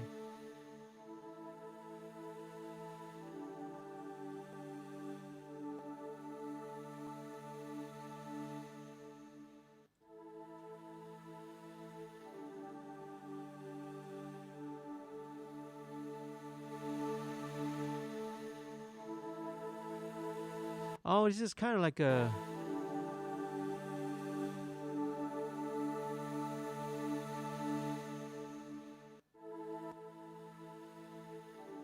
kind of like some kind of a saturator. Okay, so that's not what I'm looking for, alright? I gotta go back and check out the user manual for this, because I have it in there, but it's like I've never used it. Oh gosh, right? So many of these plugins. Okay, I want something to make it swirl around. Oh wait a second, it could be inside here. Is it in here? Yes. All right. Okay, totally forgot. Is this one? Mondo Mod, right? Okay, Mondo Mod. It's all right. Okay, so I want this guy to sort of swirl around a little bit. Let's go for the StereoEct. Let's check it out.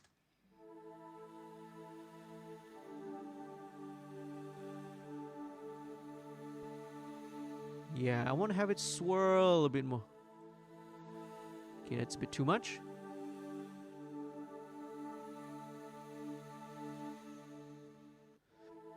Sweet, okay.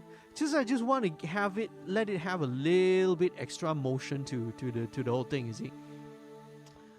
Same thing I'm gonna put this time. I'm going to slap on the upward compressor, okay.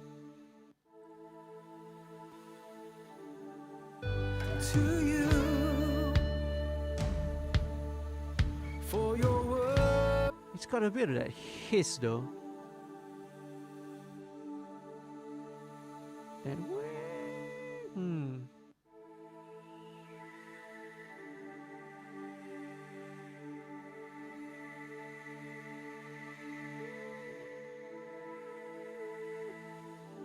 Let me get rid of that. Because it sounds a little bit dissonant when that note is ringing.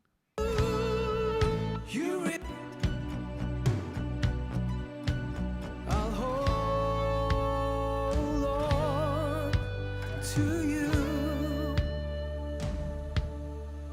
for your words are always true.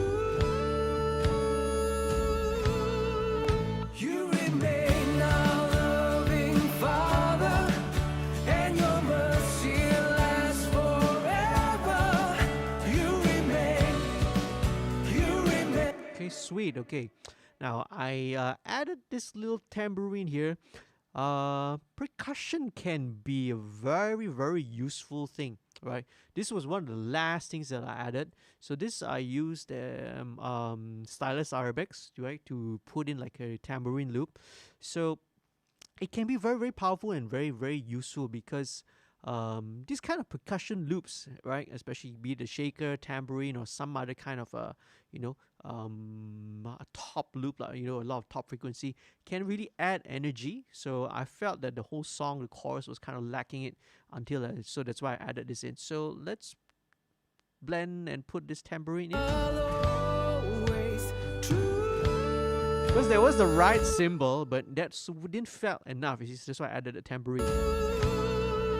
You remain our loving Father, and your mercy lasts forever. You remain. Okay, let's bring the right cymbal up again. You remain. Through the sun, you brought us freedom. Wash us clean as white as snow. Just very subtle, okay? Just to add a bit of energy. We are saved. We are changed. Okay, a bit of reverb. Forever yours. Now loving Father, and your mercy lasts forever. You remain.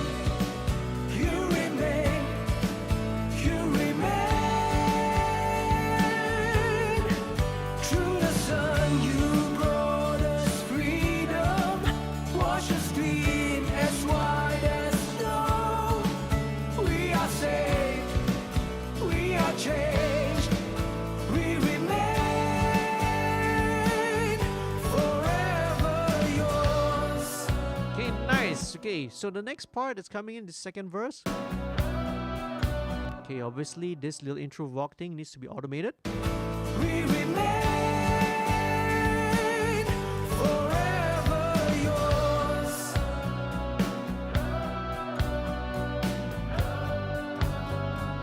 Okay, roughly about 3 dB up, right? Because coming out of the chorus, you see that's about a 3 overall kind of 3 dB increase of energy. So roughly that, about 3. So bear in mind, all right, at this stage, right, at the end of the live stream, right, what I've achieved is mainly we're getting to what I call the first draft of mix first. The whole mixing process will take a little while longer. Usually after I'm kind of done with the first draft, right, I'll give my ears a little bit of break. Sometimes either a couple of hours, right, or sometimes I'll come back the following day to come back to sort of fine tune, right. Come back. Usually what I will discover is that, okay, maybe there are a few stuff I need to tweak here and there. And when the vocals as well, I will go a lot more in depth into automation. Syllable by syllable, word by word, I will automate, some of the levels and all that. But, this is where like the overall first draft, like the overall mix direction is set, okay? It's kind of there. It's at this point, it's like about 80%, 85% there, So just, a little bit of the fine tuning to take it up to the next level, okay? Where are we? So the line guitar also needs to go up. So these are not going to a group, right? So why don't I send all these guys into a group then? So it's easier to manipulate and control. All right. Okay, we're all about control. Okay, if that's the case, these can all be done by another VCA, all right? Don't need to send another group to it. Add VCA. There we go. VCA line guitars, right? We are changed. We remain forever yours.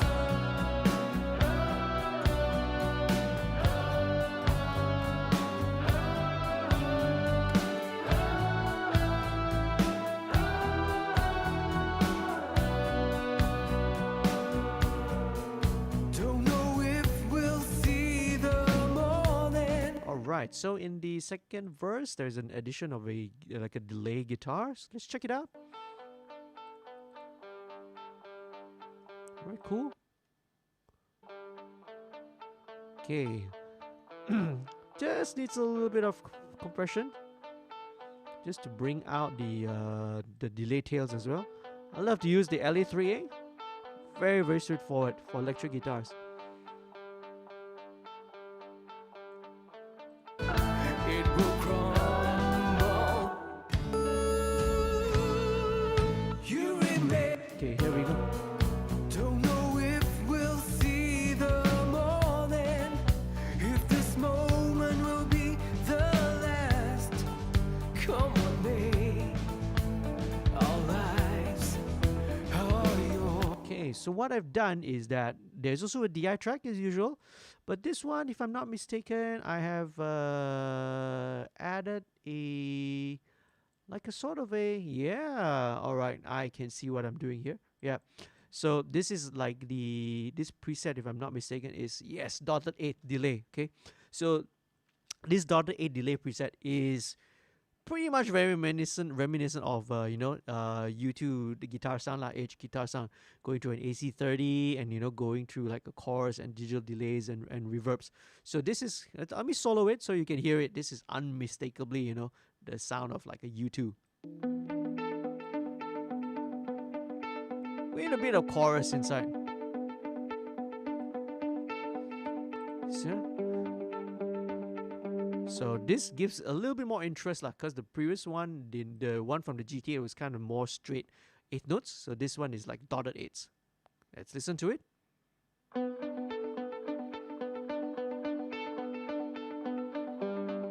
Yeah, sweet. One day, our lives are yours, and this world is a twisted fire. Let me listen to it again, eh? We'll see the morning, if this moment will be the last. Come on, babe, our lives are yours, and this world is a twist. Okay, right. So let me play around with something. If this moment will be. Okay, that last 4 bars, I don't really like the articulation that's going on. So let me just try this and see. Okay, let's just copy this over and see what happens. If we'll see our lives are yours,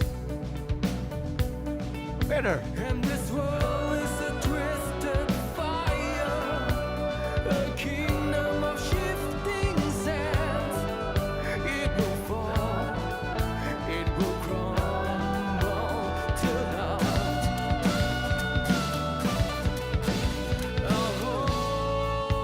Okay, very, very cool. Okay, I'm hearing the guitar sounds a bit aggressive here. Tonight will fall. Was it like the additional?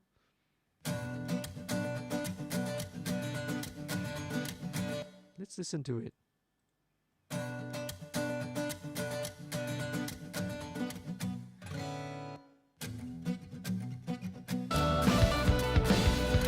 Okay, this was an additional thing. Did we really need it? It will crumble tonight.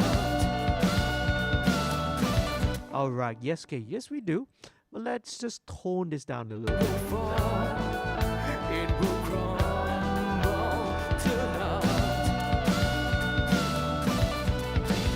Oh, Yeah, okay, much better, right? So we toned it down a little bit, lah. Otherwise, it was kind of really spiky over there. hold on to you, for your words I'll always Okay, there's one little fill vocal here, like a little ad lib. sense. It will fall, it will crumble tonight. Okay, sweet. Okay, what it probably needs is just a little, for some of these single parts, there's hardly no better plugin, transparent level control than L1, man, limiter. So let's just put this there.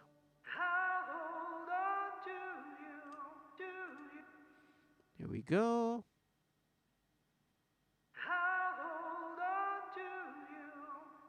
Let's go one more time. Slam it a little bit more. Sweet. Let's listen to it.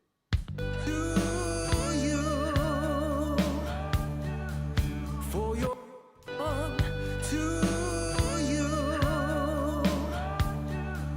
for your A bit more. to you, for your word, for your Okay, it's more interesting to just pan it to the side. Maybe about 30. to you, for your words Yeah, okay. So it's more interesting that way to the side. All right. alone. Okay, now getting to the second chorus. It's a little bit more intensity here because there's an additional guitar. Let's check it out, okay?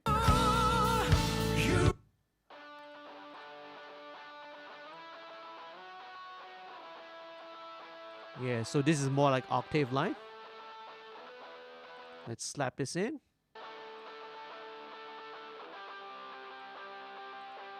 Okay, let's duplicate this over there.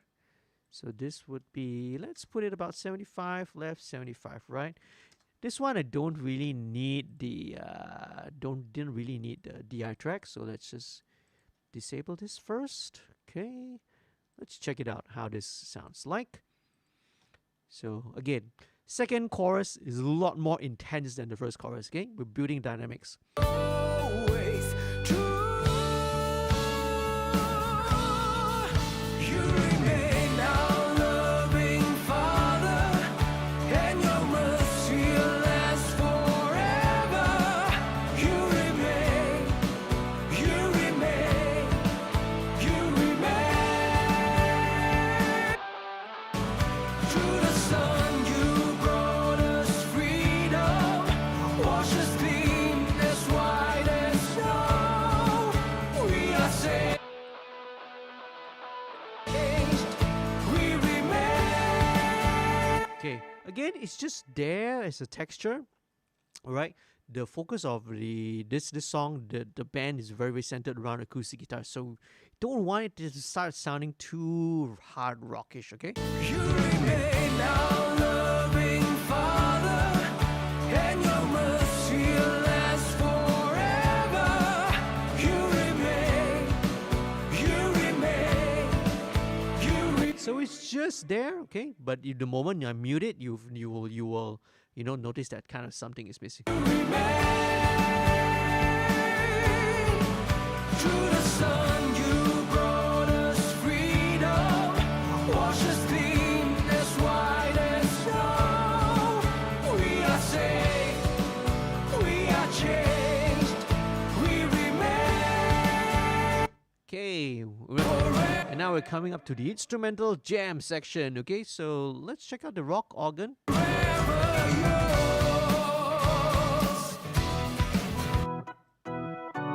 Right, okay, so Deep Purple-esque, all right. So this one, again, let's give it a bit of aggression to it, okay. Let me drive this pre.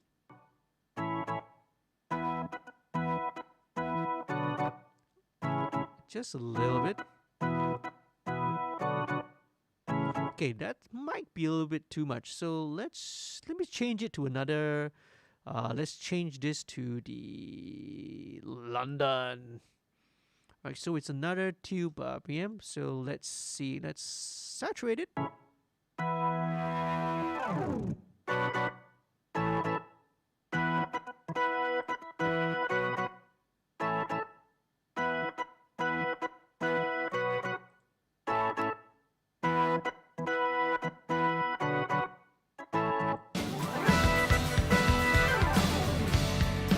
It's cool.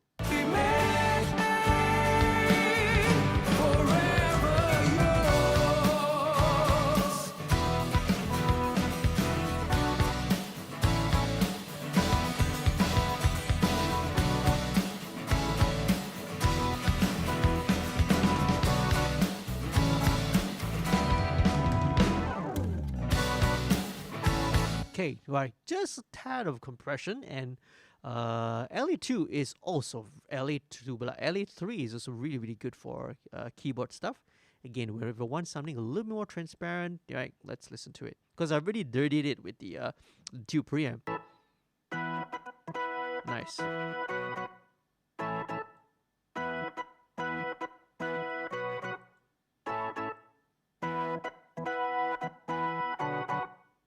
Okay, just scoop out a little bit of that honk.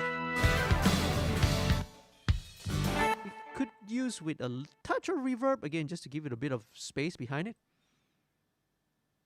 Let's go and let's listen.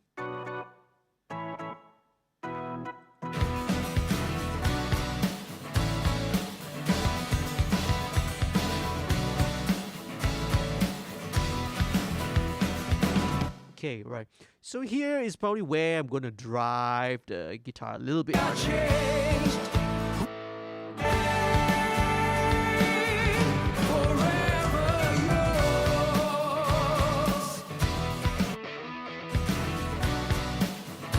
Okay, sweet. Here, let's automate the drive guitar so that this section definitely goes into a much more rockier sounding part. So very changing. This song, goes from quiet, dark, bright, and then it goes to rocky as well.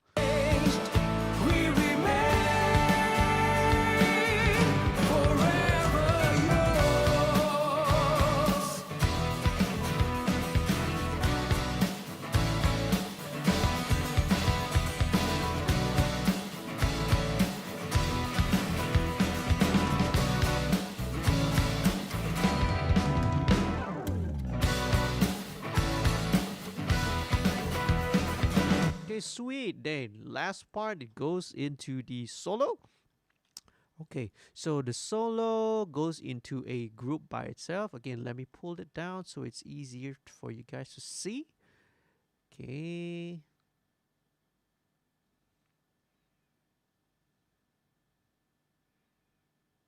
Here we go. All right.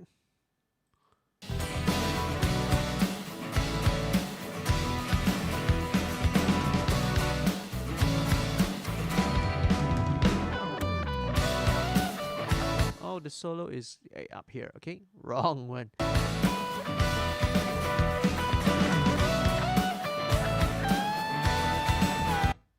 Okay.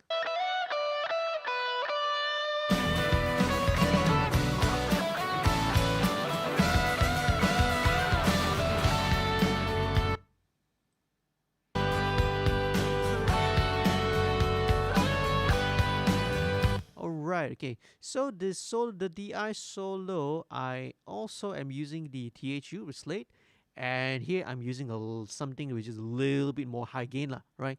So this is a model of the angle, alright? So let's gonna blend that in a little bit, okay?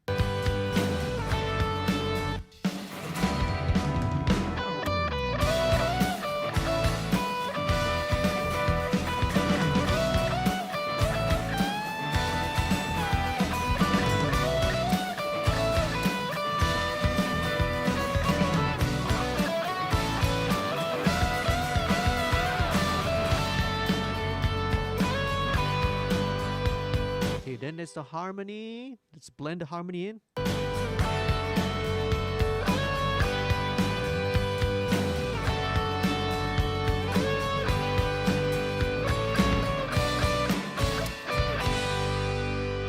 Okay, sweet. Okay, so it's already in there. Okay, I was wondering why it sounds good. So on solos, I love to use this plugin called Multiply. It's basically almost like a chorus, like a doubler as well, but it's got some really, really cool presets that I really like. So, and it's very useful. Again, there's a dry and effect level, so I can blend it in.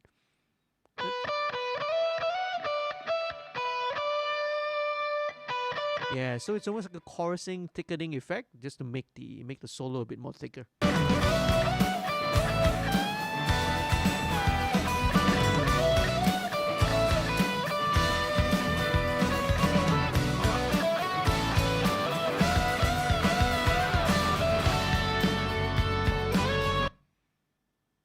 Okay, sweet.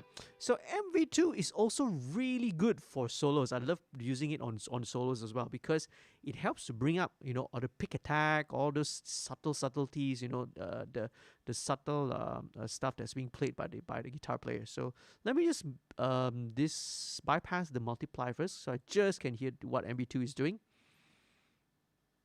Okay, and here we go.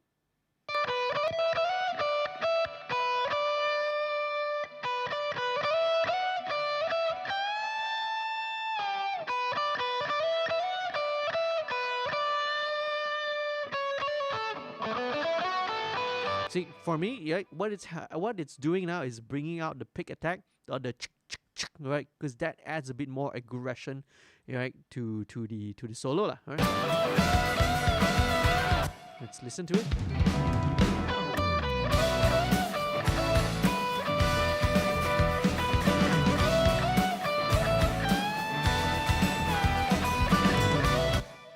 Okay.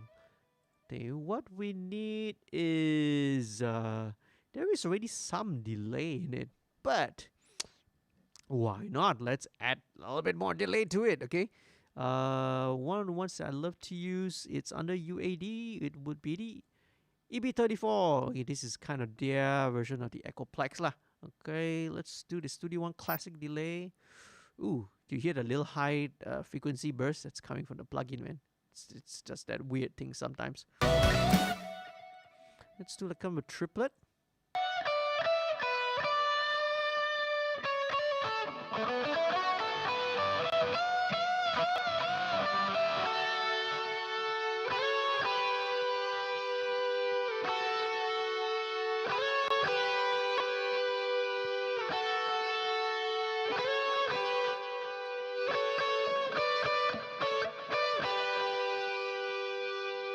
Okay, alright, so it's just to give it a little bit of ambience to it.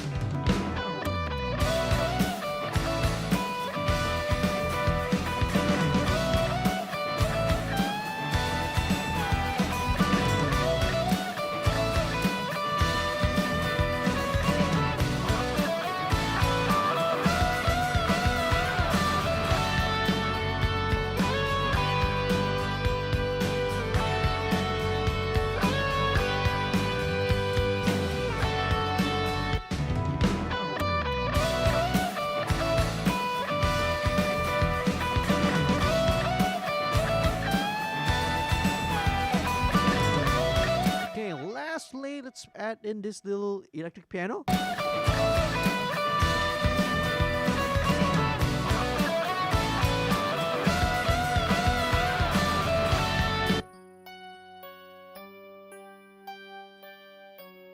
Similarly, I would give this the same treatment, MB2, just to give it a little bit more sustain, a little bit more body.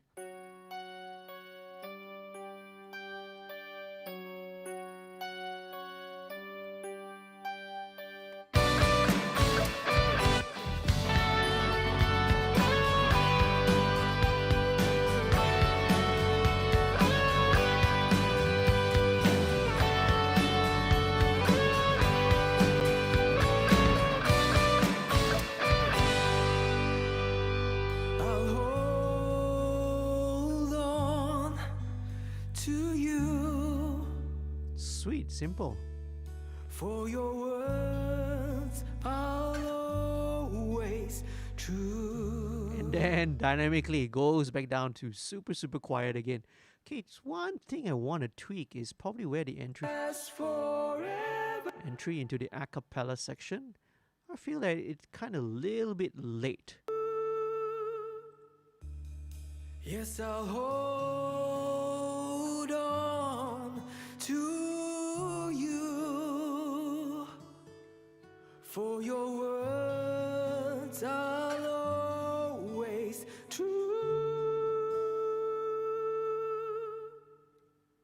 You remain our loving Father, and your mercy lasts forever. You remain. Okay, let's just tweak this a little bit, EQ it. Okay, all right. This looks like a little bit too drastic, actually. Let's get rid of all this. We don't need this, guys. Let's get rid of the auto-tune. Okay. You remain. Okay, let's EQ this first one. So this would be Mario's voice. You remain our loving Father, and your mercy will last There is it. Let's get rid of that. forever. You remain. You remain. Okay, right. So that it's not too, you know, nasally sounding. You remain our loving Father, and your mercy lasts. Okay, let's bring this out instead. Okay. You remain. Okay, or maybe not. Maybe not. Maybe not. Let's bring this one back to -50 and +50. Almost there, man. Okay, this would be the mid the mid harmony of this a cappella section. You remain. Through the sun you brought. Okay, this would be Chris's part. Okay, so we add like a high harmony. As freedom, wash us clean, as white as snow. We are saved, we are changed, we remain. So around 2K, a little bit of that resonance around there. Okay, so this is a high part. Let's spread this out left, right.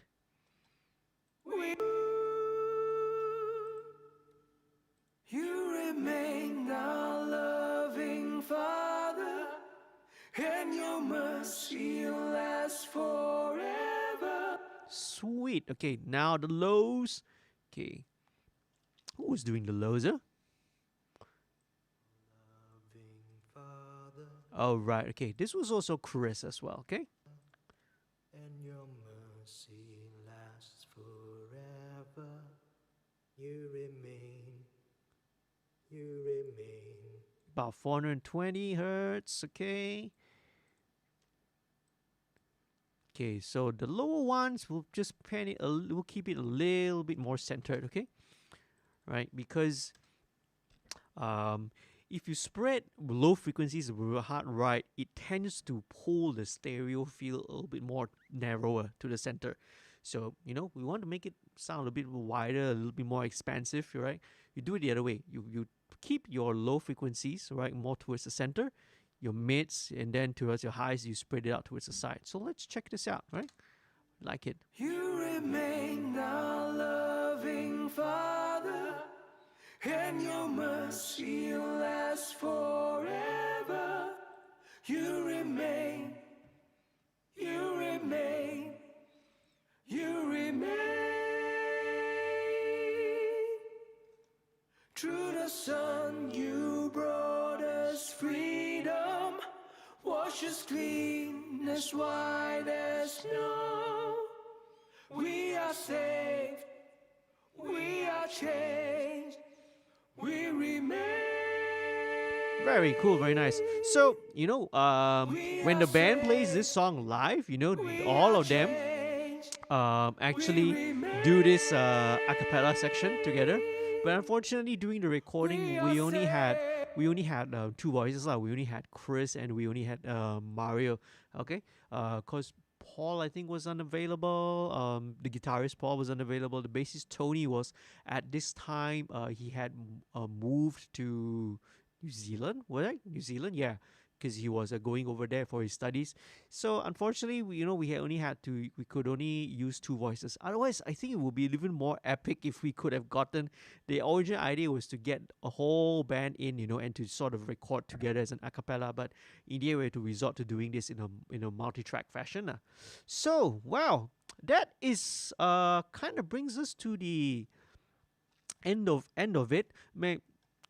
A few other things that I want to sort of quickly automate, right, would be, first of all, a little bit of automation before we wrap this up. Okay, we are coming up to almost, well, minus the waiting time of 20 minutes, coming up to almost 4.5 hours already, man. Thank you very much for sticking around, man. So, last few more things I want to do to show you of the automation, right?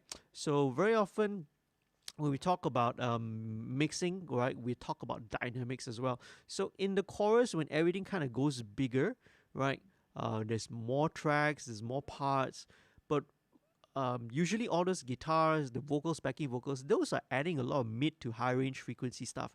We don't want to forget, okay, if we kind of grow and make the mix go bigger upwards, we also want it to go bigger downwards as well. And right, that's where that's where the low frequencies come in.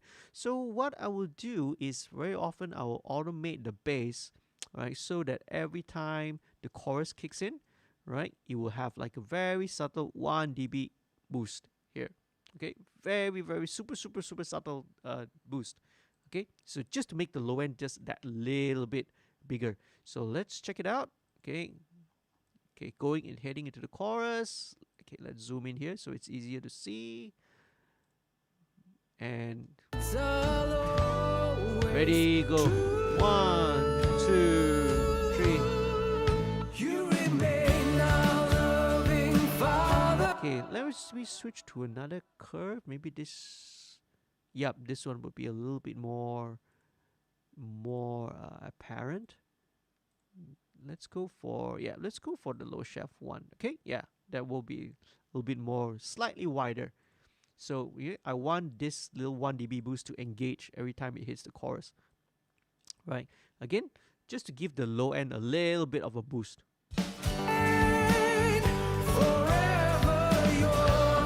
Okay, once it kicks out back to the little interlude, we don't need it. Plus, there's also the bass synth there, so it's totally not necessary.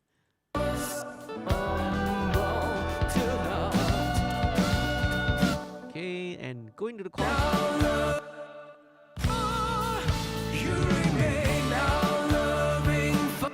Okay, let me draw in the automation here. Okay, at this point onwards, I would probably leave the 1 dB boost all on, because at the back, all guitars and all that stuff, I would leave that 1 dB boost back on. So, the 1 dB boost in the chorus, the second chorus, and all the way towards the end. And hang on, maybe it should exit.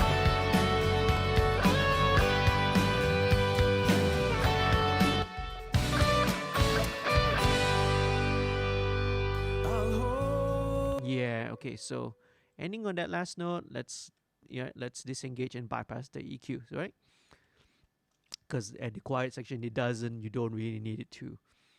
Okay, one more trick, all right, which I think if you watch every mix that I do, I always do the same thing, okay? I will always automate the master. So this is a very common trick, okay? So here's what we're gonna do. Every time I kick into the chorus, I will bump the master up by 1 dB. Let's check it out. All right, so let me write. Okay, let's write the automation. Okay, and let's watch. Okay, here we go. 1, 2, 1, 2, 3, 4. Okay, so very subtle. Okay.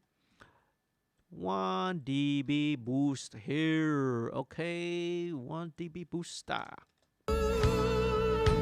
So this makes the whole chorus a little bit more exciting, just like a tiny touch louder.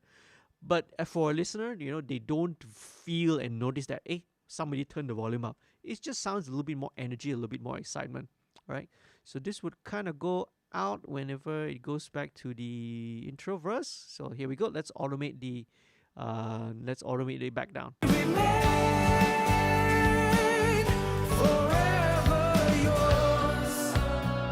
Alright, so coming out of this, maybe on the very last 2 counts, alright? There are some people who do 1.5 dB, but to me 1.5 dB, it becomes obvious. It becomes too obvious that, the volume is being boosted. So for me, 1 dB is kind of the sweet spot lah. Okay, here we go. Second chorus. Alright, so same thing, okay? Ramp up the volume just by 1 dB, going into the chorus.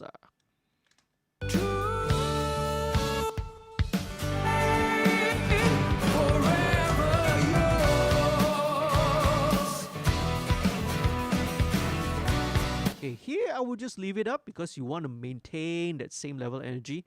I wouldn't drop down because it would feel like the energy has dropped. Okay, and then it goes out at the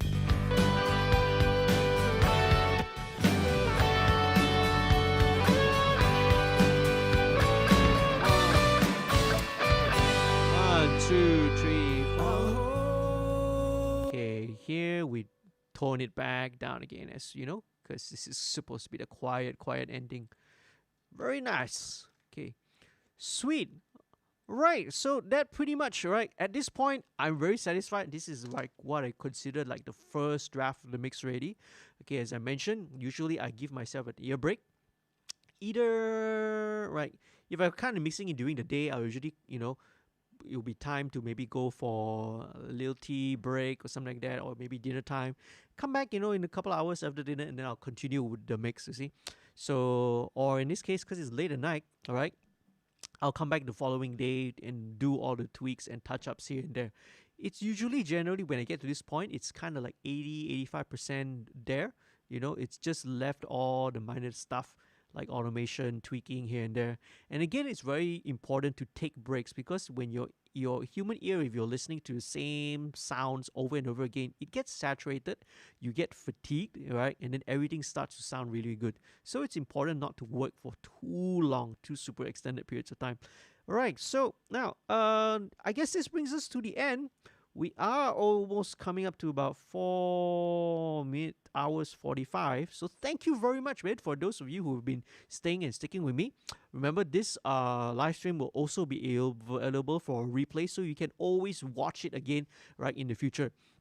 And when you come back and watch it a second time, all right, there will always be timestamps in the description. So for example, if you want to sort of fast and skip to a point where, let's say, I'm talking about the vocal thickening effect, or maybe a part where I'm talking about the bass, or another section where I'm talking about how I do backing vocals here and there, very specific one, I'll always include the timestamps down in the description below. Once again, all right, thank you very much for watching. Right, so you have been listening to this track, You Remain, by the band reSURrEect 146, right? So they are a contemporary and a modern gospel band, right? I'm currently producing and finishing up their album. Once it's out, you can check out the social media of the band's social media, which is down in the description also, okay? Right, stay tuned and for when they are going to be releasing their album. Once again, thank you very much. If you have found this video, this sort of a live stream, really informative, and you found it enjoyable and entertaining, I do hope that you please leave a like, okay? Really appreciate it. Share it if you can. That would be fantastic as well. But most importantly, please head on down, okay? Right on down there, and click the subscribe button and subscribe to my channel. I really appreciate it. Don't forget, okay, click on the notification bell, because I upload videos, usually at least 2 or 3 videos every week, okay? I try to maintain about 3 videos upload. So I cover various topics from studio updates to Q&As, tutorials, and I always sometimes demonstrate. And as I mentioned earlier, right, I'll be doing a little bit of maybe some unboxing and reviews of the Bear Dynamic Creator Pro Pack, and also the Vanguard V4 stuff. So stay tuned for all these videos, okay?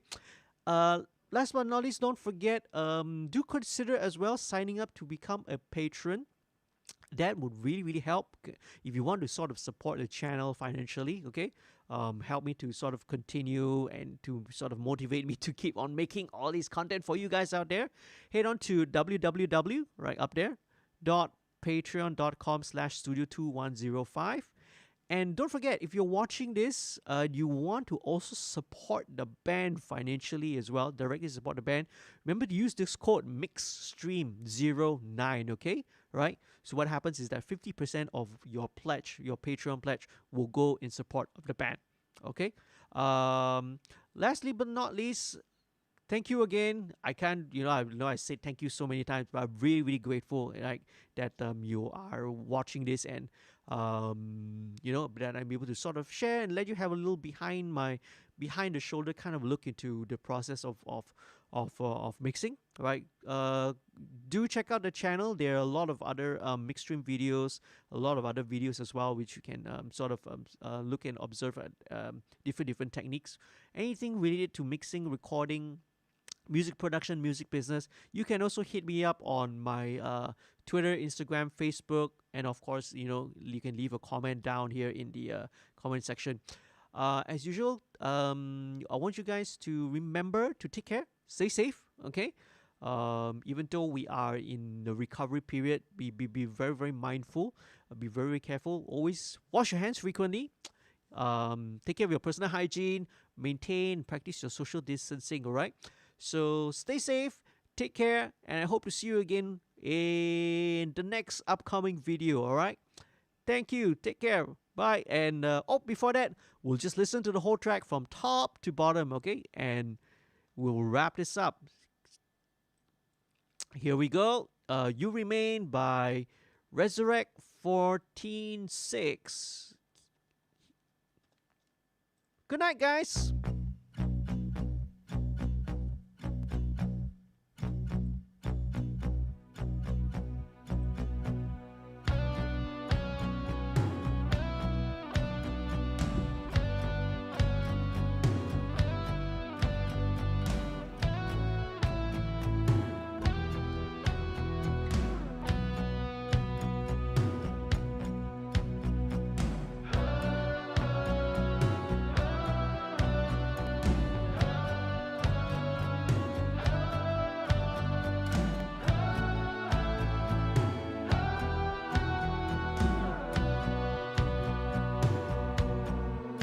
Don't know if we'll see the morning, if this moment will be the last. Come what may, our lives are yours, and this world is a twisted fire, a kingdom of shifting sands. It will fall, it will crumble tonight. I'll hold on to you, for your words are always true. You remain our loving Father, and your mercy lasts forever. You remain, you remain, you remain.